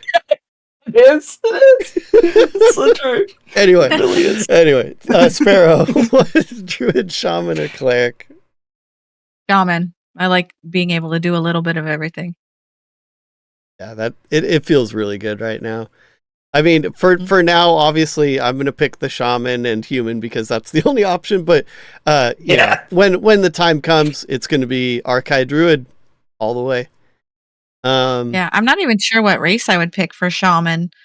Yeah. Be an ogre? Can ogres do it? I think yeah, so. yeah, I'm not ogres even can be sure. shamans. Yeah. Yeah. Yeah. And we'll see ogres pretty soon. So. Yeah, I'm excited to see what those end up looking like. I really am. I love that they went with the older concept. It's Thank God, yeah. Is crafting fun or just helpful? Well, it's not fun to me at the moment, but I'm giving it time. Like, I want to get it a little more. I don't even like crafting at all, so I'm, it's to me crafting's always been about the benefit you get out of it. Okay. Well, for me, in any game, I would say crafting's fun because I love figuring stuff out. Like, I love making spreadsheets and stuff. Having said that, what it is in game right now is kind of the bare bones of what it will be. And so it's kind of like it mechanically works, and that's what's important right now. But a lot of the other stuff, like even just the kind of the skill check, for example, when you craft an item that's, I hate to say mini game, we don't like to say mini game, but whatever that is going to look like isn't even in yet. So it's just kind of the mechanics. Having said that, crafting's been like the highlight of my year because there's been so much added. Like crafting has been literally earlier in the year we had no crafting except like the basic throw a few things in a bag, and now we have like all of the crafting as of this kind of a lot. The patch that is going to show up at some point at some point in the near future has alchemy, and I think that's the last one, so it feels good. Let's see. I'll probably do alchemy and cooking. Those are the ones I usually consumables. Yeah. Mm-hmm. Especially because it sounds like alchemy is going to have some fun stuff, not just like heal potion or something. It sounds like they're going to be some throwables and maybe that kind of things. It's a good idea. Yeah, Zelik was always our apples and walnuts combiner in our bed. He would always make the food. And you'd have to turn off the grass to find the walnuts. Oh my god! Yeah, I remember those days. Yeah, I remember those days. Turn off the grass, you can find all the walnuts because apples and walnuts. That's what that was the OG crafting. Yep. And we're excited about that. By the way, I mean that was something. Something. Ben and I's quality of the quest dialogue writing. We actually talked about this earlier in the show quite a bit. It doesn't really exist right now. What's in the game is either like a temporary placeholder or some of it has some dialogue, but it's kind of like disconnected. Basically, I just consider everything in the game to be temporary right now. I right-clicked a Wisp the other day and it said have safe travel or have a safe travel. Right, yeah. They just have some of the quests literally just say TBD. Like, yeah. Right.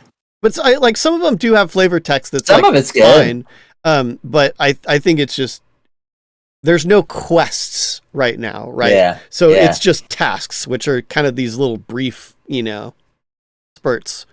Another one from Ben and I. Do you feel a difference between a weapon with no stats and a +1? God, yes. Yes, you do. Big time. Like immediately you notice it. Yes. It's putting on armor. Oh my gosh, you get a piece of armor and you're like, wow. No, it's a big upgrade. Like you will, so Zelik actually, we were in the middle of a group and we were struggling. I had like cloth and maybe a couple of leather pieces. It was like the day it just went to MMO, I think. I'm not telling a lie. Maybe, no, it wasn't. It was a couple of days later. But anyway, I did have very good gear. Zelik was like, hey, I got something for you. And he crafts a lot and he hooked me up with some gear. We immediately moved camp spots. Mm-hmm. We immediately went somewhere harder because that armor upgrade from going to 10, chainmail immediately made our camp spot just obsolete. Like we moved. It's extremely impactful. Yeah. Yep. Completely agree. I mean, to the point where, as a shaman, when I start as a shaman, I put 2 points into my constitution because constitution is what scales my buffs. And when you have +2 constitution at the start, your buff gives an extra point. And so the difference between the buff doing 2 strength and stamina versus 3 strength and stamina is so significant, it's worth just putting points into constitution. And, that's a big difference. That's a really big difference. Yeah. Yep. Can I make a little joke about Draq real quick? I see Zelik somebody asking about fire. So I just want you guys to know that's a classic little thing if you're playing with Draq and Pantheon, that he'll be like, because like a lot of times in pre-alpha, like things get wiped or whatever. And you got to be in audio with Draq when there was a wipe and he just got fire. Like it is just the best conversation you could ever have. Did that actually happen? It happened to him like recently-ish. It sounds like based on when I bumped into him. Oh man, I'm surprised he didn't bring that up when he was on. That's brutal. Too painful. That's brutal. Too painful. Too He's soon. like back to ice, I guess. Yeah. Maybe we'll have to have a Drax PA stories or Drax Pug stories. Yeah, dude, he could play some crazy one. All right. Yeah, guys. I think that's gonna be it.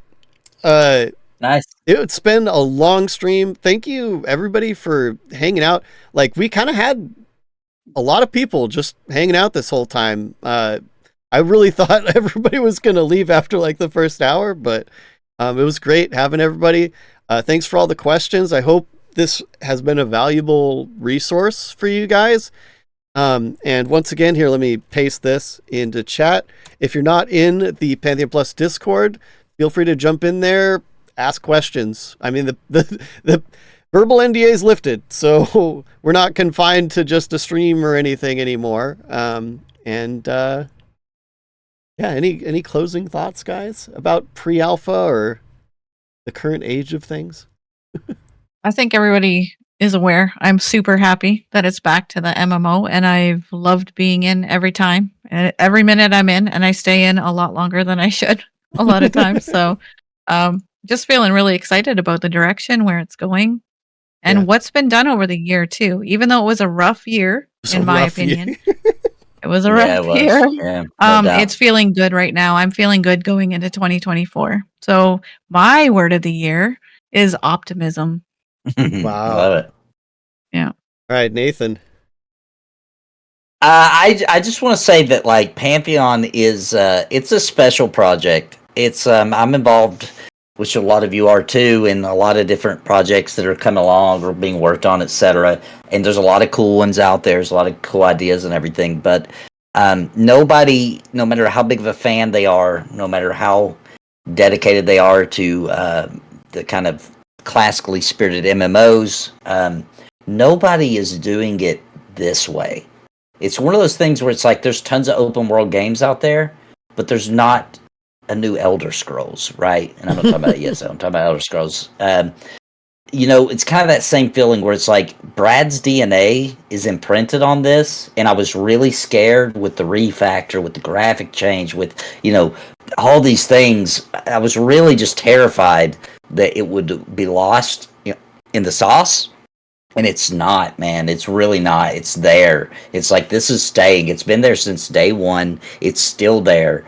And there's just literally nowhere else that offers this kind of group gameplay and mechanics and just the experience you have in the world. It's cool, and I love Pantheon. I love Visionary Realms, and they've had a rough year. It's been an awful year, actually. It's been freaking terrible. But they turned it around here at the end of the year, and what more could you ask for? So I'm happy with it, and I'm happy with the team, and I just hope they continue this progression and this more opening up kind of development and stuff. I hope they continue that, because I think that's going to be the key to moving this forward. Well said. Well said. Yeah, I think there's been a pretty huge turnaround. Feels like a lot of momentum right now. But momentum, you can only really measure that over a period of time. So I'm really eager to see what these next few months, but I feel like with the NDA drop in, even if it's just the verbal one, being able to just hang out with our stream and talk. I mean, half the people on the panel today were literally playing Pantheon while they were answering questions. Oh, wow. It was brutal. Cool. But just that we can kind of do this and stuff is like opening up, I couldn't be happier about that. And I hope it just continues. And I hope the positive reaction to the opening up just gets them comfortable to keep doing that. And me too. And as we've seen pretty much all of chat's been pretty positive, in some degree, at least they're here, right? Still interested. Yeah. And positive stuff on the Discord, official Discord as well. It's like, I think the proof is in the pudding, and now we just need to see more built out, but now at least we can kind of show it, in some degree and talk about it. So I couldn't be happier. And while I wish we were further, like obviously, like I think everybody could say that easily, wish we were further. VR would say that. Yeah, I'm sure. Yeah, exactly. But like, I'm actually like looking forward to, like, I want to play the game. Like I want to, like, this whole stream, I'm like, man, I want to be logged in right now. But it's a good feeling to have that and to know that the game's getting built. Like, simple as that. So thank you everybody for hanging out. Thank you, Sparoh. Thank you, Nathan, for coming on to Caboose with me. My pleasure. And thank you everybody in chat. Thank you everybody that, were like asking questions, and especially Mr. Wizard just throwing subs all night like a crazy person. But you guys have been awesome. Thank you for being our awesome community that kind of keeps this whole thing alive. And have a great weekend, everybody. See everybody in pre-alpha or on the Discord elsewhere. Have a great night. Bye, guys. Guys. Bye.